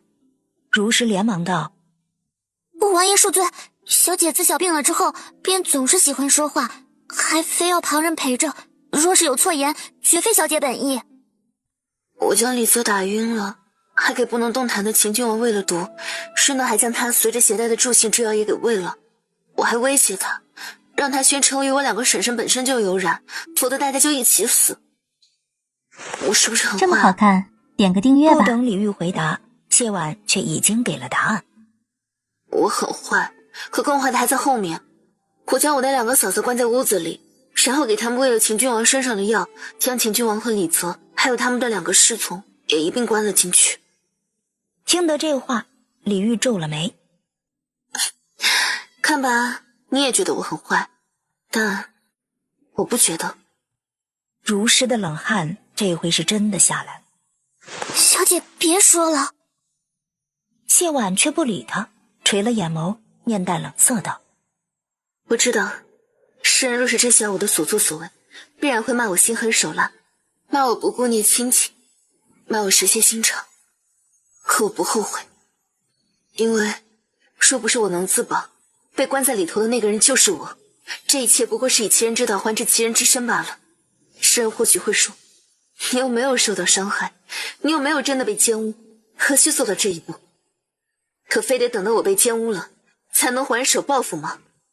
我就是心眼小，记仇，我就是睚眦必报，我不会等着被伤害了才出手反击。谁若要是害我，我必会先出手。黎嬷嬷说，男子都喜欢温婉心善的，那这样蛇蝎心肠的我，你还喜欢吗？他没有回答，而是开口问道：你就不怕秦郡王报复？这么好看，点个订阅吧。怕呀，所以我给你送了东西带了话，期盼着你能去救我。如果秦君王看到你，他肯定就不敢报复我了。只是你没有去，去的是黎嬷嬷。这也不是你一而再再而三算计本王的理由。此时内侍端着火盆走了进来，放在床边。我知道你气我经常算计你，在长公主府上的事儿就不提了，马场上我还利用你。其实你说的没错，我是知道你在，所以才敢对孔月如动手的。可能不是利用和算计，而是信任。从第一眼看到你的时候我就喜欢你了，那是一种难以言说的悸动。但我看见你看我的眼神，我就知道你对我也是一样的。所以我在赌你会如同我放不下你一般，放不下我。你话太多了。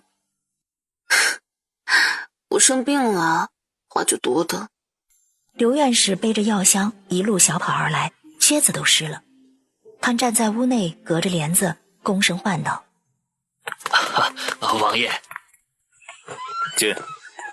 刘院士进了屋，瞧见眼前这一幕，顿时就傻了眼。他淋了雨，正在发热，还有些发寒。姑娘，老夫请脉。诊脉完了之后，他犹豫了一会儿，朝宁王问道：不知可否看看姑娘的面色？李煜点了点头，刘院士这才探身朝床上看了过去。请姑娘张口，让老夫瞧一瞧舌苔。刘院士看完之后，又问了问谢婉的感受，最后转眸对李煜道：姑娘是寒气入体，好在底子不错，并无大碍，退了热休养2日便可。只是本集又结束了，我们下集再见喽。只是什么？只是姑娘寒气颇重，尤其是2腿之上的寒气，需连着泡养3日，再配以针灸方能根除，否则容易落下病根呢。我家小姐在外间跪了近5个时辰。刘院士惊呆了，目瞪口呆地看着李煜。王爷，哎呀，果然心狠手辣，连自己心爱的女子都能这般狠心。泡养时温水即可，还是需要佐以药物？啊，需要佐以药物，老臣待会儿开方子。知晓了病的起因，他看向如诗，问道：姑娘平日可有禁忌之物？上次进食是在何时？小姐没有禁忌之物，上次进食还是在昨个午时。听得这话，刘院士的脸色就更不好了。李煜也皱了眉，但他没有开口。谢婉看着他的模样，连忙开口道：还是吃了2颗点心的。先熬些粥，让姑娘进食。空腹服药对身子有损。女子最忌湿寒入体，若是严重泄露了病根，往后子嗣不易啊。刘院士医术高明，想必药到病除。现在你倒是知道极了，早点干嘛去了？好在姑娘湿寒入体时日尚短，只需按时服药，必定能根除的啊！老臣这就去开方子。这么好看，点个订阅吧。此时，床上的谢婉开了口：院使事务繁忙，针灸一事也不好劳烦院使来回奔波，还劳烦院使将针灸之法告知，我自己行针便可。姑娘会医？只是略懂皮毛，依着针法行针还是可以的。刘院使点了点头，当即便将行针之法告知了他，然后便退了出去开方子。如实连忙跟了出去，屋中只剩下了谢婉和李煜2人。你以后不能再让我跪了，好疼的。本王有事恨不得直接一剑宰了你，一了百了。说完这话，他一甩衣袖，大步离去。刘太医写好方子的时候，换了一身衣衫的小泉子到了，他接过方子，对如诗道：你照顾姑娘吧，剩下的事情咱家去做便成。啊，劳烦全公公了。哎呦，何来劳烦的话？若不是咱家自作主张，姑娘也不会受这般苦。坐在一旁看着书的李煜闻言抬眸看了他一眼，小泉子仿若未觉，拿着方子就出了门。这么好看，点个订阅吧。小泉子和如诗跑得太快，刘院士一肚子的医嘱找不到人说。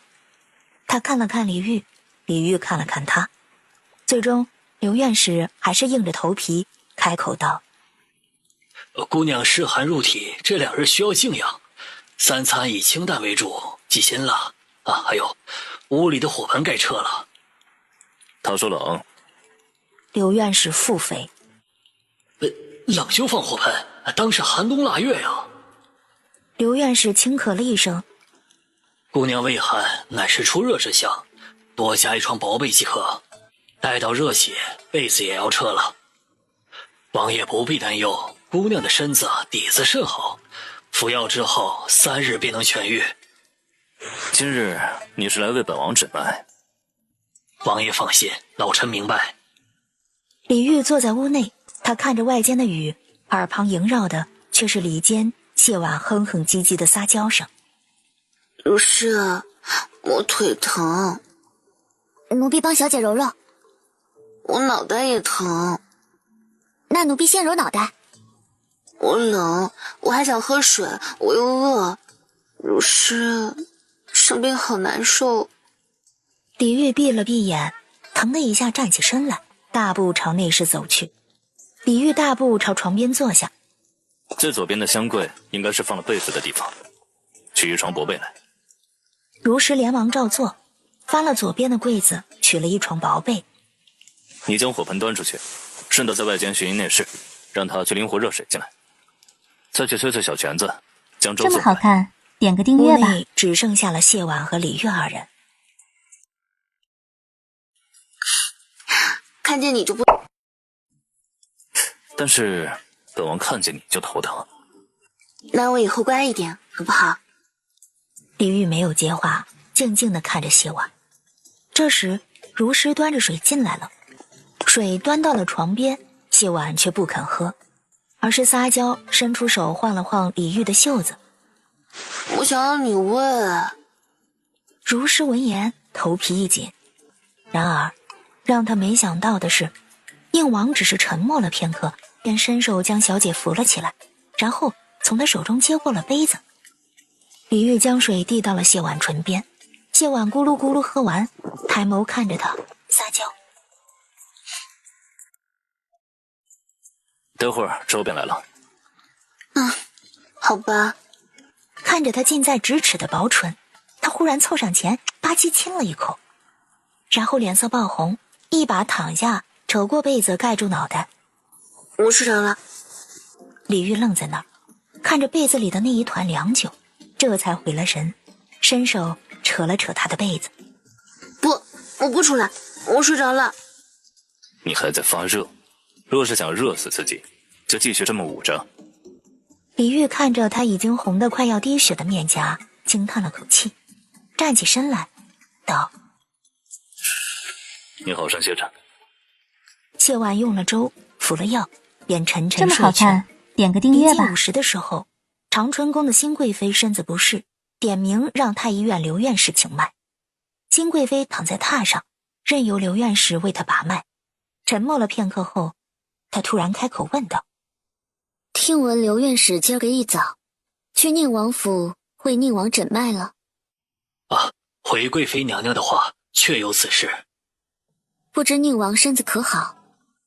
许是觉得问得太过直白，新贵妃开口道：“宁王替陛下处理朝政，身子可不能有亏损，不然陛下就得辛苦了。”“宁王殿下身子骨很好，不过是昨日染了风寒，有些不适罢了，休养个2-3日便能痊愈。”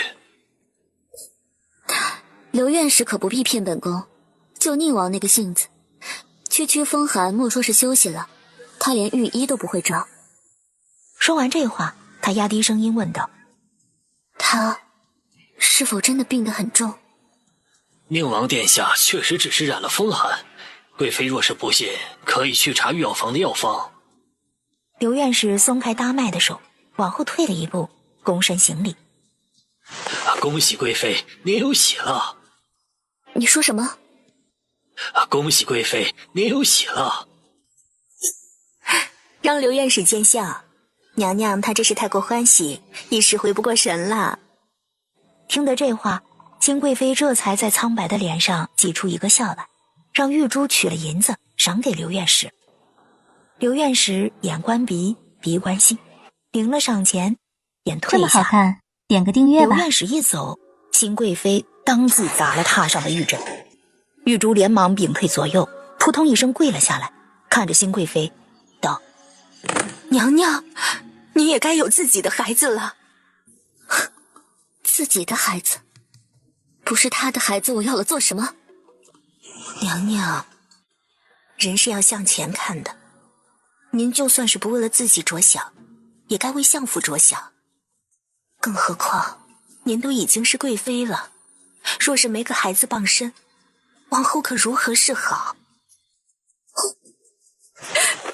我已经为新家牺牲了自己，还要我牺牲什么？”“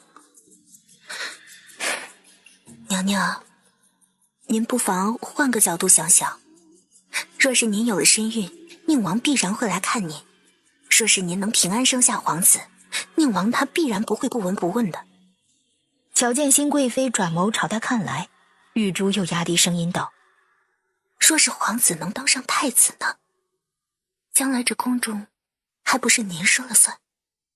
娘娘可以想想前朝的宣太后。”听得这话，新贵妃那惨白的脸色渐渐有了几分血色。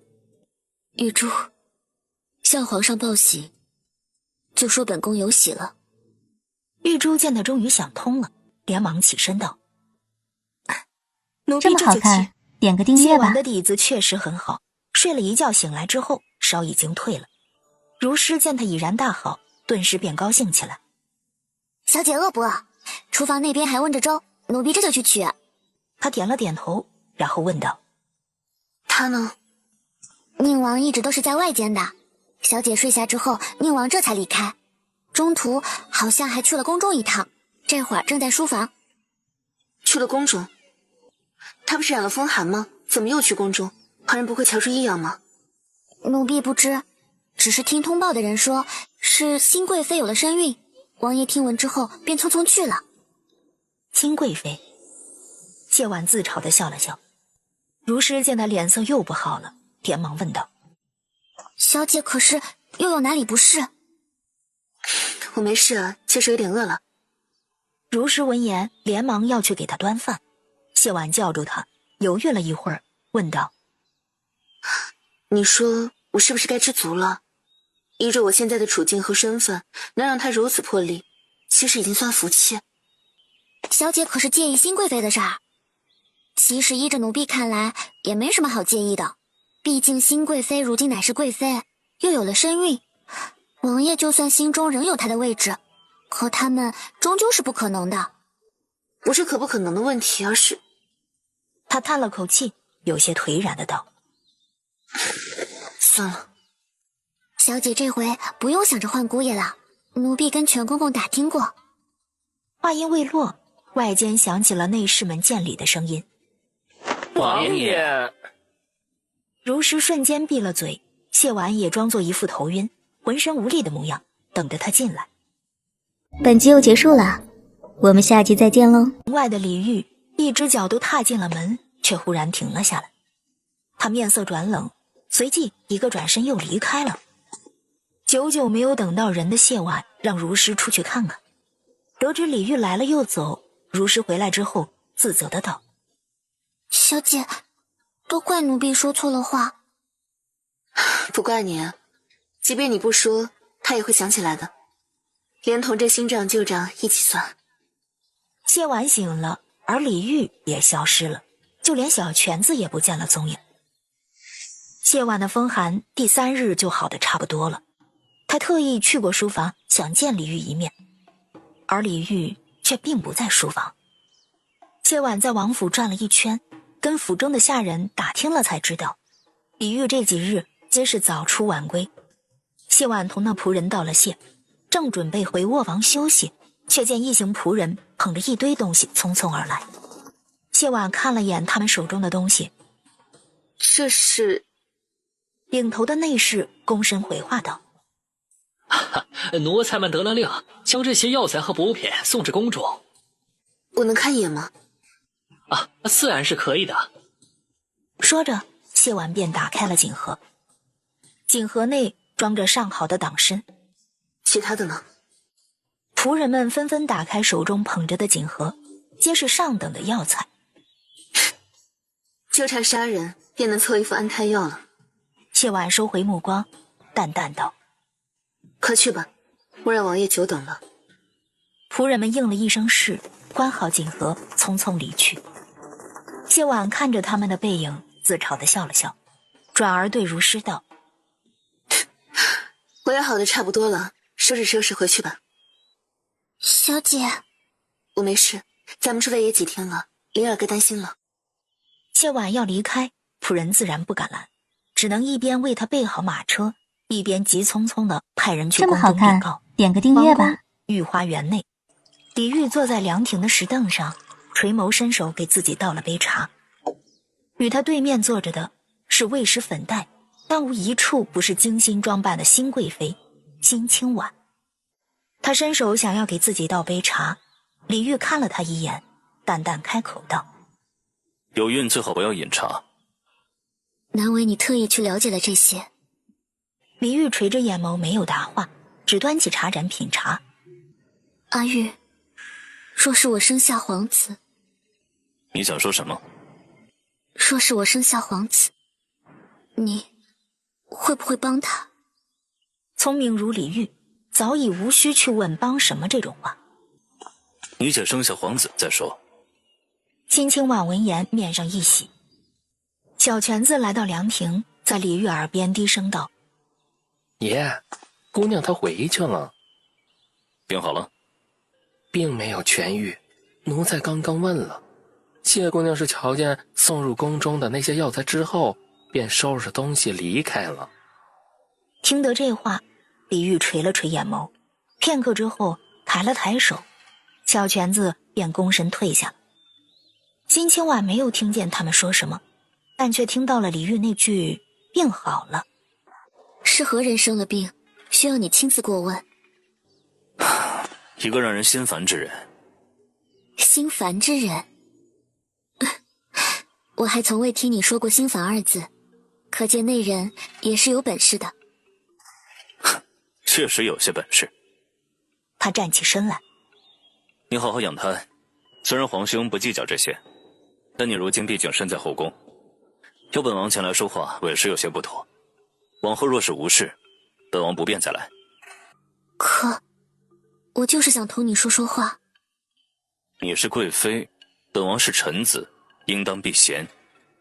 说完这话，他没有给辛清婉再开口的机会，转身离去。这么好看，点个订阅吧。马车照旧在长公主府门口转了一圈，换上了长公主府的标识之后，这才朝着永玉侯府驶去。一路上，谢婉都没有说话，如是有些心疼，低声开口道：“王爷心中是有小姐的。”“我知道。”“唉，其实奴婢有些见不得小姐这般难过的样子。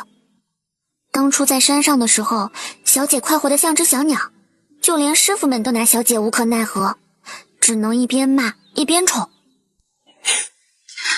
人总是要长大的，我知道你的意思，你别担心，我现在只是有些犹豫。”“小姐犹豫什么？”“我在犹豫，到底是及时止损，换个人攻略，还是再接再厉。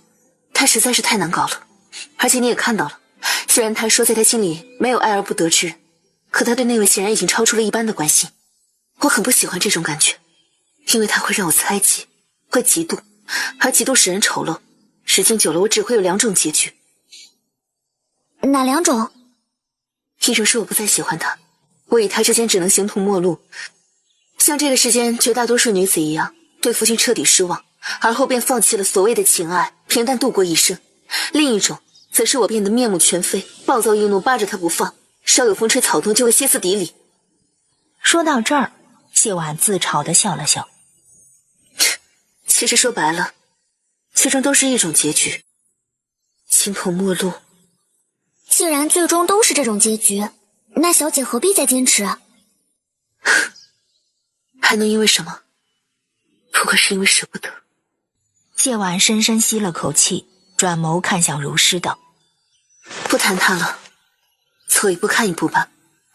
先将他放下一段时间，我也好好想想，到底值不值得。”“点个订阅吧。”马车吱吱呀呀的在路上走着，终于到了永玉侯府。谢婉前脚刚下马车，方管家就急忙开口道：“小姐，不好了，二老爷和三老爷，还有二夫人、三夫人将府里给打砸了。二夫人和三夫人还闹着要在府里自缢。”“淑欢没拦着他们？”“拦了，可也拦不住。他们却骚扰了小侯爷，说是让小侯爷评理，还险些伤着了小侯爷。如花要护着小侯爷，又要护着小姐的院子，有些分身乏术啊。”“家婆和丫鬟嬷嬷他们呢？这么多人，拦不下他们几个？”“二爷和三爷是带着人来的。”“他们打砸了多少东西？”“哎呀，小姐进去就知道了。小姐招入府的玉仆，在二爷要冲小姐院子的时候，将二爷打伤了，他自己也受了伤，好多家仆也都受了伤，他伤得最重。”“秦大夫瞧过了没？”“瞧过了，好在没有伤到筋骨，并无大碍。”“其他人呢？”“都是些皮肉伤，都已经处理过了。”谢婉点了点头。“哼，走吧，我倒要看看他们凭什么这么嚣张。”等到入了侯府，谢婉才知道什么叫打砸了。入墓之内到处都是残垣断壁，花草灌木也都被毁了。虽然那些花草灌木被抢救过，但也看上去凄凄惨惨。谢婉闭了闭眼，转眸对方管家道：“将账房叫过来，挨个核实侯府的损失。”方管家连忙应了一声是，匆忙去寻账房了。这么好看，点个订阅吧。谢婉带着人去到前院的时候，谢志峰和谢志康正好整以暇的等着。“二叔和三叔是不是觉得自己胜券在握？是不是还想着威胁我，反咬我一口啊？”谢志峰笑了笑：“师女儿，你这说的是什么话呀？你陷害两位婶婶，害我们被戴了绿帽子啊？难道就不该给个说法吗？确实该给个说法。谢志康和谢志峰也不是第一次同他打交道，如今听他说这话，已然不如之前那般容易激动，反而是一脸警惕地看着他。二叔和三叔想要什么说法？不管怎么说，你都是我们的侄女，是大哥的女。虽然做了这等下作之事，但咱们毕竟是血浓于水，打断骨头这连着筋的。谢婉不耐烦他的长篇大论，径直打断了他的话。三叔只需要说，你想要什么说法便成。谢志康被他打断，心中很是不快。正欲驳斥，一旁的谢志峰却拦住了他。同她一个小姑娘计较什么？哎呀，我们也没什么要求，只是对当初被你从侯府赶出去，一直有些耿耿于怀，你懂不？啊，大哥的死我们确实是有责任，但我们也绝非故意为之啊。所以这次我们就当是扯平了，你让我们搬回侯府便成。还有吗？据我对两位叔父的了解，你们绝不可能只有这么一点要求，与其藏着掖着，倒不如一次说清楚的好。旁的也没什么。我们也算看出来了，你心气儿高，又攀上了长公主这尊大佛，往后瞧见的贵公子必然不少。我们只要你往后出门的时候，将雪儿和雨儿带上便成。谢志康见谢婉没点头，当即便怒声道：若不是你，雪儿和雨儿怎么可能会被退了金？到现在还误人们禁，这都是你造的孽。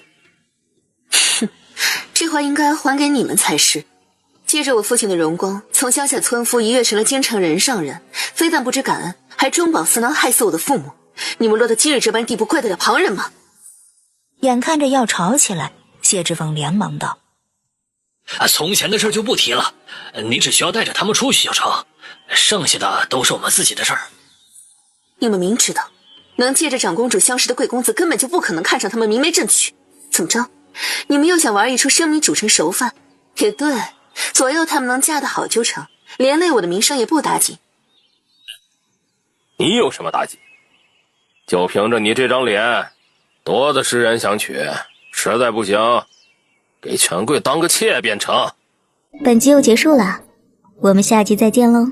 哼，你们说完了吗？还有，我们怎么着也是莲儿和你的叔父啊，哪有在一个晚辈底下讨生活的呀？所以我们回来之后，这钟馗得由我们来掌着。如实忍不住了，当即便冷笑着道：哼，痴心妄想。怎么就痴心妄想了？我们在同你主子说话，你一个奴才，还插什么嘴？如是要反驳，谢婉伸手拦住了他。还有吗？暂时就这么多。啊，对，其余的等我们搬进府再说。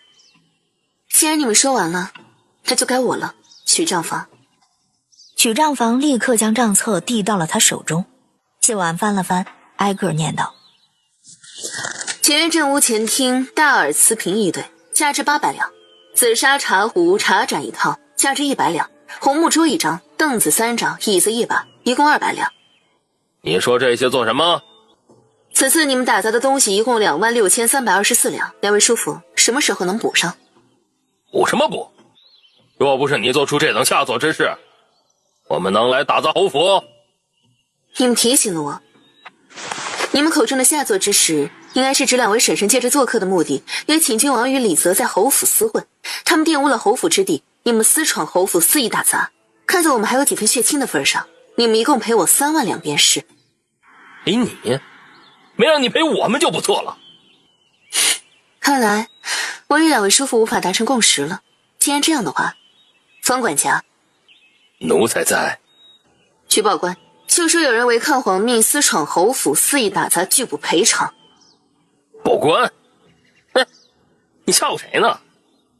陛下让我们搬出侯府，我们已经搬了。陛下可从没说过不允许我们回来，哪里来的违抗皇命？再者说，报官，你敢吗？谢志峰在一旁道：谢婉，你不要不识好歹。哼，威胁我？威胁你又怎么样？你当我们怕你不成？你也不看看我们有多少人。你们真的有些搞不清楚状况。怕我嫁不出去的人从来都不是我自己，而是你们。你们怕我嫁不出去，这样这个府里就一直是我说了算，灵儿也只听我的。你们既怕我嫁不出去，又怕我嫁得太好，反过来打压你们，所以想用名声和嫁人来威胁我。哼，你们还真是打错了算了。这么好看，点个订阅吧。楚怀早早就来到午门外等候。楚怀盼啊盼啊，终于盼见了宁王府的马车。待到马车停了下来，他立刻上前拱手道：王爷，臣有一事相询。云。楚怀上了马车，朝他行了一礼。坐。看着他欲言又止的模样，李煜微微皱了皱眉。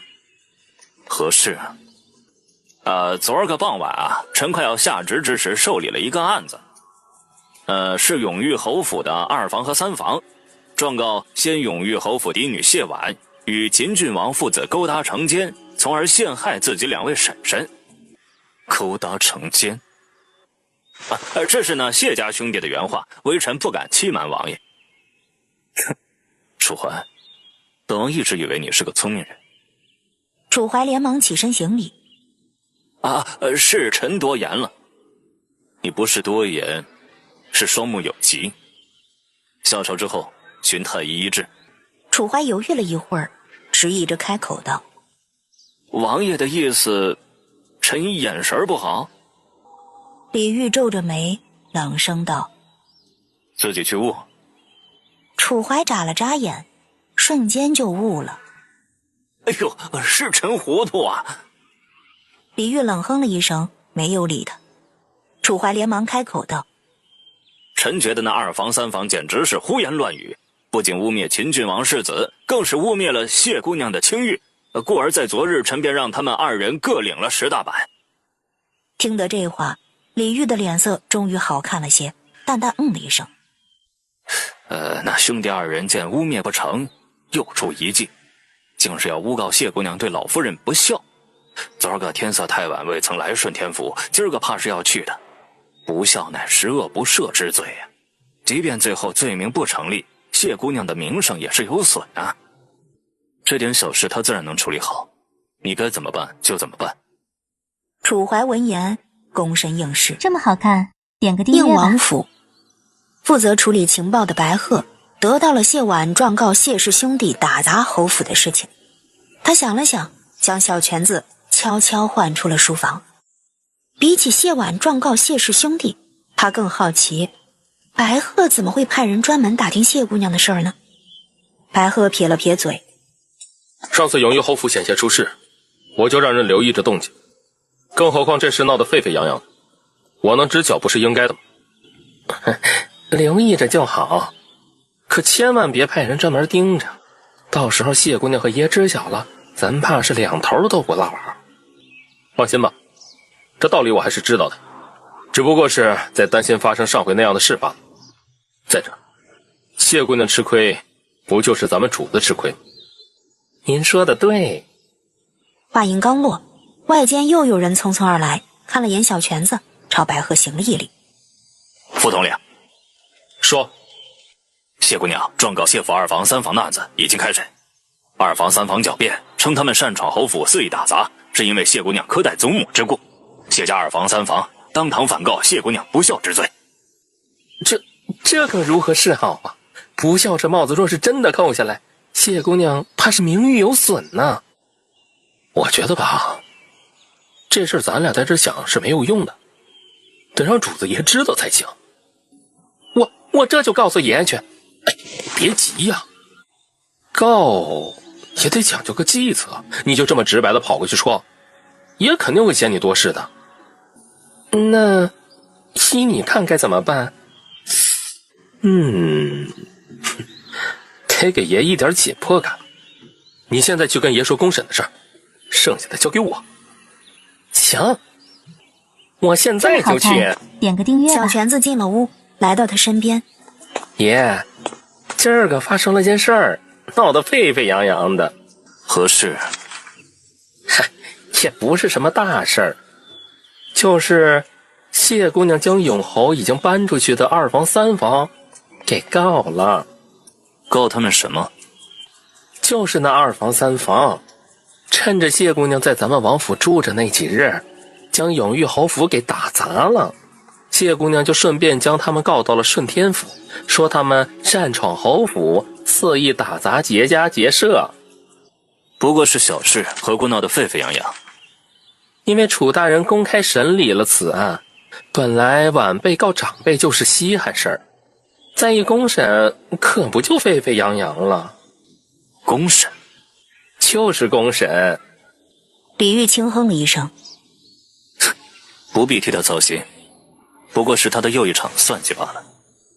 就在这时，有人进了屋，躬身道：禀告公公，谢姑娘状告谢府2房3房的案子已经开审。2房3房狡辩称他们擅闯侯府，肆意打砸，是因为谢姑娘苛待祖母之故。谢家2房3房当堂反告谢姑娘不孝之罪。李煜皱眉，正要开口，又有人进了屋。禀报公公，侯府老夫人当堂撒泼，辱骂谢姑娘是贱人，还说谢姑娘迟早被千人骂，万人骑。话音一落，屋内温度骤降。然而这还没完，又有人走了进来。禀告公公，侯府老夫人亲自作证，说谢姑娘苛待于她，还说谢姑娘控制着她身边的丫鬟，让人点了她的穴，任由她在院中顶着烈日站了2个时辰，甚至还尿了裤子，也无人问津。禀告公公，谢姑娘当众承认了点穴之事。什么？你说的可是真的？不敢有半句戏门。这时又有人进来了。禀告公公，百姓们已经要求定谢姑娘不孝之罪，请求楚大人严惩谢姑娘。禀告公公。李煜冷声打断了来人的话。直说。禀告王爷，永裕侯府的2房3房替谢姑娘求情，只需打谢姑娘30大板即可。30大板？30大板打下去，谢姑娘还有命在。楚怀如何说？属下不知。副统领撤回了所有人。片刻过去，却无人再入屋内禀告。他腾的一下站起身来，大步朝外走去。白鹤站在屋内，瞧见他出来，立刻躬身行礼。属下请罪。司令实鞭。是。本集又结束了，我们下集再见喽。宁王到。谢婉也是有些意外，呆呆的转眸看向了外间。楚怀连忙从书案后起身。见过宁王殿下。李煜看着楚怀，淡淡开口道：本王巡视各衙，听闻你在公审，便过来看看。你审你的，当本王不在便是。楚怀应了一声是，对方管家道：你所禀何事？方管家站在中央，侃侃而谈。方管家絮絮叨叨地举了很多例子，包括谢氏是如何无视谢林，连面都不见的事情。你们这般贱民懂什么？他就是个扫把星，就是他克死了我大儿子，他就是该死，他该不得好死！小泉子朗声呵斥道：张氏，宁王在此，不得放肆。楚怀瞧着差不多了，便开始做结案陈词。谢姑娘乃永裕侯遗孤，品貌端庄，秀外慧中，温良恭婉，尽管被亲生祖母咒骂陷害，却依旧善待之，实乃京中贵女典范，不孝之事纯属子虚乌有。而谢氏兄弟2人不仅擅闯侯府，肆意打砸，目无法纪，还连同生母欺辱孤女，判赔偿侯府损失，关押3月。说完这话，楚怀转眸看向李煜道：王爷以为如何？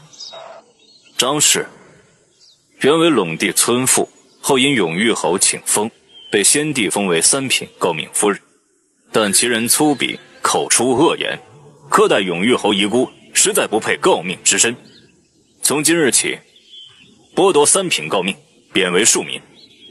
草民母亲实乃糊涂，才会犯下这般大错，恳请王爷收回成命啊！我就是蠢呐，王爷您大人不计小人过，饶了我这一次吧。你们甚是母慈子孝，既然如此，张氏也不必留在侯府了，随着你这2个好儿子过吧。出嫁从夫，夫死从子，也算是成全了你。李煜站起身来，冷声道：本王还有事，剩下的楚大人看着办吧。说完这话，李煜便离开了。接下来的事情就容易多了。案子了结之后，谢婉便与师爷等人一道回了侯府。点个订阅吧。回到院子之后，谢婉坐在房中品茶休息，听着如师在兴奋地同如画描述着顺天府的场景。在听完事情的经过，如画开心地蹦了起来。太好了，太好了！肯定是老爷和夫人在天之灵保佑小姐。老爷和夫人有没有保佑小姐我不知道，我只知道宁王是真的护着小姐。说完这话，他转眸看向谢婉：小姐，咱还要换姑爷吗？不换了，这回说什么也不换了。小姐这一副要拼命的架势，知晓的是为了王爷，不知晓的还以为小姐准备决斗了呢。就别笑话小姐啦，咱们小姐一向懒散的紧，可是难得下定决心豁出去了要做一件事的。我有那么随心所欲吗？如是和如画看着他，齐齐点了点头。他帮了我这么大一个忙，我得给他送个谢礼才是。如是和如画齐齐点了点头，确实是该送个谢礼的。回府已经有了一会儿，小泉子还在愤愤不平。听闻如师来了，小泉子顿时高兴起来，连忙小跑着朝后门而去。你匆匆前来，可是谢姑娘有什么话要带给爷？他点了点头，将锦盒递了过去，道：这是小姐亲自备的谢礼，小姐吩咐了，定要将这谢礼亲自交到全公公你的手中，而且除了王爷之外，任何人都不能打开。这锦盒里装的是什么？竟然如此重要？我也不知，反正全公公谨记小姐的话便是。放心吧，我定亲自交到爷手里。点个订阅吧。小泉子带着满满的好奇来到书房。爷，刚刚谢姑娘的贴身丫鬟来过了，交给奴才一个锦盒，说是谢姑娘给您的谢礼。小泉子见他不接，不由有些着急。爷，您看看呗，不想要的话，奴才再退回去便是了。今儿个您帮了谢姑娘惩治了那一家子，谢姑娘必然是真心感谢爷的。李煜修长的手握着锦盒，迟疑了一会儿，才伸手打开。李煜垂了垂眼眸，伸出手扯开红绸结。虽然未见全貌，但顶端的系带还是表明了他的身份。李煜啪的一下盖上锦盒，一股热气从脖颈直接冲上了耳根。李煜定了定神，朝小泉子看了过去，冷声道：这锦盒你可曾打开过？不曾，谢姑娘特意嘱咐过，这锦盒只能爷打开，旁人不能看上一眼。爷，这锦盒里……话未说完，李煜带着威压的目光就朝他看了过来。他吓得立刻闭了嘴。小泉子后知后觉地发现自家爷脸红了。主子，可是谢姑娘的谢礼不妥，需不需要奴才还回去？不必。如师将东西送去了宁王府，回来之后便一直忐忑地等着退货。方管家匆匆领着一个丫鬟过来了。奴婢彩衣，乃是国公府二小姐的贴身婢女，后日乃是我家小姐生辰，特命奴婢为姑娘送来帖子，不知小姐那日可否有空？马姐姐逍遥，自当是要去的，麻烦告知马姐姐一声，3日后我必会早早到的。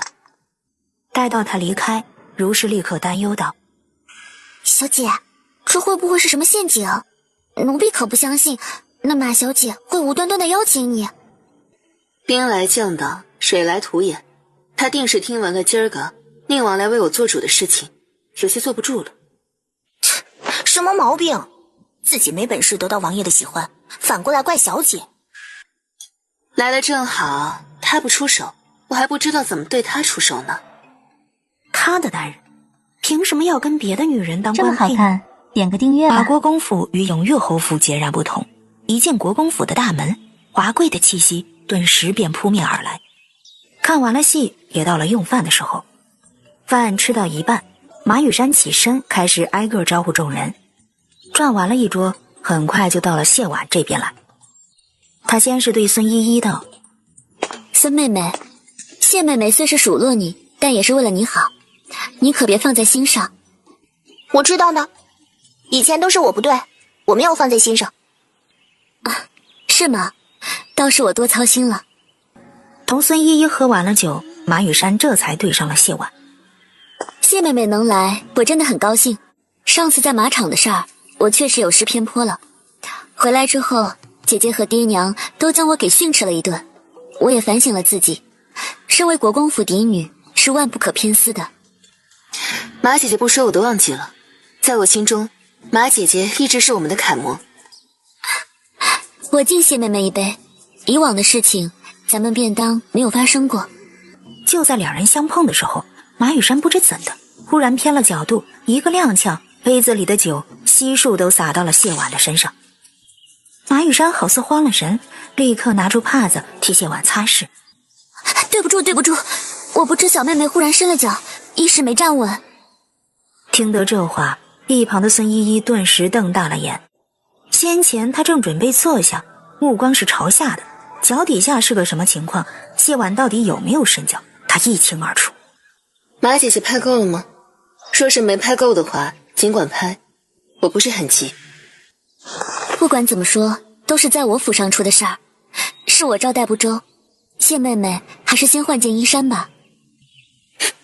好啊。说完这话，他转眸朝如诗道：去将我备用的衣衫拿来。我派个丫鬟跟着去吧，谢妹妹先去房中等着，免得失仪。一直未曾出声的孙依依忽然开口道：谢姐姐，我跟你一块儿去。孙妹妹中途离席，可是嫌弃我国公府酒水饭菜不佳？跟饭菜酒水没关系，我只是想陪着谢姐姐。行，既然孙妹妹坚持，那就陪着谢妹妹一道去吧。彩衣，领着孙妹妹和谢妹妹去客房。两位姑娘请。本集又结束了，我们下集再见喽。马车内，小泉子扬着唇角，一脸笑意地看着自家主子。爷怎的好端端的，突然决定去马国公府，不是一早就说了不去吗？李煜闻言看了他一眼，没说话。小泉子嘿嘿一笑：爷怎的不早些去？这会儿饭都要用完了，不然的话，还能同谢姑娘多待一会儿。本王不过是奉陛下之命前去露个脸，也是对马家的恩宠罢了，与他何干？小泉子闻言，嘴角抽了抽。此时，谢婉捂着双眼，面靠着墙角站着。事情还要从一盏茶的时辰之前说起。孙依依走了之后，他留下的丫鬟正准备关门，却被人一巴掌拍晕倒在了地上。紧接着，郡王世子李泽就抬脚进了屋。谢姑娘，我等你许久了。谢婉瞧见他，心顿时就是一沉。郡王世子，又见面了。你别怕啊，我来找你没有别的意思，我就是想告诉你，我喜欢你，是真心喜欢。郡王世子怎么会在此处？不是我不想告诉你，而是我真的不知道。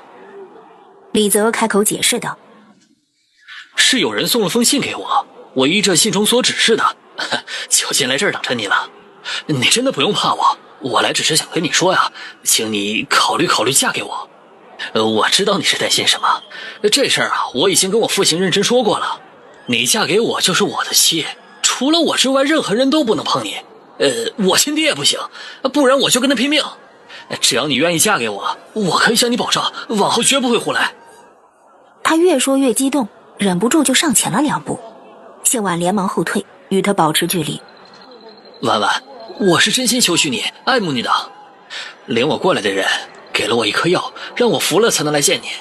我连那药是什么都没问，就吃了。看着他潮红的脸色，还有额头沁出的汗珠，谢婉哪能猜不到那是什么药？万万别怕，我不会对你怎么样的。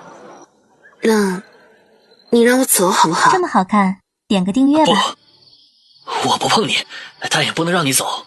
婉婉，我不傻的。如果这会儿我让你走了，你这辈子都不会理我了。谢婉默默地往后又退了2步。君王世子，你到底想做什么？就在这时，他忽然觉得有些不对劲起来。他闭着眼睛吸了吸鼻子，闻到了一股香味儿。谢婉冷喝了一声：“李泽，你停下！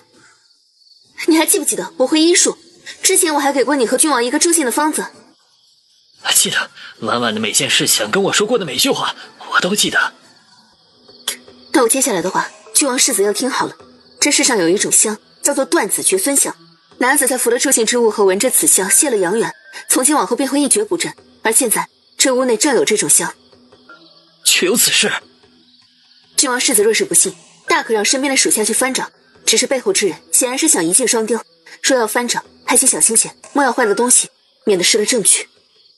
李泽当即便让身旁的下属去找。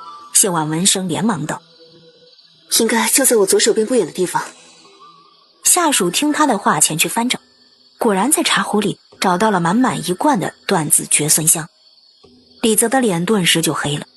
就在这时，那属下低声禀道：“主子，有异乡人过来。”来的正好，算计婉婉。本公子就当他是在前线做媒了，但他居然这般歹毒，那就不要怪本公子叫他个天翻地覆。哼，这天下姓的还是李。谢婉不放心：“你快让人去开窗吧。”窗户刚刚开了一扇，人群就来到了院子里。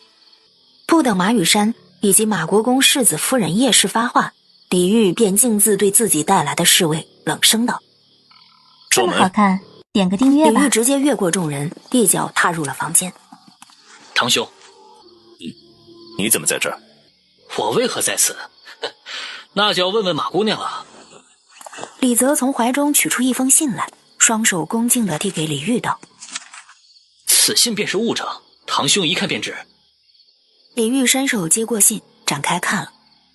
李煜越看脸色越沉，看完之后直接将信交给了小泉子，冷声道：“让世子夫人与马姑娘一并看看。”叶氏自然知晓这信上写的是什么，他3行并作1行的看完，然后一脸愤怒的道：“来人，将府上所有下人召集起来，我倒是要看看是谁这般大胆，竟然敢在国公府后宅兴风作浪。”李泽朝自己的侍卫使了个眼色，那侍卫立刻将装了断子绝孙香的茶壶拿了过来，递给了李煜。“堂兄，这壶里装的是断子绝孙香。”前朝国师谋害前朝皇室之香，我朝早就明令禁止炼制此物，而且若要炼制此物，需用须弥木。须弥木有个特性，它焚烧之后的灰乃是金色，而且一旦沾染，3-5日之内无法完全清洗干净。也就是说，想要查出谁是歹人，只需看一看谁的手上沾了须弥木的灰便可。谢姑娘一个未出阁的姑娘，不仅懂得多，还有本是安抚服了药的郡王世子，可真是厉害。谢婉没答话。谢婉转眸看向李煜，屈膝朝他行了一礼：“臣女受邀前来赴宴，却不成想遭受这等无妄之灾。若非郡王世子恪守礼节，若非臣女略懂岐黄之术，则可早已被贼人陷害。还请王爷看在臣女父亲保家卫国、戎马一生的份上，为臣女讨个公道。”臣弟虽然爱慕婉婉，平日里行事也荒诞，但臣弟再怎么说也是皇室之人，而这歹人却用如此恶毒的招式想要臣弟绝后，简直就是目无皇室。臣弟恳求堂兄为臣弟做主，严惩凶手。爱慕？爷，当务之急是找出凶手才是。有人在国公府欺上瞒下，谋害皇室，实在是胆大包天，罪大恶极呀。李煜没有说话，只冷冷地看了一会儿李泽，转身朝外走去。点个订阅吧。从国公府出来之后，谢婉没有去寻李煜，而是直接回了侯府。沐浴更衣之后，谢婉让如诗搬了个藤椅，然后躺在院子里，一边晾头发，一边吩咐如诗：“你去一趟楚府，问问楚云怎的，今日没去赴宴，是不是病了？”如诗点头应是：“小姐，你没事吧？”“我能有什么事儿？春宫图咱们都是看过的。”如诗轻咳了一声，道：“小姐，你不是常说吗？咱们要低调。”“我已经很低调了。现在有事儿的不是我，而是李煜。我拿不准他到底怎么想。没知道郡王世子在屋中做的事儿之前，他就已经有些恼我了。现在知道了，怕是要更恼。明明小姐才是受委屈的那个，王爷怎么还恼上小姐了？”“对呀，上哪说理去？”谢婉想了想：“暂且先看看吧，且看看他会怎么做。倘若他真的不介意，舍不得我受了这般委屈，定会有下文的，必然不会让马家就这么轻易的糊弄过去。”“那奴婢先去楚府了。”就在这时，帮管家喘着气小跑着过来了。“小姐，宫里来人了。”“来的是谁？”“宫中一共来了2位，一位是太后身边的嬷嬷，一位是皇后娘娘的大宫女。”“你且去前面好生招待着，即刻便来。”谢婉转身进了屋。“这般看来，王爷心里很看重小姐。”“皇后和太后都派了人来，肯定是有不少赏赐，又能小赚一笔了。”谢婉猜得不错，皇后和太后都给了不少赏赐。太后身边的嬷嬷和大宫女瞧见谢婉，都是一愣，简单交代了来意之后，便各怀心思的走了。送走2人，太阳已经开始落山。谢婉陪着谢灵玩了片刻，如诗也回来了。她回禀道：“楚姑娘确实是病了，奴婢打听了下，说是楚姑娘不是足月生的，自幼身子变弱了。”“本就是唯一的女儿，又是身子弱的，难怪她在府中如此受宠。”本集又结束了，我们下集再见喽。夜幕降临，谢婉洗漱完上了榻，对如画道：“等到半夜3更的时候，你去一趟宁王府。”“小姐有什么吩咐，奴婢现在就去便是了。为何要等到3更半夜？”“这必须得半夜3更去才行。你一定要装作慌乱的样子，去求宁王来见我。就说我在马国公府受到了惊吓，连着2日梦魇，不仅在梦里哭得稀里哗啦，还在喊着宁王的名字。”“奴婢演技不行，要不让如诗去吧？”“不行，宁王府上2位的功夫你又不是不知道，若是白日里，如诗去了倒是无妨，但这半夜3更的，为了突出你的慌乱，得闯入王府，我怕如诗还没来得及说话，就被安伟给干掉了。”“小姐，奴婢的武功倒也不至于差成那样。”“武功只是一方面，这种事吧，演技也不能太好了。”如画等啊等，终于等到了夜半3更，换上夜行衣，悄然出了门。眼下已经过了子时，李煜歇下并没有多久。小裙子退出房门，正准备离开的时候，一个黑衣人忽然落在面前，将他给吓了一跳。“如画姑娘深夜前来，可是谢姑娘出了什么事儿？”“别问了，问了也没用，她要见王爷才说。”就在这时，李煜披着外衫从里间走了出来。“她又怎么了？”“王爷，求您去看看小姐吧。小姐从马国公府回来之后，整个人便有些魂不守舍，任凭奴婢们怎么劝慰，都是沉默不语。夜间更是连连梦魇，在梦中哭着唤王爷。奴婢实在不忍，这才前来。王爷，求您去看看小姐吧。”“再重复一遍。”如画眨了眨眼，又开了口：“小姐自从马国公府回来之后，整个人便有些魂不守舍，任凭奴婢们怎么劝慰，都是沉默不语。夜间更是连连梦魇，在梦中哭着唤王爷。奴婢实在不忍，这才前来。王爷，求您去看看小姐吧。”李煜看着跪在面前的如画，过了许久，才冷笑出声：“据本王所知，他身边那个叫如诗的丫鬟，武功不错，人也机灵，为何他今日会派了你来？”“奴婢不知。”“你且回去告诉他，本王所做的一切，不过是同情他的遭遇，可怜他的处境罢了，莫要自作多情。”说完这话，直接转身进这了屋。么好看，点个订阅吧。第二日早间，谢完起身之后，如画这才将昨夜的事情汇报了一遍。完了，我闯祸了。如诗有些好奇地问道：“小姐闯了什么祸？”他那个人傲娇又小气，之前我几次三番算计他，他的气还没消。如今他为我做了那么多，我却连想他、想知晓他是否在意李泽的事都要拐弯抹角，他肯定是气上加气了。可不就是生气了，不然也不会放了狠话，说小姐是自作多情。那怎么办？只能去哄了。有些误会总要当面解开的。我若是在这般一直缩在壳里，他怕是即便对我有意，也不会想与我再有什么瓜葛了。其实仔细想来，从我与他相识开始，明明是我在勾搭他，可他付出的却比我付出的多得多。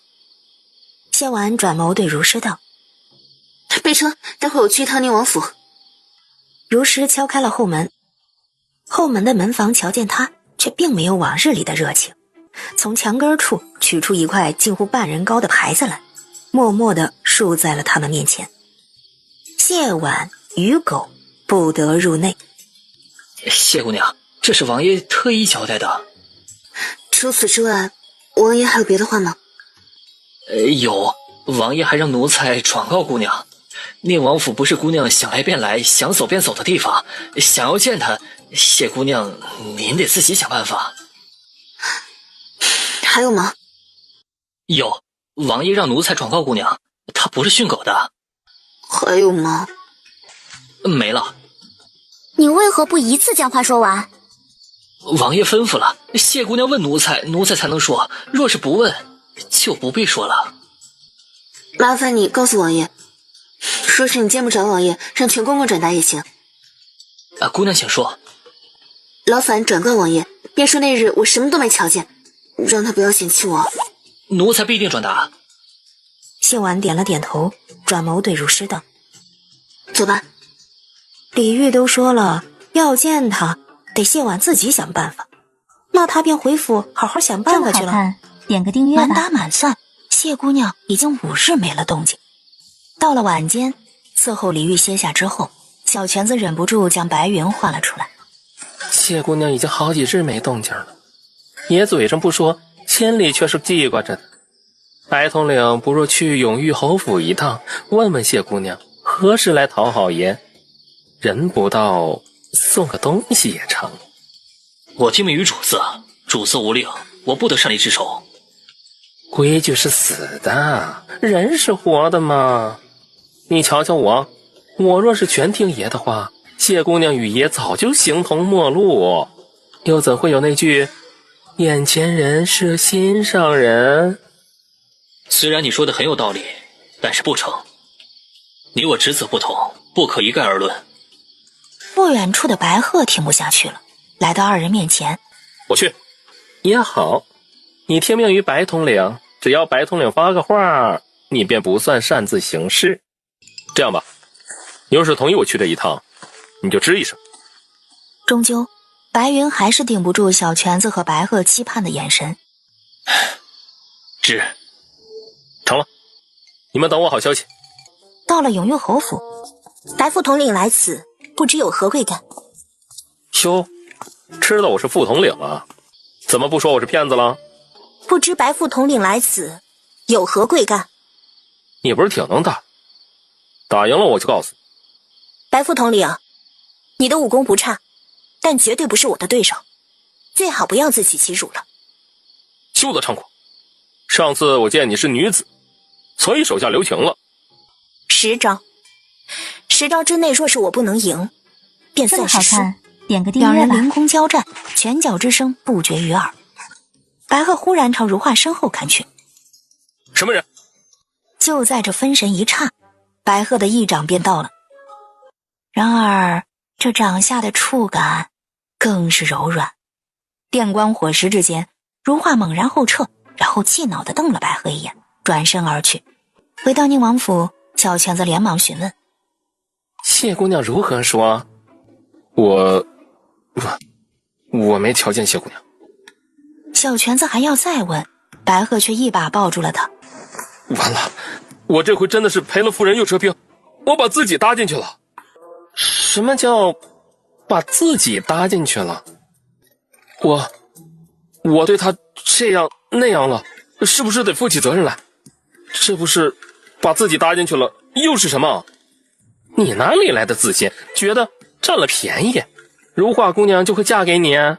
第5日一早，谢婉便辞别灵素真人与众人，与孙梅打道回府了。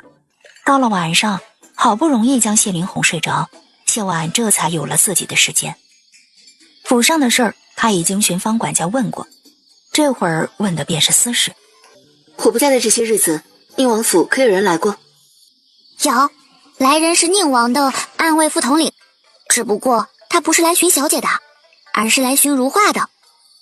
谢婉闻言露了个好奇的眼神，如画定了定神，将昨晚对如师说的话重复了一遍，去书房忙碌了一番，递给如画一个信封，道：将这封信送去宁王府。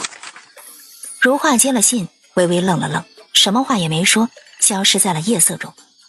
白鹤是在门房将信递给小泉子的时候，才知道了如画曾经来过。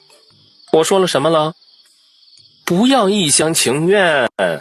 本集又结束了，我们下集再见喽。小泉子拿了信，立刻欢天喜地地进了书房。爷，谢。一道冰冷的目光朝他看了过来。爷，谢姑娘派人送了信来。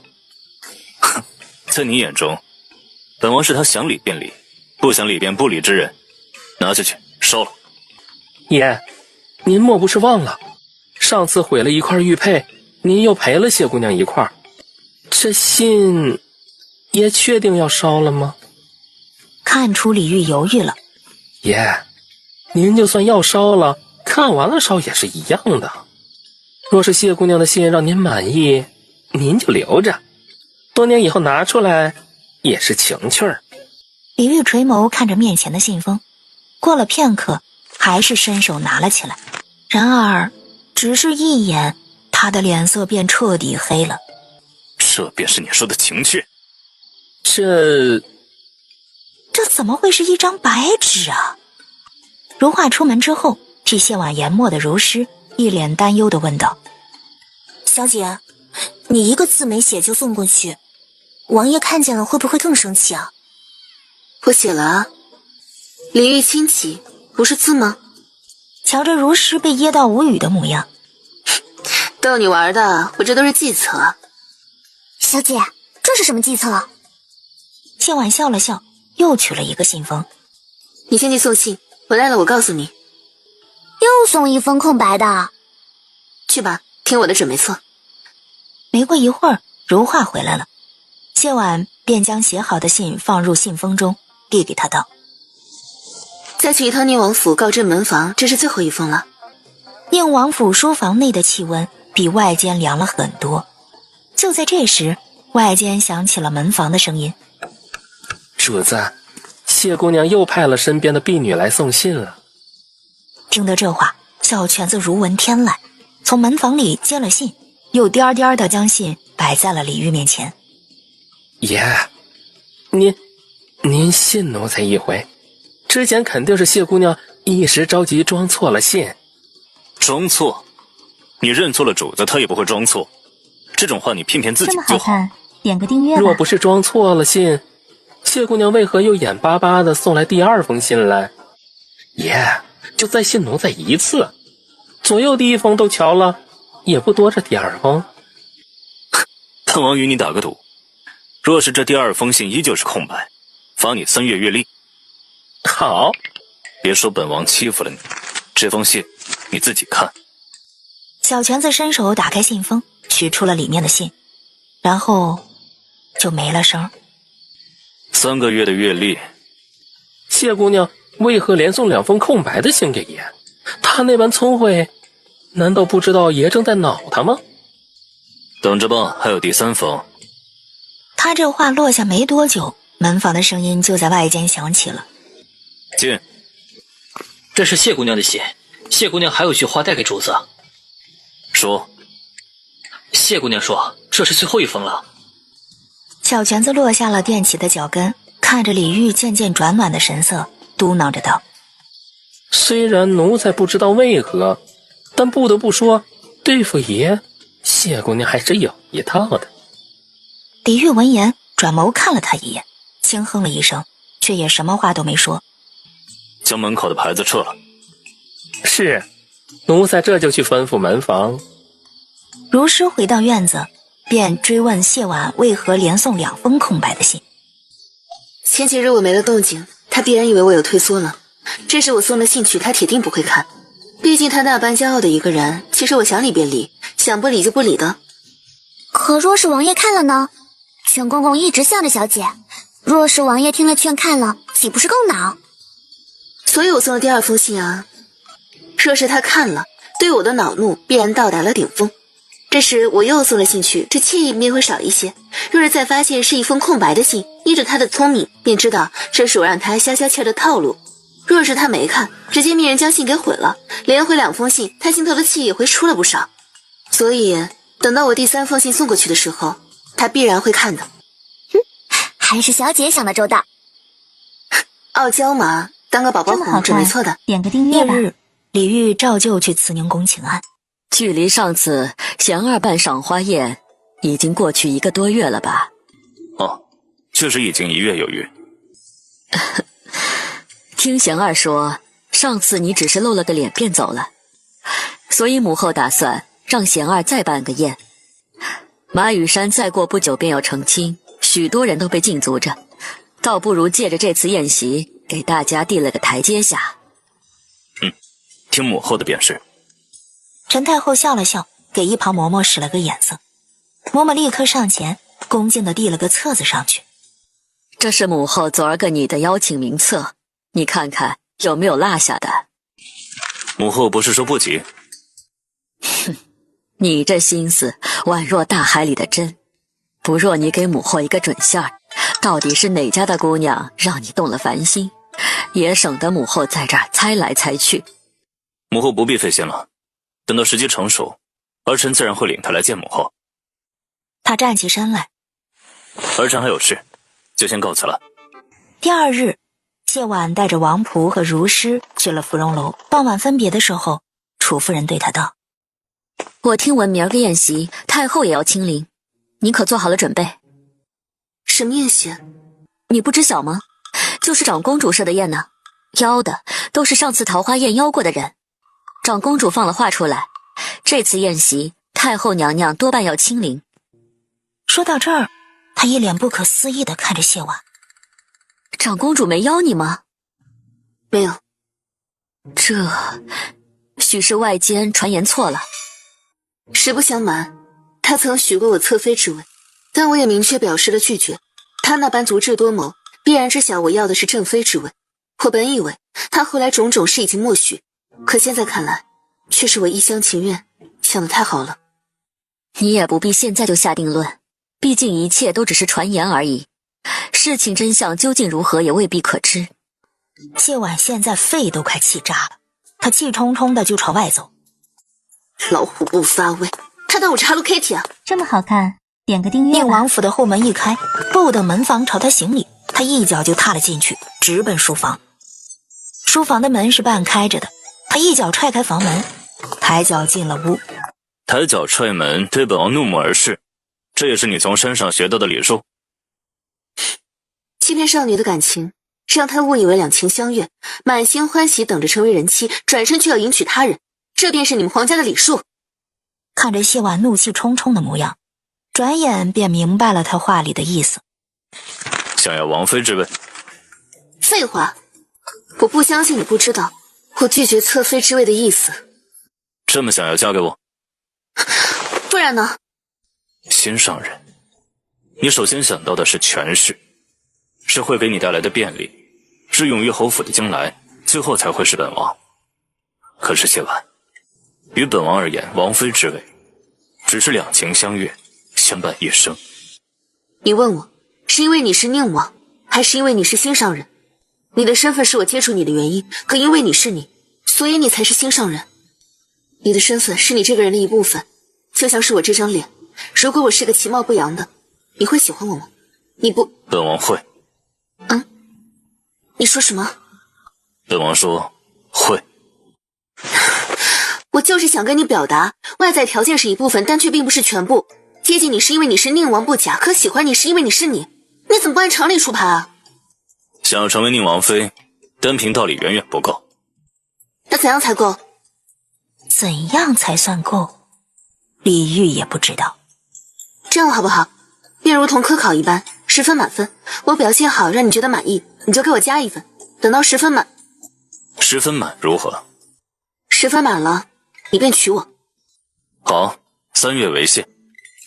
10分若满，本王娶你为妃；若是不满，不满如何？若是不满，你与本王便到此为止，再无瓜葛。此生你不得出嫁，亦不得与旁的男子有染，孤独终老。本集又结束了，我们下集再见喽。长公主府内，陈太后、马皇后与长公主李贤坐在一处说着话。谢婉留在了几丈外，知青上前通报。谢婉已至山前，长公主立刻起身，让你来，你偏要图清静，这不还是来了？是臣女偷懒了，待会儿再同你算账。先见过太后与皇后吧。臣女谢婉见过太后娘娘，见过皇后娘娘。免礼。谢太后。刚刚听贤儿说你不通诗文，故而不愿来赴宴。谢婉有些左右为难。唉，罢了，你且下去同他们玩去吧。就在他有些讶异，准备行礼离开的时候，一旁的马皇后突然开口道：哦，对了，谢姑娘是因为什么打小被送到山上去的？本宫听闻似乎是天煞孤星克父克母。这话一出，陈太后的脸色顿时就变了。天煞孤星克父克母？长公主在一旁讪讪地笑了笑，开口道：母后，不过都是巧合罢了，哪里来的什么天煞孤星克父克母的？秘术之说自古有之，你还是小心些的好。毕竟小侯爷年岁还小，你又将祖母赶出了侯府，甚至还将2位叔父送进了大牢，多少有些天煞孤星的意思了。听得这话，陈太后脸色更冷了。她转眸看向李煜道：当真有此事？本王不信命理之说。哀家问你，克父克母可是真的？臣女有话想要单独呈与太后，还望太后恩准。哼，有什么话不能当众人说？长公主见状眉头一跳，不由又想起了李煜那句让母后下不来台的话，连忙开口对马皇后道：皇后随本宫去走走。这么好看，点个订阅吧。公主与马皇后走后，陈太后冷哼了一声：哼，真不知道你给贤儿灌了什么迷魂汤，有什么话说吧。请容臣女上前。陈太后皱眉看着她，有些不耐烦地点了点头。谢婉抬脚上前，俯身在陈太后耳边低声道：太后娘娘的克夫之谜化解了吗？听得这话，陈太后面色顿时巨变。过了片刻，她才低下头来，往后退了一步，屈膝行礼道：回禀太后，天煞孤星克父克母之说乃是祖母传出，她一不曾学习过命理八字，二不曾寻人替臣女算过，虽然是信口胡诌。至于臣女双亲之死，乃是2位叔父所致，与臣女并无干系，此事陛下也是知情的。至于将祖母赶出侯府，将2位叔叔送入大牢，臣女能说的是，臣女不后悔。谢氏兄弟害永裕侯夫妇身亡，令朝廷痛失栋梁，甚至险些害得西边战事失利。若不是皇兄仁慈，他们早就当斩。饶了他们一命，他们非但不知感恩，安心辅佐永裕侯遗留血脉，反而变本加厉，将侯府视为囊中之物，对谢婉与谢林多加迫害。此案是顺天府尹楚怀公审，京城百姓作证，儿臣在旁听审，证据确凿，绝无判错。他看着谢婉，心跳得厉害。尘封已久的往事瞬间汹涌而来，陈太后坐不住了，她神色复杂地看着谢婉，沉默了片刻，开口道：今儿个是宴席，既然来了，就同众人好好玩玩。哀家年岁大了，就不同你们凑这个热闹了。今儿个多有不便，改日你去宫中陪哀家说说话。当陪太后娘娘说说话，是臣女的福分。陈太后深深看了他一眼，收回目光。回这么好宫。看，点个陈太后订阅吧。走后，谢婉有些无辜地看着李煜。李煜拧眉看着他，沉默片刻，站起身来道：“随本王来。”是。谢婉随着李煜出了后花园，遇到了迎面走来的长公主。长公主瞧着两人一前一后，李煜面色冷峻，而谢婉低着头跟着，一副做错事的模样。谢婉屈膝行了一礼，不好意思地朝他笑了笑。许是因为臣女说错话了。说了什么？臣女说太后娘娘克夫。你……长公主看了看李煜，又看了看他，忽然大笑了起来。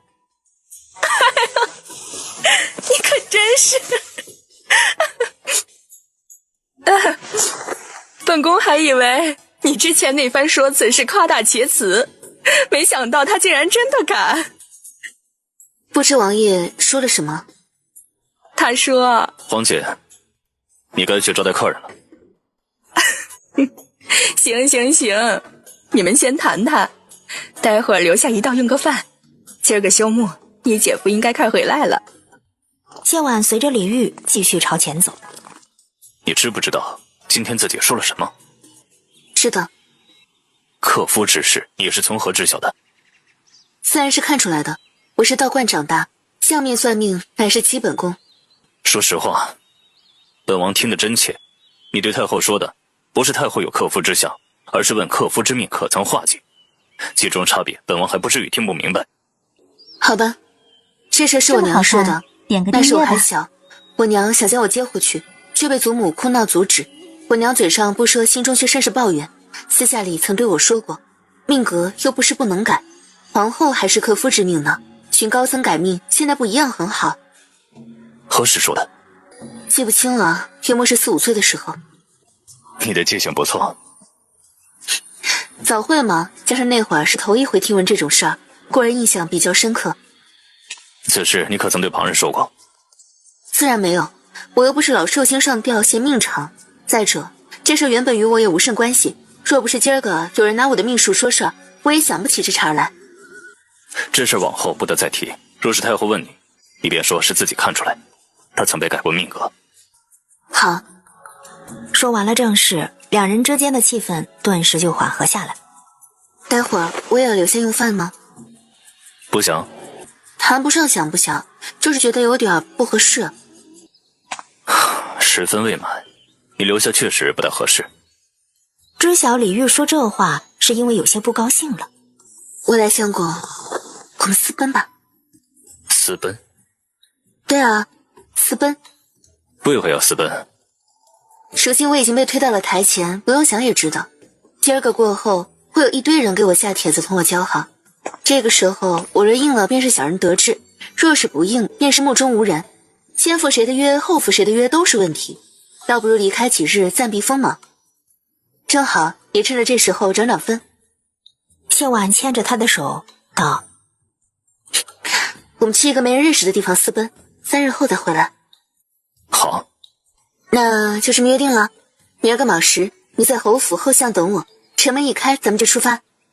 要离开3日，李煜必然有一堆事情要安排，便径直回去了。而谢婉则是重新回到了夜袭。点个订阅吧。夜日某时，一辆马车准时停在了永裕侯府的后门。就姑娘一个人吗？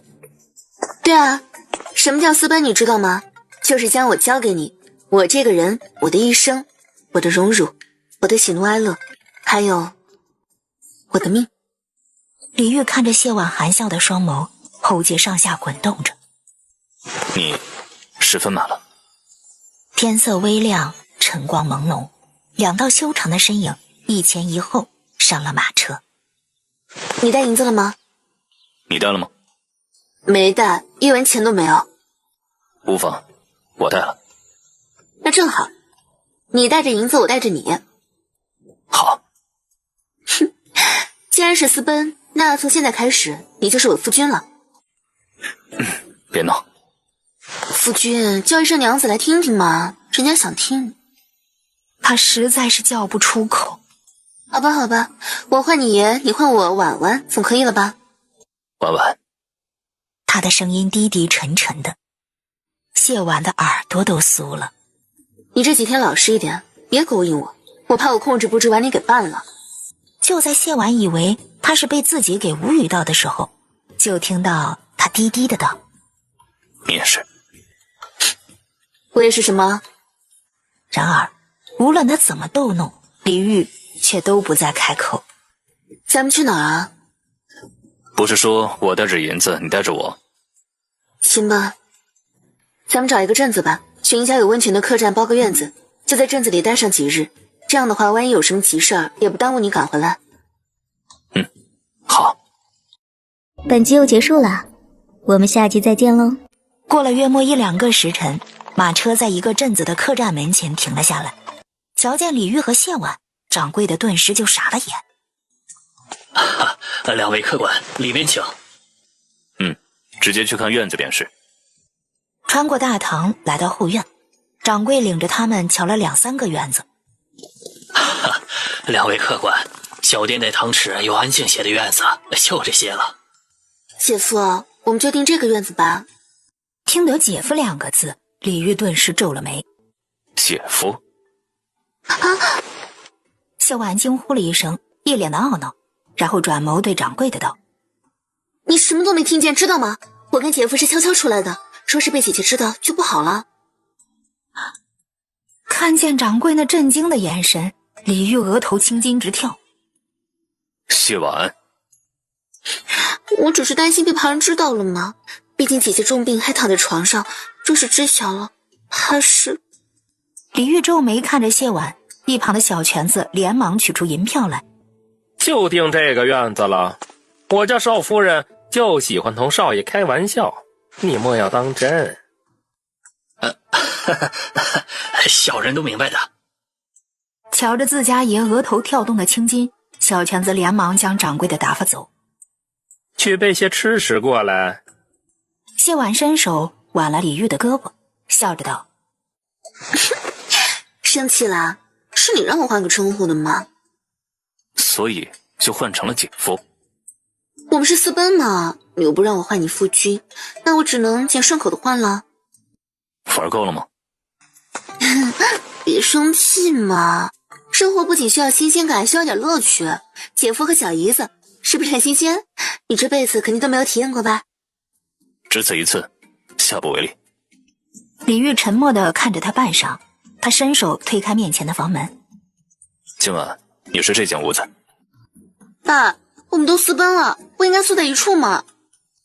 原本宿在一处倒也无妨，但你太过垂涎本王，过而作罢。那我不垂涎了，行不行？不行。李煜转身离开，当着他的面进了主屋，然后关上了房门。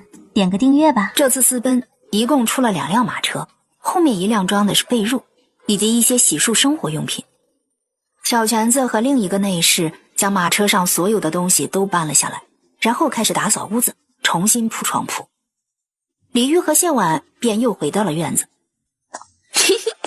躲得过初一，你还躲得过15啊？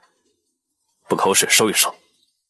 掌柜的领着店小二带吃食过来，瞧见2人亲亲密密的模样，连忙低了头。二位客官，这吃食放在何处？放在院中便是。掌柜的应了一声，与小二一道将吃食放在院中的石桌上布好。我先前只是在同夫君开玩笑，掌柜的可别当了真啊。那人有些顽皮。其实小的看得出来，两位说的是玩笑话。倘若真的是私奔，藏着掖着都来不及，又怎会如此悠闲？夫人天真烂漫，必然也是公子平日里总是宠着的缘故。两位的感情着实令人羡慕啊。不过是自己宠自己罢了。若不是公子宠着惯着，小夫人她也宠不起来呀。就是啊，他就是嘴硬，不承认，要脸面。宠媳妇儿也不是件丢脸面的事情。用饭了。谢婉一边用饭，一边看着隐藏在花草之后水汽缭绕的汤池道：“我们是先去玩，还是先去逛逛？先补眠。那一起睡？他本以为李玉会拒绝，却没想到他竟然一声。瞧见他诧异的眼神，李玉开口道：不能光让马儿跑，偶尔也得给马吃点草。说的好有道理啊，不愧是上位者，打一个巴掌再给一个甜枣，属实是被他玩明白了。